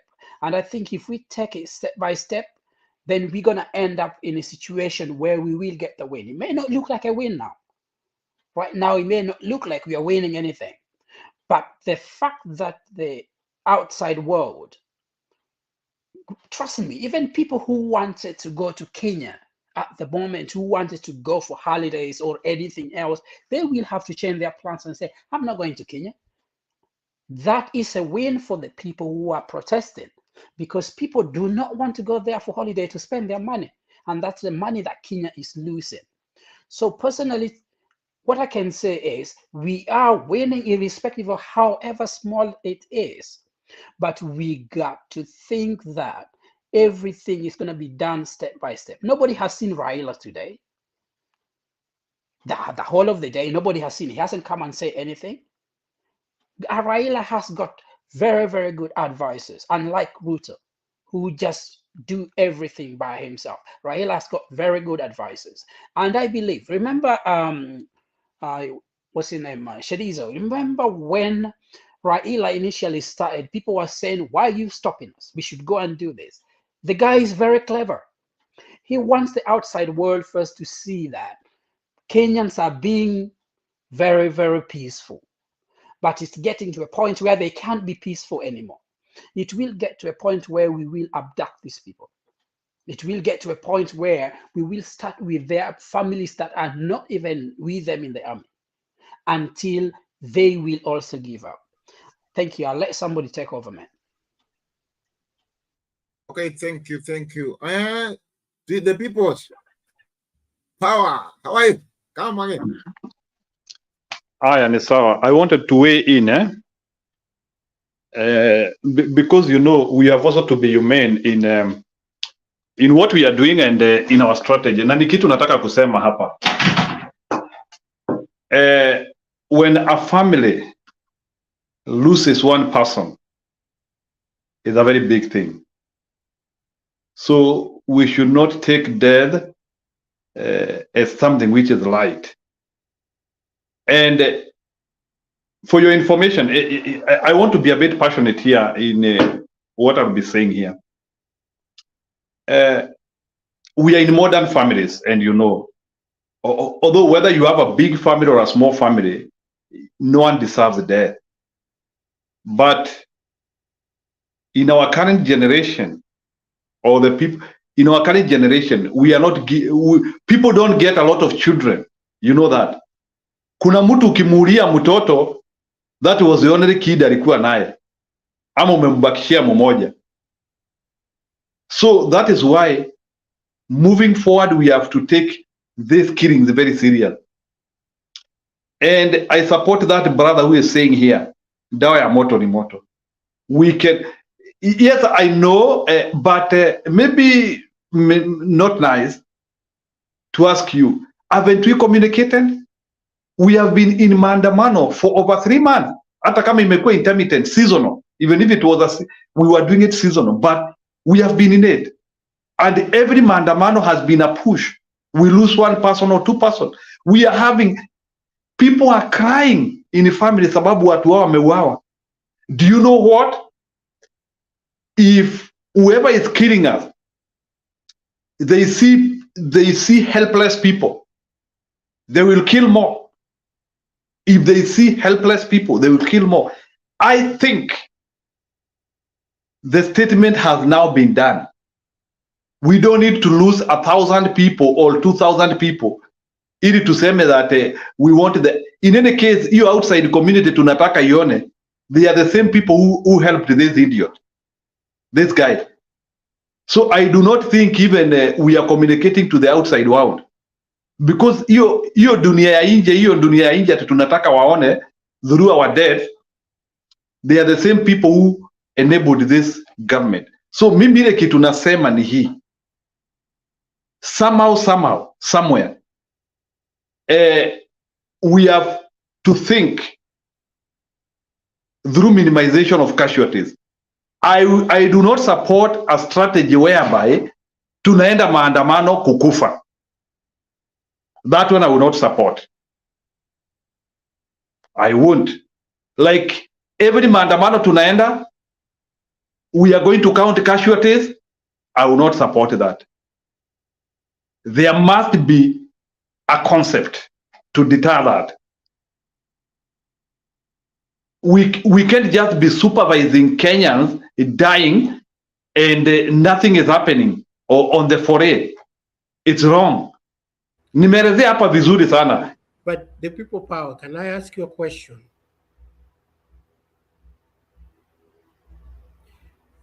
We are not saying we want Kenyans to die, but I believe there is a strategy to counter that. That I don't believe is being said here, but I think no, I understand EPI, I understand, but already every maandamano tunaenda, we are counting 10 plus deaths. It can't be that way. It can't be that way. No. We are counting those deaths. You know why? Because we don't have the same equipment or the same weapons these people are using to kill our people. So the fact of the matter is we need to get the damn same weapons. We can get those. This is the only language these people understand. Nobody goes to die willingly. No, nobody goes to die willingly. But dying is always there. In every war, in every battle, there's there, but nobody's willing to die. Nobody's going like, oh, I'm gonna die today. No. That's not there. You know, you're going because you have the purpose. You have something driving you to go there because whatever you're fighting for is right and just, you know, because somebody doesn't want to listen. So it makes people move. No, but green pepper, are those deaths or are they martyrs? Because those people, they're just being killed. Ni kama tunajipeana. Let's say we are martyrs in this thing, unless we call ourselves martyrs. But I do not see the reason. Yes, Nisawa, I understand what you are saying, but we have to change our approach in this thing. Yes, I understand. And the people power. This is one of the things that we are suggesting. These people have highly sophisticated weapons that we do not have, and I'm not sure we can have what they have, but we have the people's power. What I mean by that is, one police can be tackled with 5 people.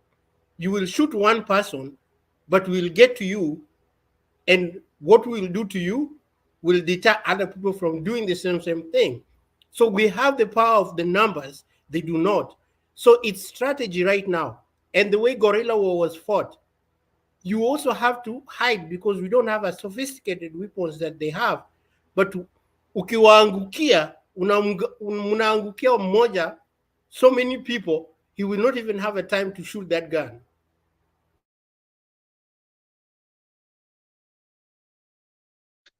Okay, I understand all what you are saying. You know, we cannot be here and strategize on how to attack people. I understand that. That is okay, and that is not our mission.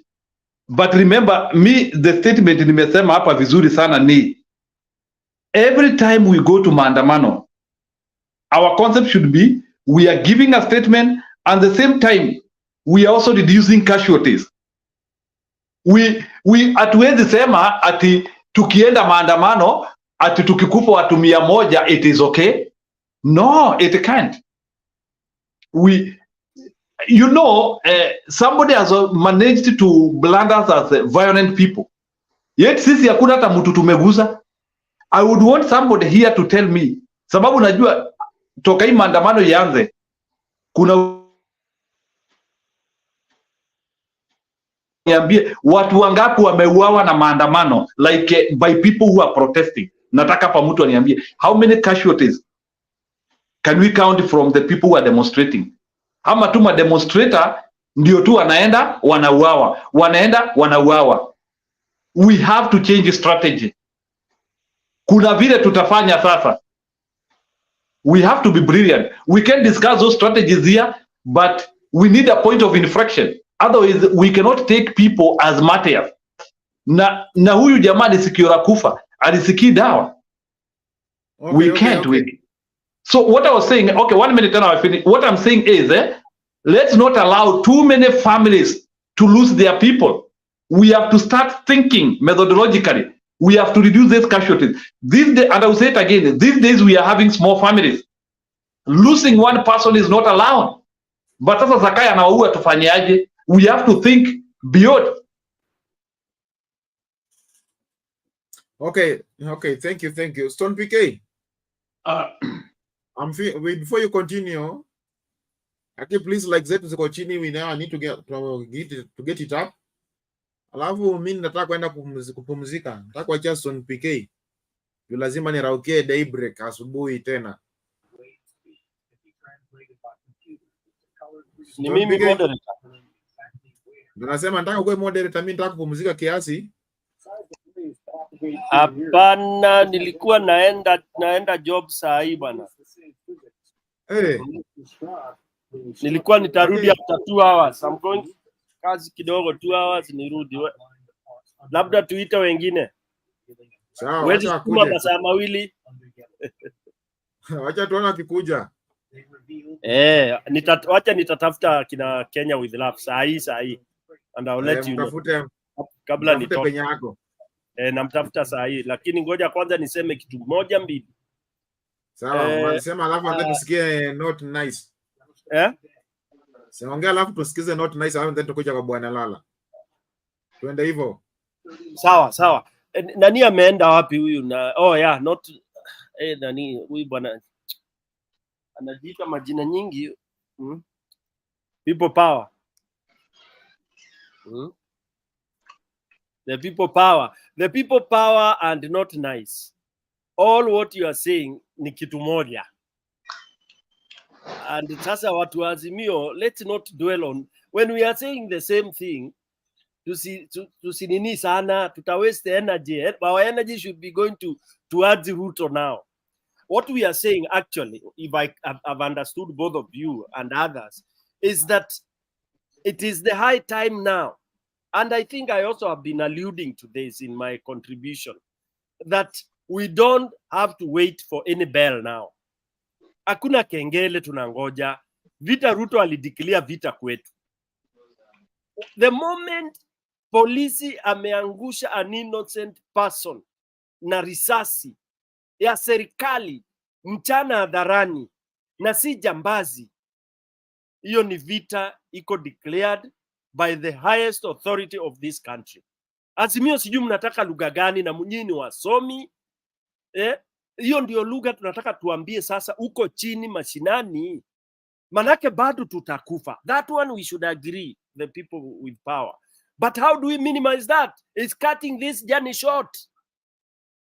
Tufike Embu mara moja, si ati tuanze kwenda Mombasa ndio turudi kwenda Embu. Tukate shortcut, na kukata shortcut ya Ruto ni to decide two things. Either tumumalize ama atumalize. And even Reverend Lala amesema hivyo in many other words.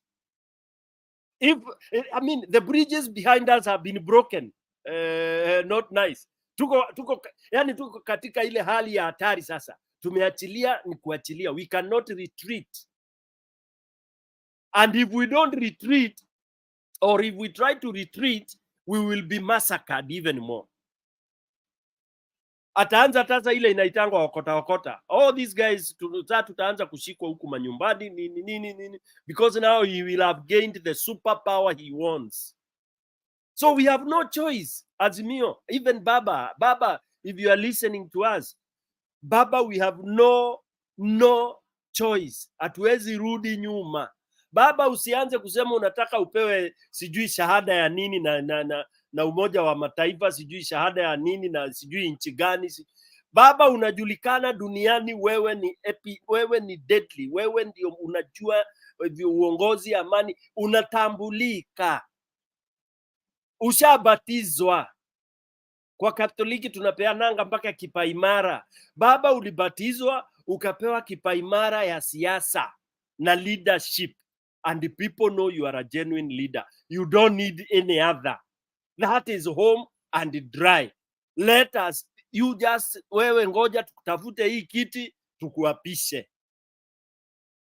Tutafute wanajeshi wale tuko nao pamoja, tutafute polisi wale tuko nao. Tuache kuanza kuassume, oh, we have our people in this, we have our people. Let us have our people being counted. Na hiyo tufanye chini ya maji huko chini. There are many ways of doing it, not on TV. Let us move now.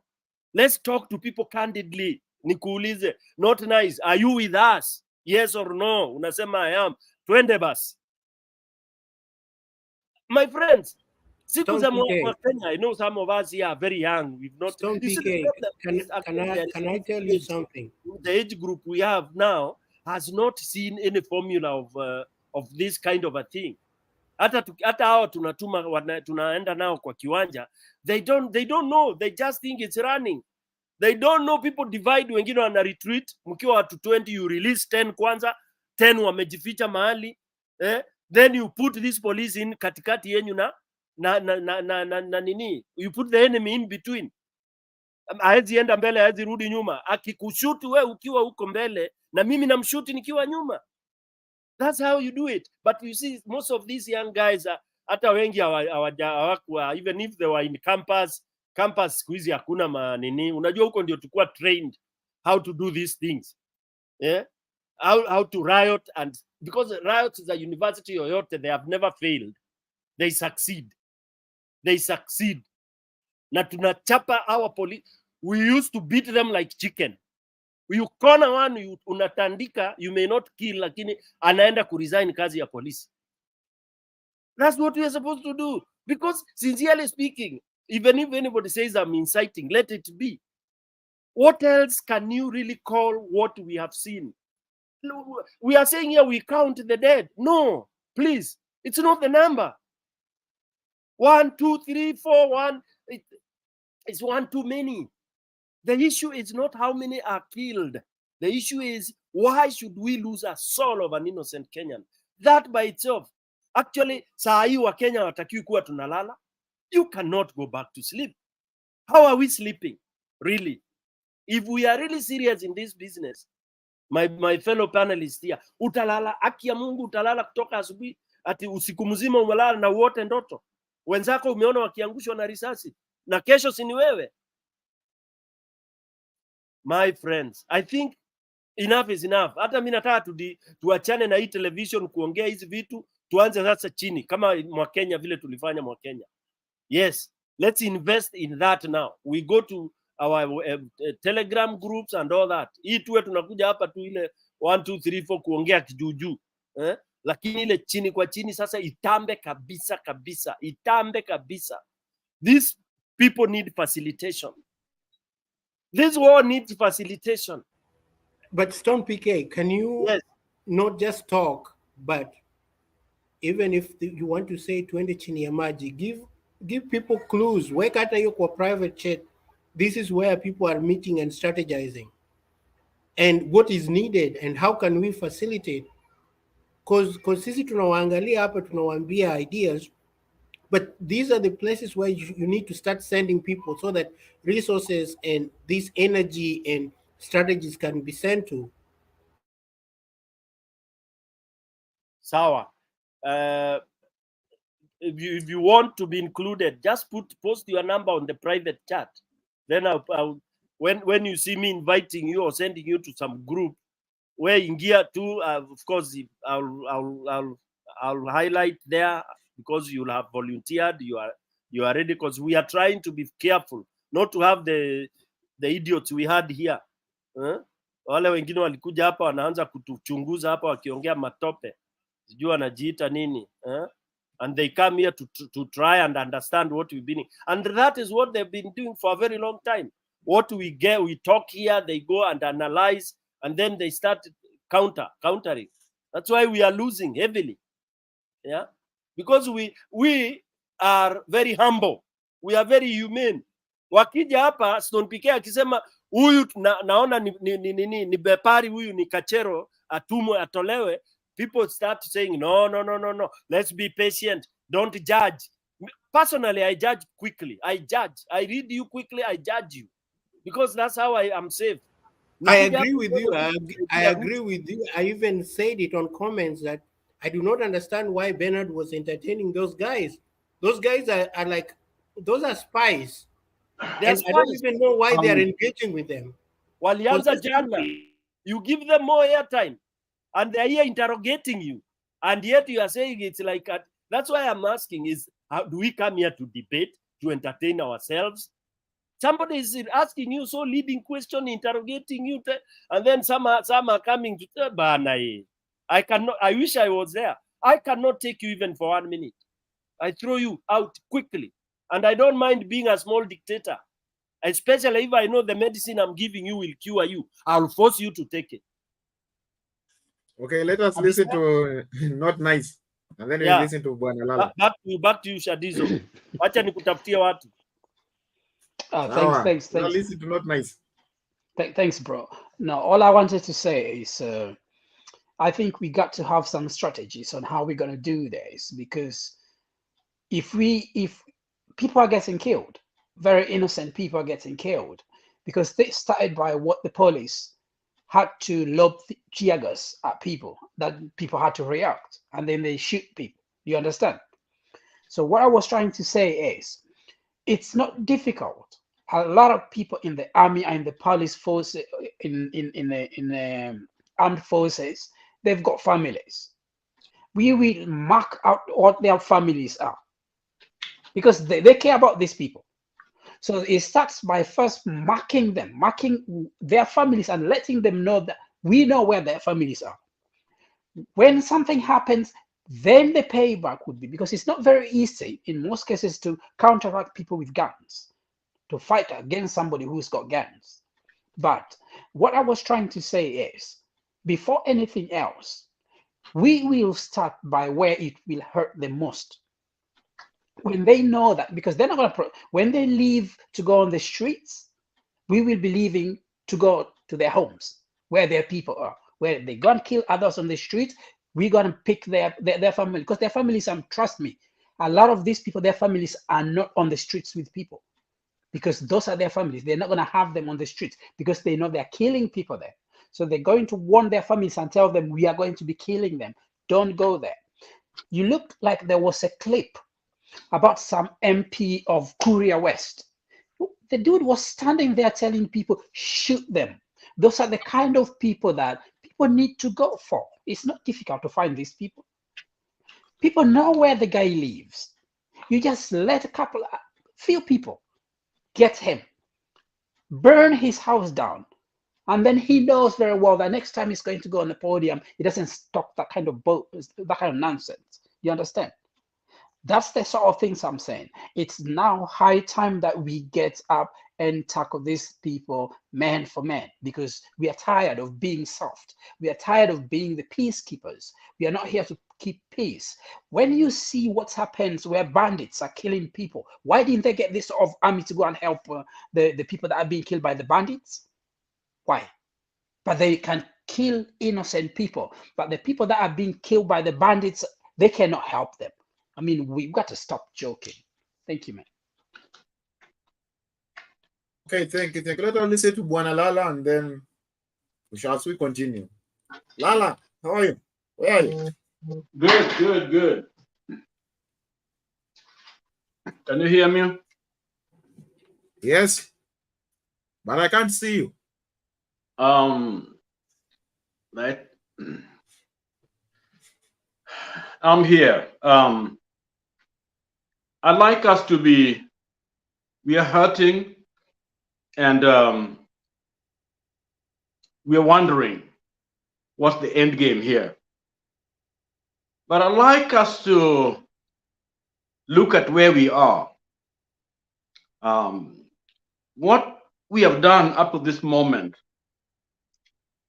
it's like we have, when there are bees and you come and try to shake their home, their hive, they become vicious because the center is not the same. In other words, you are destroying or disturbing their peace. And it seems to me that we have put Ruto there. It's vicious. And it's vicious because somehow it feels shaken. And the mistake we can make is to join him in his own plan. We have to have a game plan. And that game plan has to be thought through, or else we go doing the wrong things. And then we lose this moral ground, this momentum that we have at the moment. There are simple things that we can do.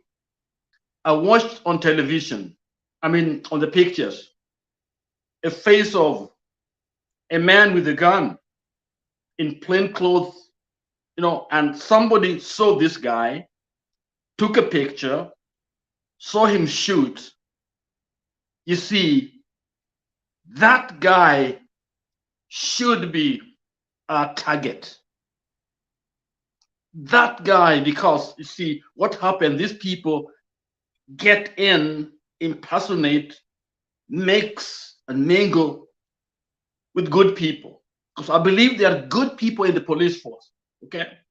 And so if we want to begin in a way that is more directed, more specific, I think these people who did the killing We can see them. That's the benefit of, the technology that we have. And we have the power because they can't be hidden 24 hours by Ruto. They got to be faced. We got to do what we got to do and let them know that what they've done to those children, they're going to pay for it. Whether we take them to jail, whatever we want to do with them in our own, something has to be done. And when you begin to target people like that, they begin to think twice. A lot of the guys who are just joining the group and moving the group begin to think twice because their behavior is targeted because they want to do things in a blanket. They do things that we can overreact. And when we overreact, they win. So we gotta think through, strategize, and have the best method possible that we can sustain and that we can be able to do. But if we go out there, start acting, they're gonna slaughter all of us because they got it. But you see, we can fight back because clearly when somebody comes shooting your mother, your son, your neighbor without any provocation at all, and because they are protesting, because protest is everywhere. I've been to protests all over, in the US especially. When a team wins, there is always some destruction going on of property sometimes when they're celebrating their win. Chicago Bulls won and things are going on. And those are expected. The police is there to point out the bad guys in the crowd and maybe arrest them if possible. And not to shoot them, but to arrest them. A human life cannot be compared with a car or a business. It has to be protected. And so these careless guys with guns, these are thugs. These are not policemen. And I appeal to our good police officers. I appeal to our army, our military. You watch your own people dying and then you pretend to protect us from external enemies. What are you protecting? What are you protecting? The people that you sought to protect our borders and our boundaries, external, aggression. We are here to defend Kenya. And what are you doing? You watch innocent mothers, innocent children, innocent men and women getting clobbered, shotted, killed, and claim to be protected. We can't enter the eternal affairs. Who's gonna pay for your budget, your salaries, your families? The same people that you pretend that you're protecting. And so I think that every Kenyan need to be part of this. Let us solve this problem together. And you can't be defending Ruto. You must defend the Constitution, not a man. The Constitution. What does it say? It says, we the people. It says picketing, Maandamanos are protected. They're the rights of the right of every Kenyan. I ask people to go out and protest the high cost of living because that is in the Constitution. I did, so I am. If there's a guilt, I'm guilty. In a sense, by this Ruto constitution, which I do not know. But according to Constitution of Kenya, I did the right thing. Tell people to go out and stand and protect and protest the bad governance. And that is Constitution. And so all Kenyans, just like monkeys, when a baby is taken out of the forest and there's a cry, every single monkey is coming to fight. Every one of them.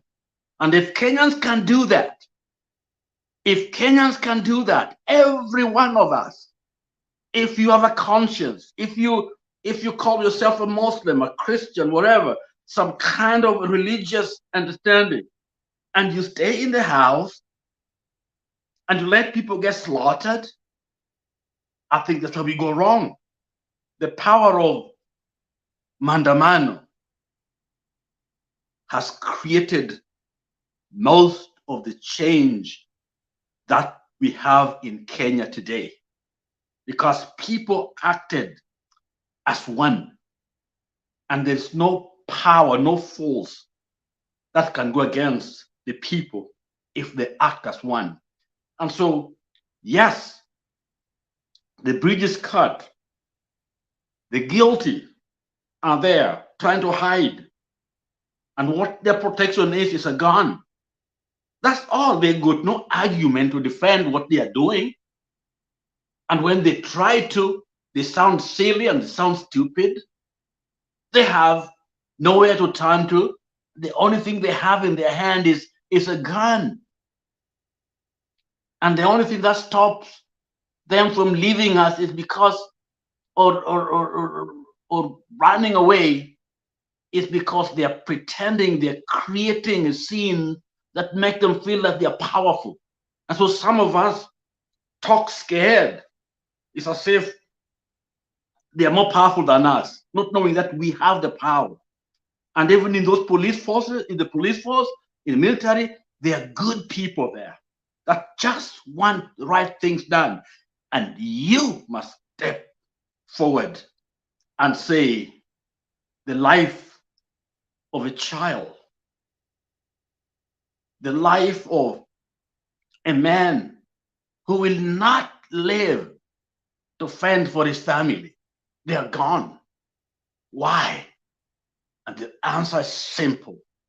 They stood for you and for me to demand good governance, to demand electoral justice, to demand truth for the country. They sacrificed for the Constitution. Those are the servants of the Constitution.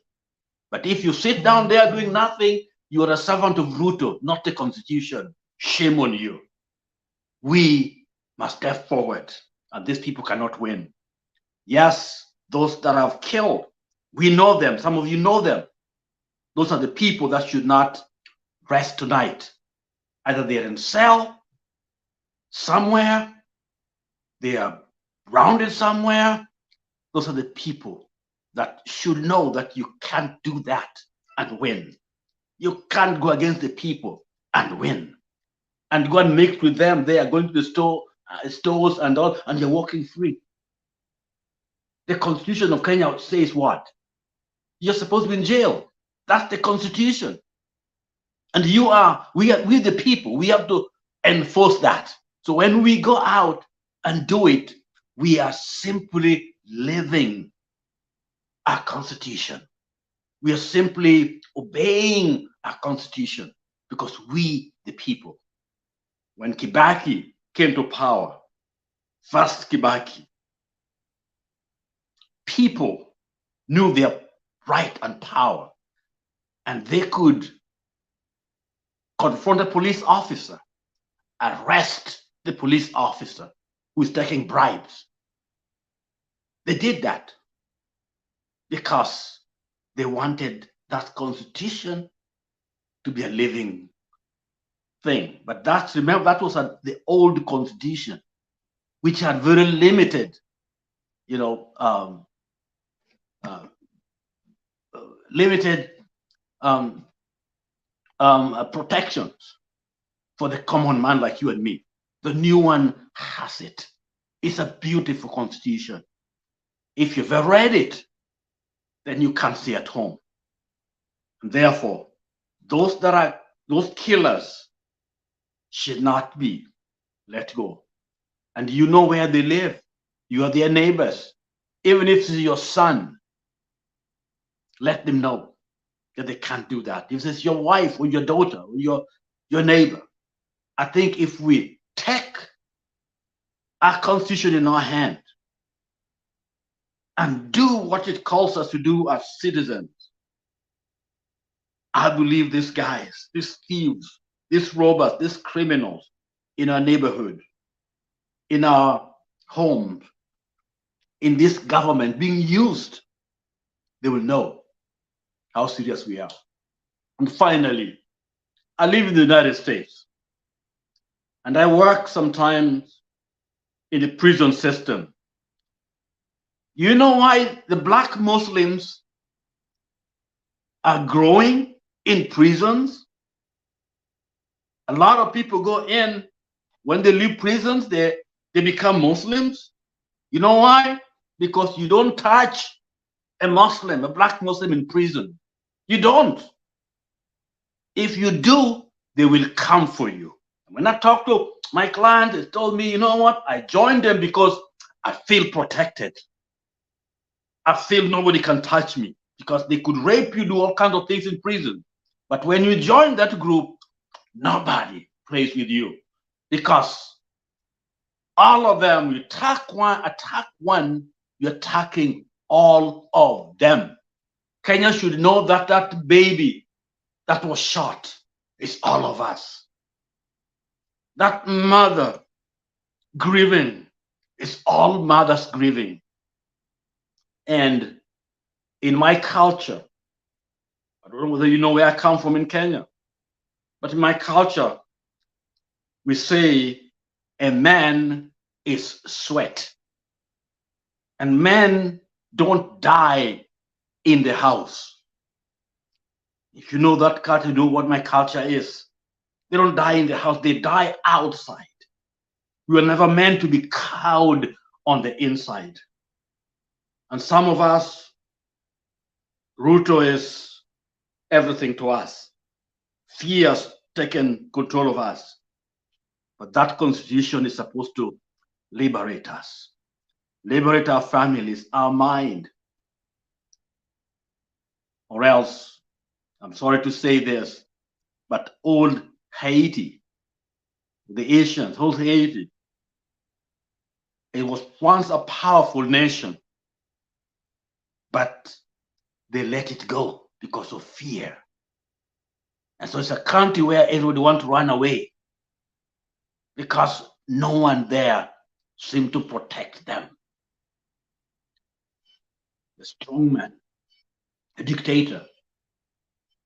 And in Kenya, we are saying no. That's why those who have died are our heroes. But we must protect the living. And we protect them from thugs that are shooting them like that guy. So we must do something. Thank you, my brother. I guess. Okay. Thank you, Bwana Lala. Okay. Okay, before you come in, the people's power. When you come in, as you bring the last submission and to wind up the show, because I'm supposed to prepare for the next coming show that is in less than 1 hour. Sasa malizia kabisa, fungasha as we go. Tunamalizia. Welcome, the people's power.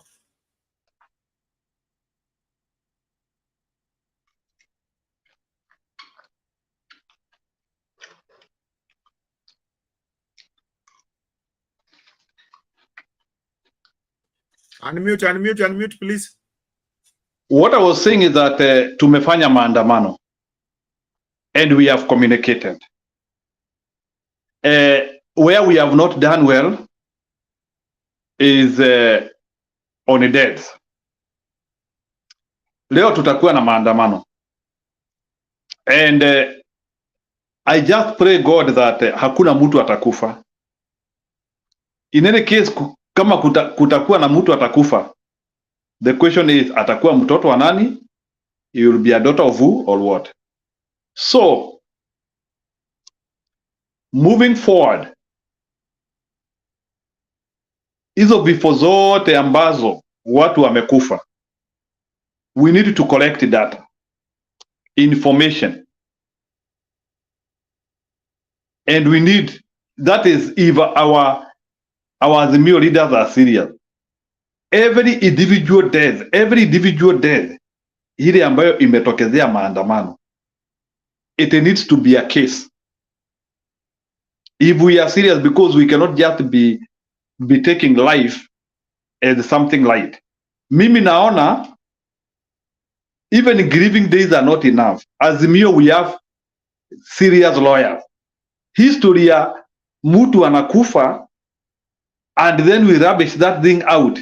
That is what is making even Zakayo to get bolder and kill more. I know we have so many lawyers who are not even in Maandamano. We should make them busy by prosecuting the Kenyan government kwa hao watu wamekufa. That is what we should be doing now.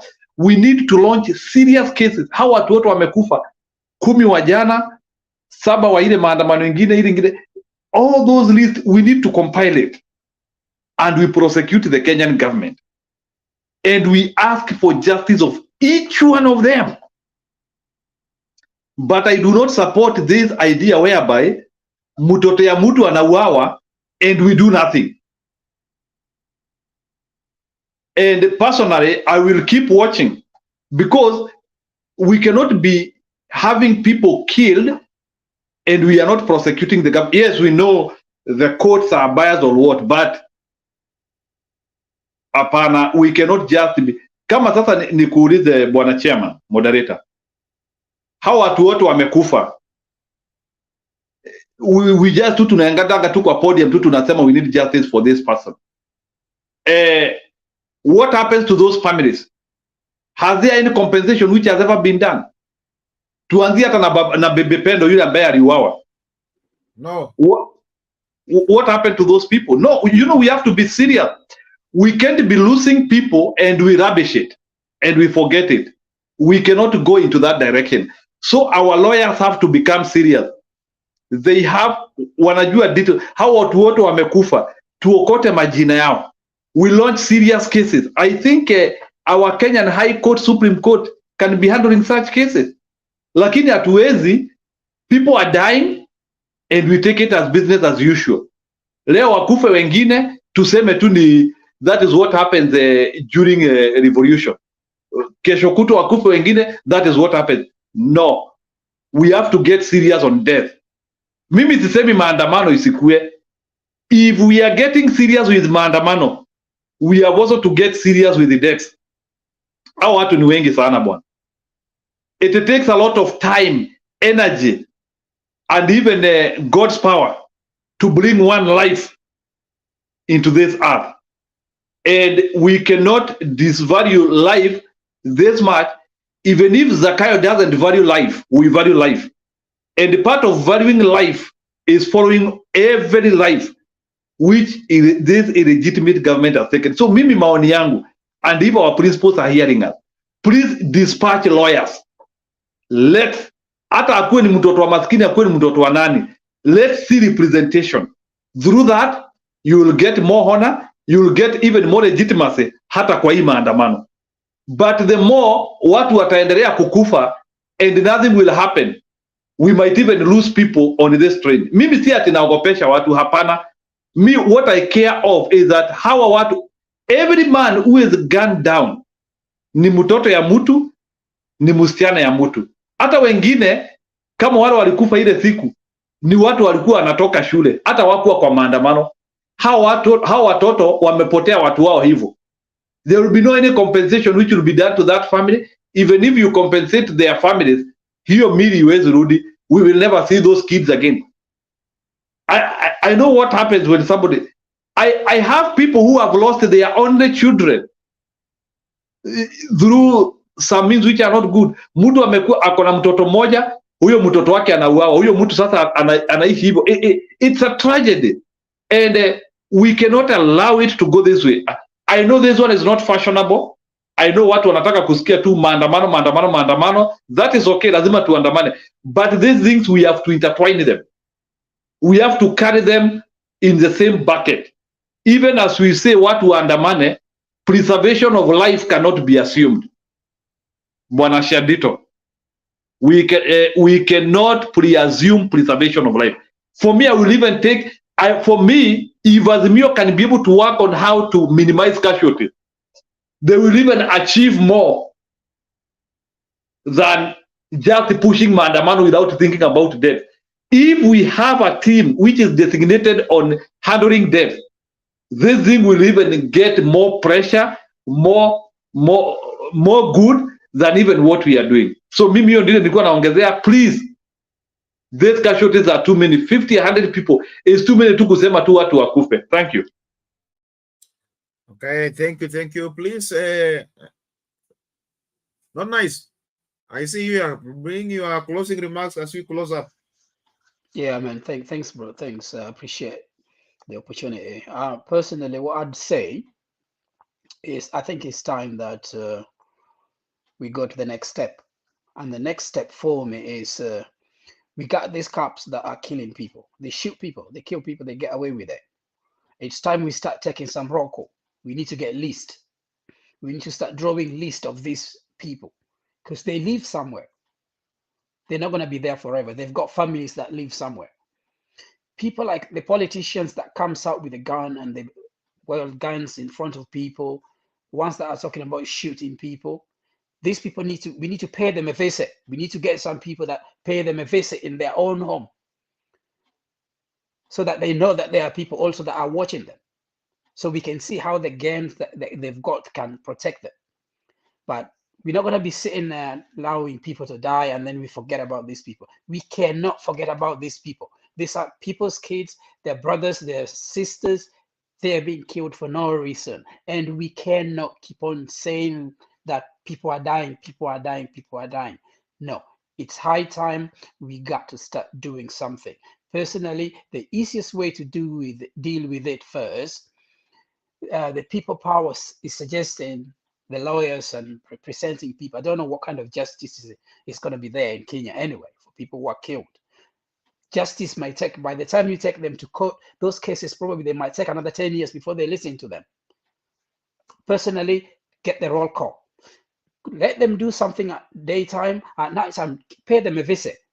So that the following day, before people go back, they know that later at night, they need to know that people will be visiting their families.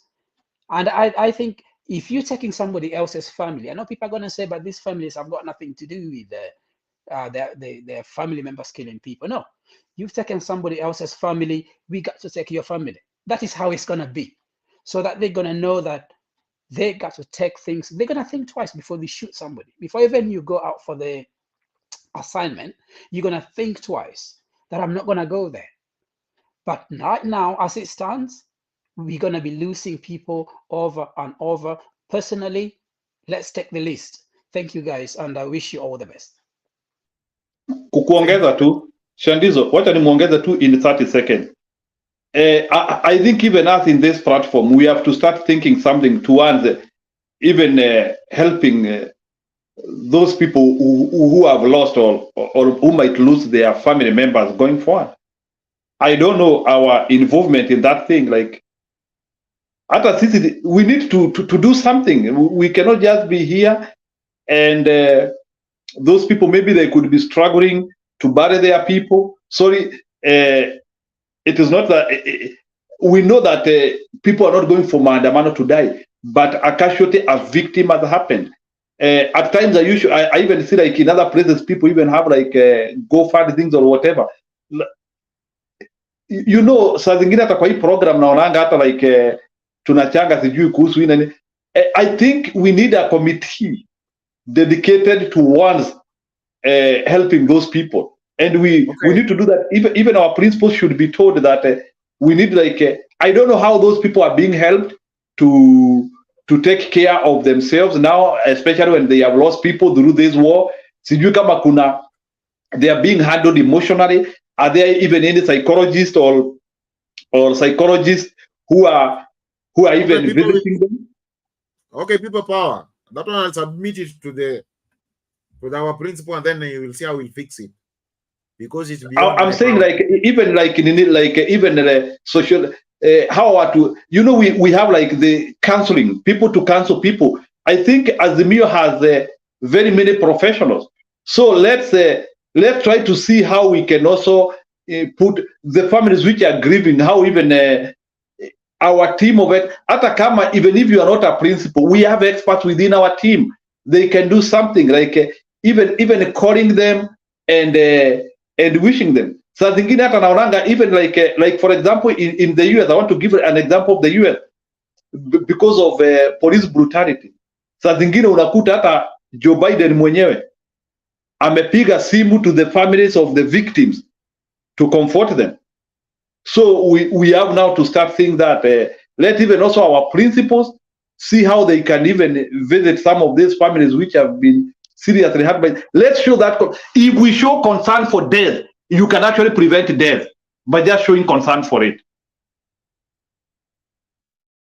Thank you. Let us listen to EPL as we close. EPL, your closing remarks. Yeah, my closing remarks are kind of a summary of what everybody's saying, right? So the people's power is saying something about how can we show support. If you look at the previous conversation, I asked this idea of like, why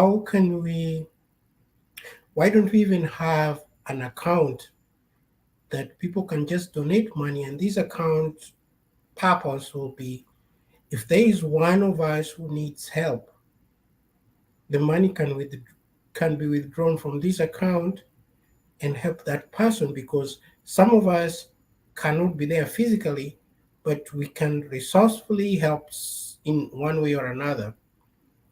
And I did not get any response. And the idea about what I don't like is I also like accountability. So I want that if we put money for a specific purpose, that's what it goes for, not just we send money and we don't even know if it did what it needed. So, the people power is saying like, what if someone is shot at the protest and they need certain kind of help? We want to make sure that this fund that we create, that money will go and support that person in whatever they need and console the family, because they have fought the good fight. And obviously, we are not saying people need to die. We don't want people to die. Unfortunately, we have a ruthless government. We have people who do not value life. We have people who just want to do what they need to do to retain their power, to do whatever they want to do, because that's what their case. And like someone said earlier, we are not here because we don't like what we are seeing. Some of us will be very comfortable doing whatever they're doing in their private life, what they're doing. But the thing that has made us even come to these shows and even exposing us to some kind of,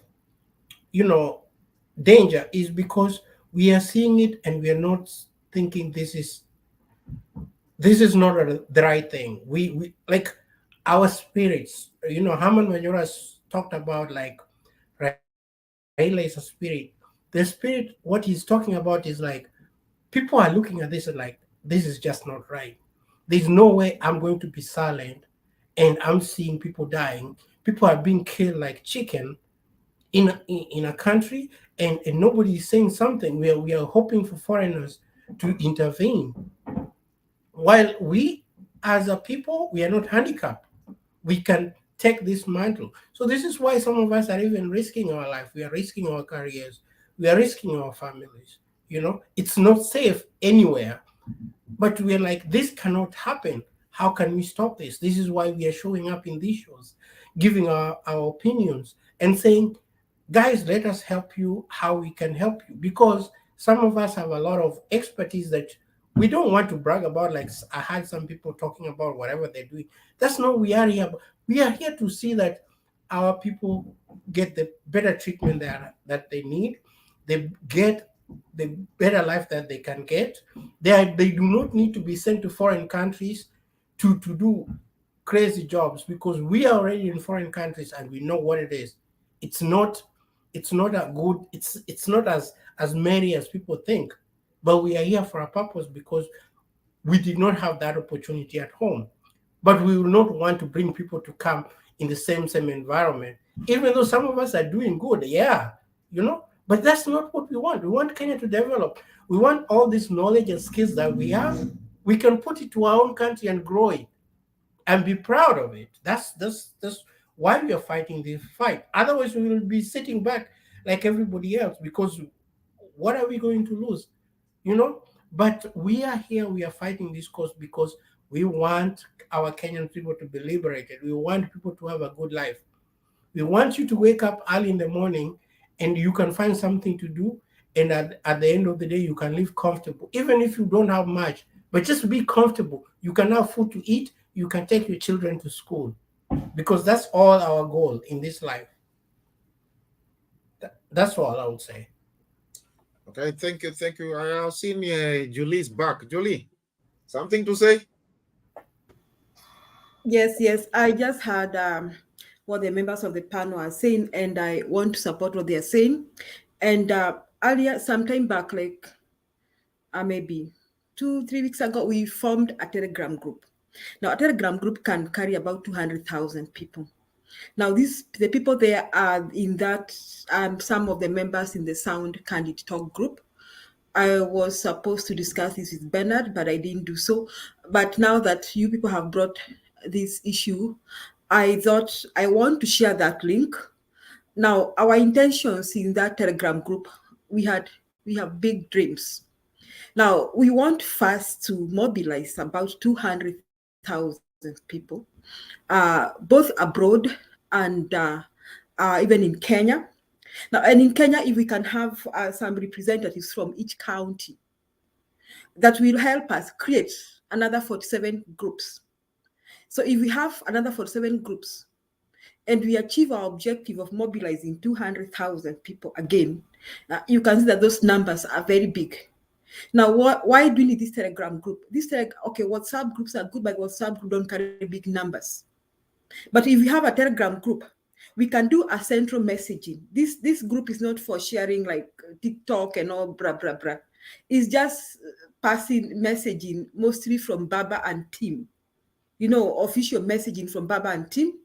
And this group is also like what now Mr. The People's Power is suggesting, and Daniel is suggesting, I think Daniel, API is suggesting, and not nice, that we can use it, for example, to raise funds to engage people like Dunston, lawyer Dunston, I think it's Dunston, and others. We can just open a file with them that we shall be paying you when our people are arrested. You have to rush to get them out, okay? And we had members in that group who knows how we can use accounts that are accessible, can be read by the members of that group, accounts that we can be accountable and explain that we have raised an amount of money and we use this amount of money for this. I mean, we are actually trying to raise structures of such things, because now this battle is there, but this is not a battle, this is a war. And we are here on the long haul. So I want to appreciate what you people came up. We have been thinking about that elsewhere. It is time now we stopped talking, like someone said here, and we start acting. So if you don't mind, I'm going to share the link and ask people to join.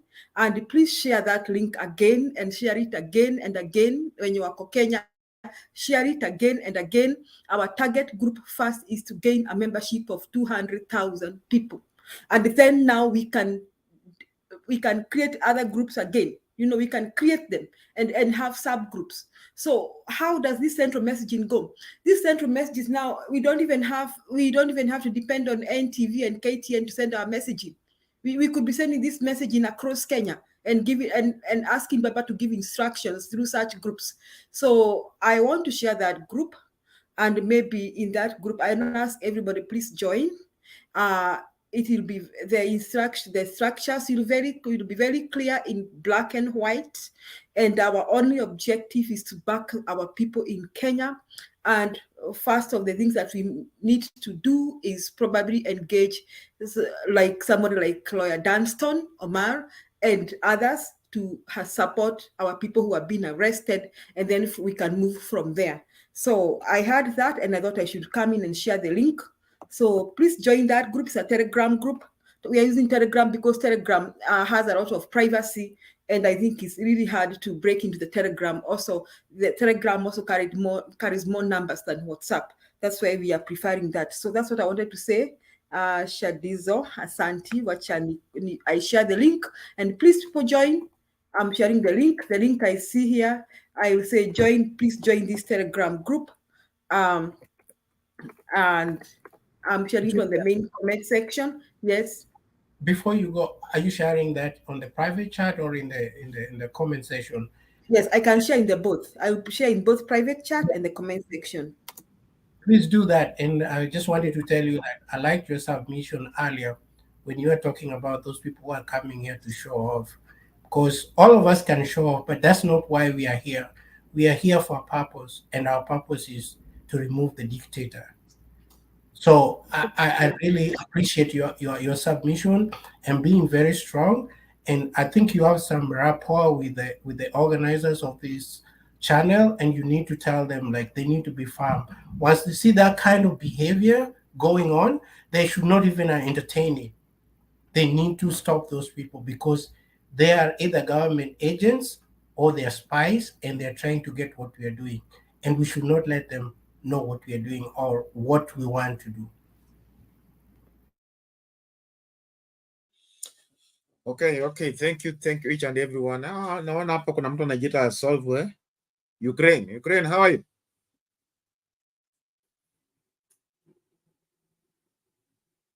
Ukraine, unmute. Sijiiti ni Slava Ukraine means glory to Ukraine. Okay. Yeah. How are you? I just wanted to say two things very quick. Okay, go on. I'm totally a different tangent. I know you guys have been talking about something different.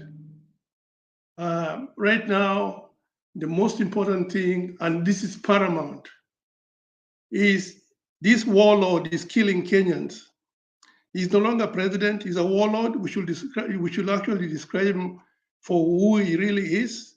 He's not a president. He's a warlord, and because he's doing it against the citizenry who have no defense whatsoever, we as a people also need to find a way in which we can help our people defend themselves, because we cannot be playing victims all the time. He has already crossed that particular threshold. Hii mambo ya kujidanganya kwamba we are going to be used, as guinea pigs, constantly being, shot at anytime when these warlords, goons feel like they want to practice on people, then they're shooting at Kenyans. I think it's high time now people also start learning defensive measures, defensive methods by which they can be able to protect themselves. Because when you see what is happening right now, this is terror, what they've been doing, So they own the guns. We don't have anything. They are creating squads to kill people. We should take this particular war to them right now. Hii mambo ya kuwa eti they're shooting at us and we're waving a handkerchief or leaves and saying that we are peaceful, I think it's already gone. The way they're doing it to us, and we will simply be doing it defensively. We need to teach our people how to take care of themselves too, to bring that particular terror in the doorstep of this warlord. This thing cannot continue like this. That is my call, and we need to start thinking in those particular terms. How do we bring terror to the warlord as much as he's doing it to our people? Because him is killing them. He's got no use to Kenyans. We are like maggots. We should treat him as a vomit too, just like the way he's treating us. He's not a president. We should not actually call him president. It's an abomination when I hear somebody is referring to Raila Odinga calling Ruto Rafiki yangu. Cannot be Raila's friend. Somebody who is scheming to kill you cannot be your friend. This hypocrisy of politicians should stop. This is an enemy of Kenya. Is an enemy of our society. We should deal with him as an enemy by removing him completely. So I am saying And this is very, very simple. I don't care what anybody think right now. Changa is a very flammable, flammable. The same apply with petrol. We have gas. We can resort into things that he has never seen before in Kenya. And he should want. He's already crossed that particular threshold, and we can also organize ourselves to do likewise. That is all I want to say. Because we cannot continue being victims constantly. It's a matter of just organizing people too. What? Okay, thank you. What do you mean, thank you? I'm not finished. Okay, wind up, please. Are you closing the studio? Yes, I'm winding up the channel. We have to begin another stream. Okay, that's all I wanted to say then. I'll leave it as such. Okay, thank you. Omimo, how are you?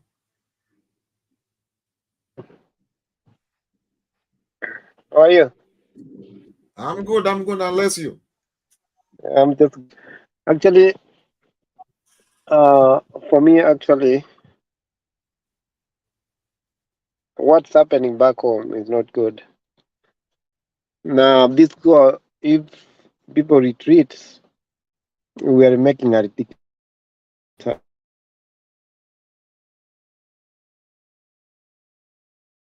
Na faces wanaenda deep, wameweka 1 feet kwa maji, aone itafika wapi. And then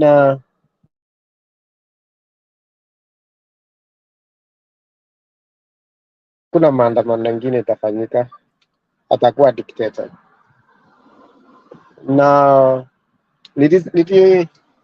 nilisikiza kuna mtu anaitwa police spokesman anaitwa Wino somebody, alikuwa very arrogant kwa Citizen Today.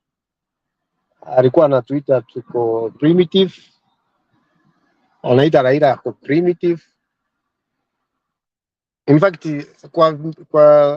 kwa national television na alikuwa anatukana everybody, even though kuna Kamau alikuwa DCI somebody retired, and he was like calm, alikuwa anamwambia it's not good you're doing it. And actually Ruto kitu alifanya media kama leo media inaonyesha anything, ni hao tu vijana walikuwa wanatuma clips tomorrow social media ndio ilikuwa inapata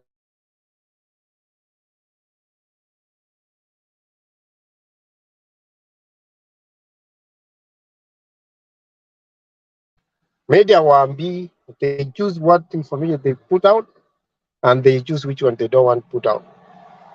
But the reality is this guy alienda na Kericho kuongelea kutoka huko. You know, anafanya something small, anaangalia reaction ya watu. Jana alinyang'anya Mama Ngina security for the first time tangu Kenyatta, the old Kenyatta mzee akufe. It's the first time Mama Ngina ameguzwa na Ruto. Na nobody, walienda siku ile wakachukua mbuzi zake, nobody talked. Yesterday the same. Na watu wametumia Raila, politicians actually, wakitaka viti wanatembeanga na yeye. Mostly politician wa Nyanza wakipata kiti wanamuruka kama sahi. Wale watu wako na Raila ni vijana wadogo, watoto. Ni watoto ndio wako na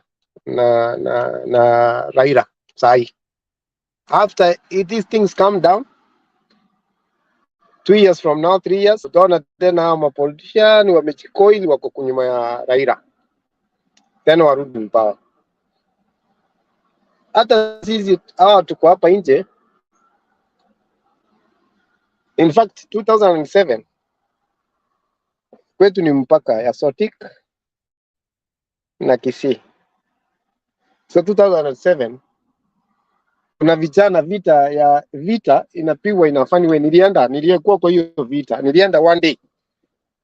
So vita wanapiga from that side, wanapiga from this side. So kuna ceasefire, inakuanga ceasefire actually. Niliona wanasema sasa hivi tunataka kukula, na wale wanaambiwa tunataka kukula. Unaona? And then wakifika then wanaanza kutupa mishale. But we were forced. I was in Nairobi.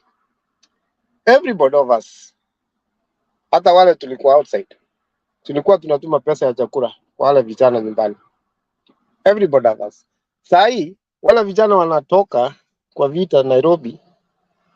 In fact wanarudi njaa kwa nyumba, wanakimbia the whole day, and then wanarudi kwa nyumba njaa, wanauliwa.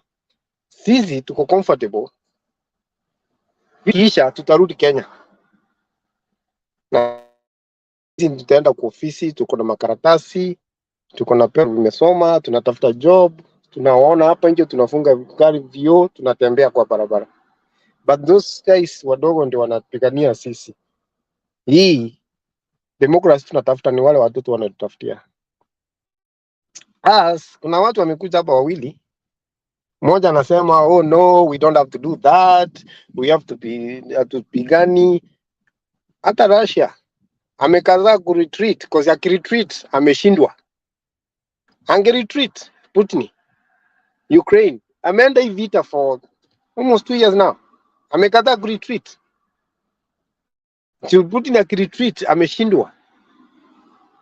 Okay? Na Ukraine hawata retreat. So one of them hata retreat.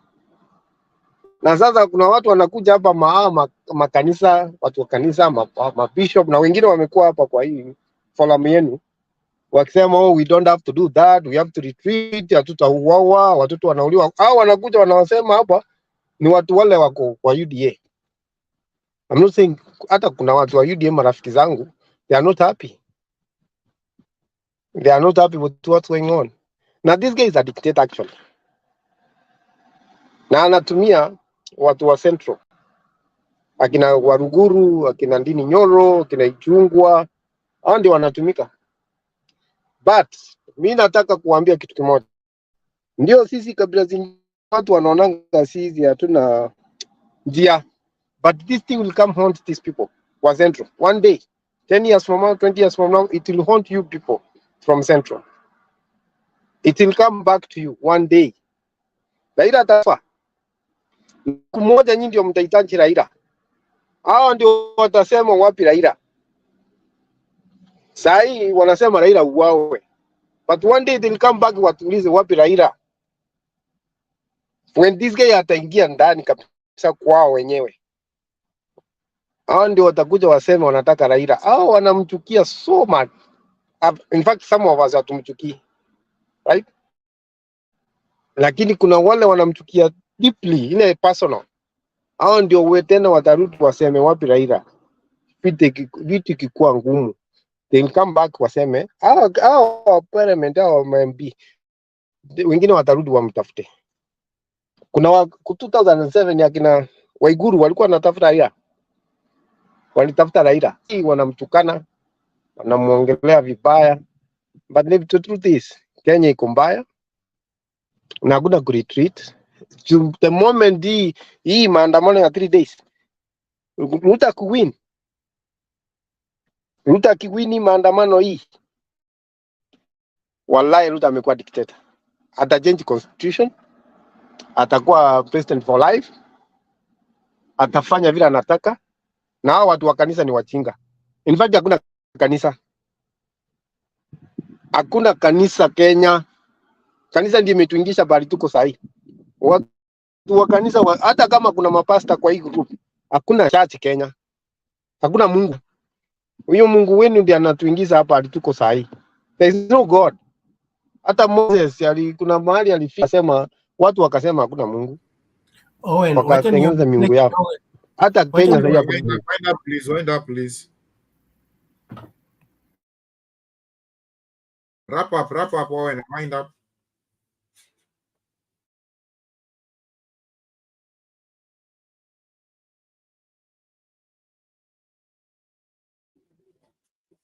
Tumempoteza wewe ni hivyo.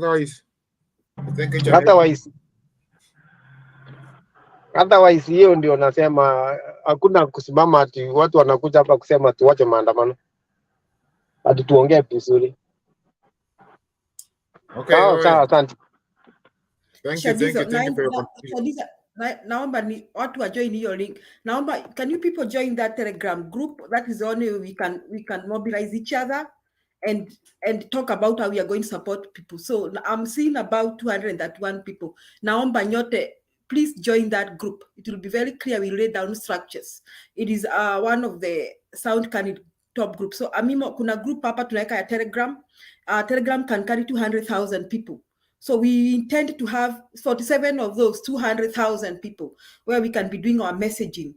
We can take advantage of social media and technology right now to communicate to our people and also to gather together and decide what next. Kama kwa mfano, kama mmoja wetu alisema kwamba we can engage our lawyers to defend our people back home. Those are some of the things we can do. So naomba, if you are watching, I'm posting the link again. If you are watching, please join that group. And if you are in the show, I'm posting in the private chat. Naomba musitoke. If we say action, we say action. We don't just talk.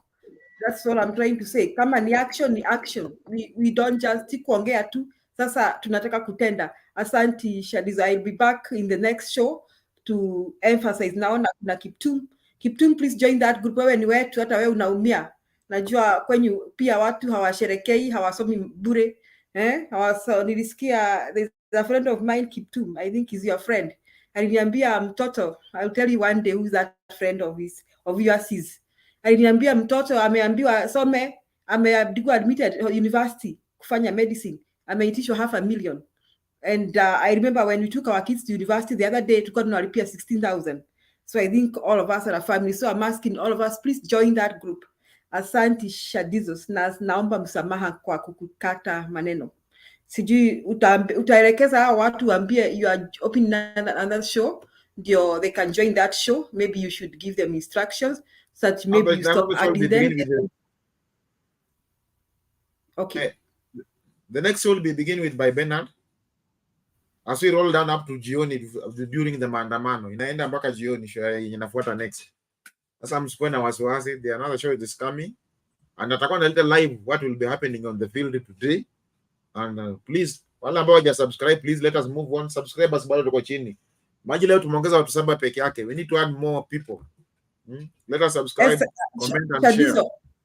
Esther is asking me, Kabiro, why is the link? I'm sending the links. Why you're not seeing it? Inatoka hapa kwa comment section. Na nimeandika please join the Telegram group. Yes, kwa comment section.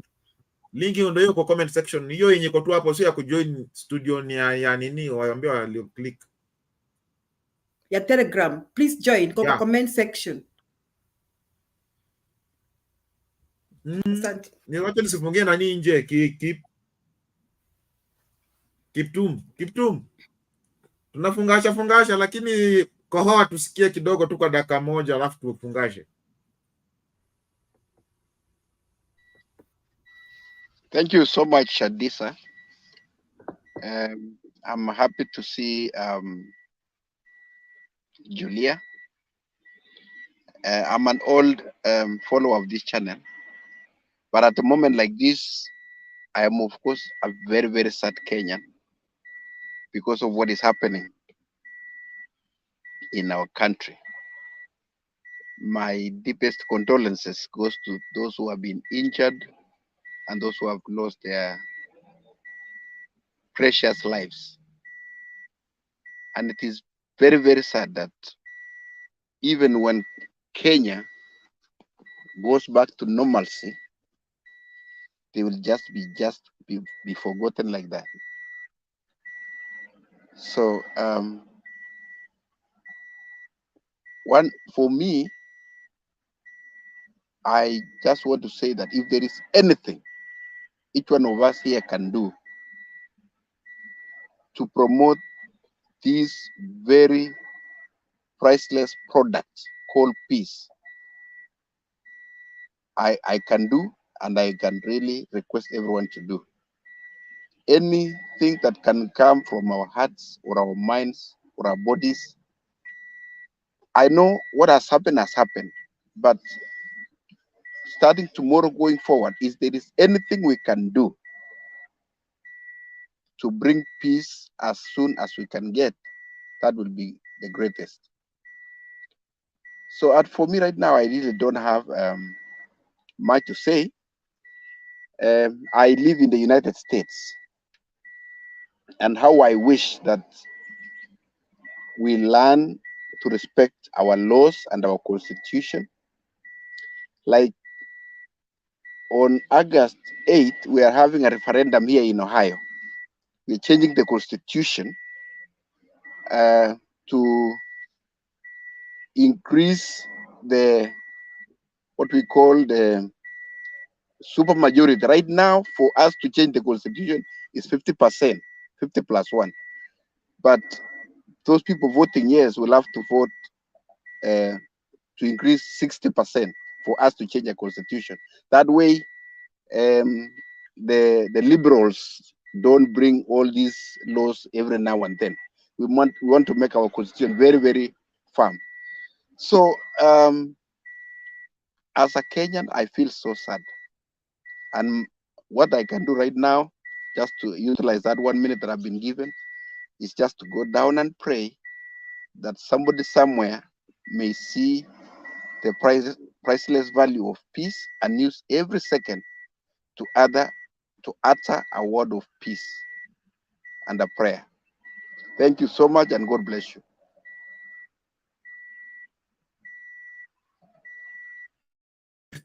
Thank you so much. Could you close that out? You have been so amazing, and I love it. Thank you wherever you are. Thank you, Sound Candid Talk family. I love you all. I'm happy to be with you today, and it's been so amazing.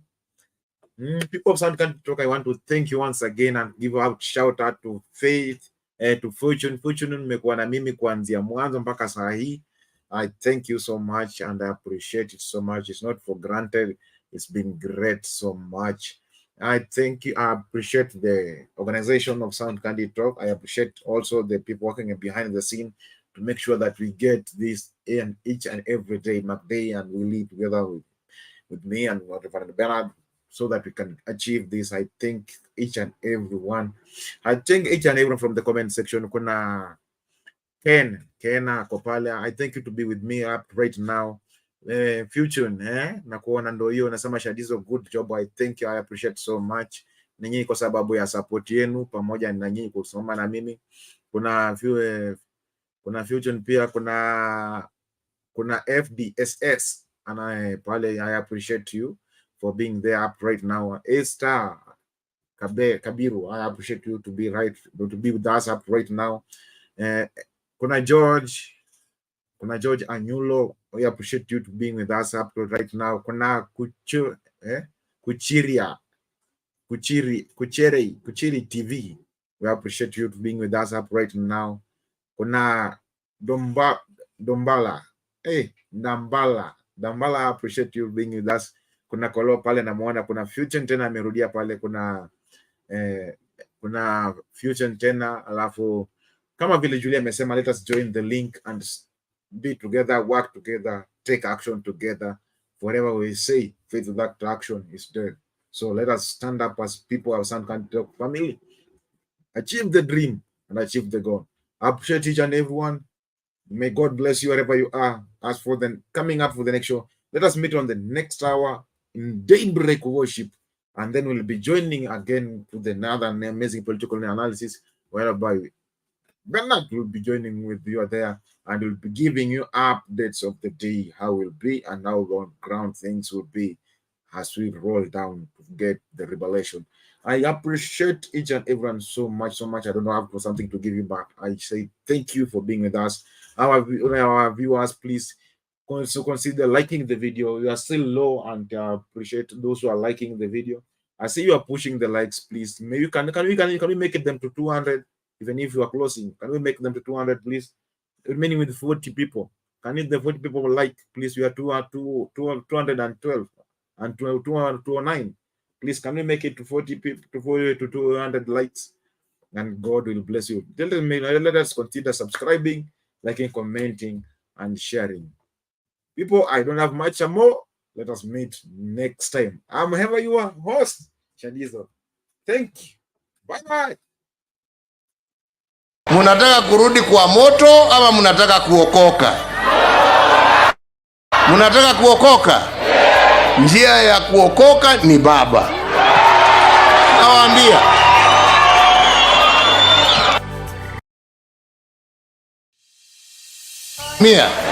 Munataka kurudi kwa moto ama munataka kuokoka? Munataka kuokoka? Njia ya kuokoka ni Baba. Nawaambia.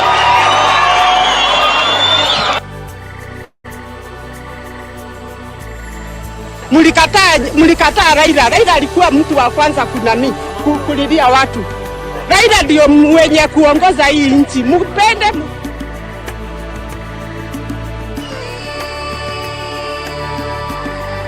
Muniache niunge Raila kwa amani. Na mimi naambia nyinyi watu wa Azimio, hapa Rift Valley tuko pamoja. Petition ile ya pesa 8. Dawa ya hii Kenya ni kusupport Raila Amolo Odinga 100%.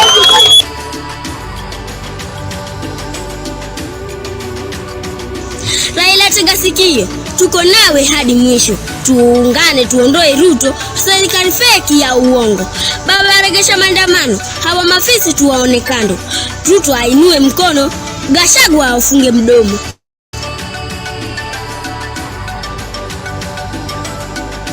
Baba tapika maandamano. Baba tapika maandamano. Baba tuende maandamano. Wakenya wamechoka.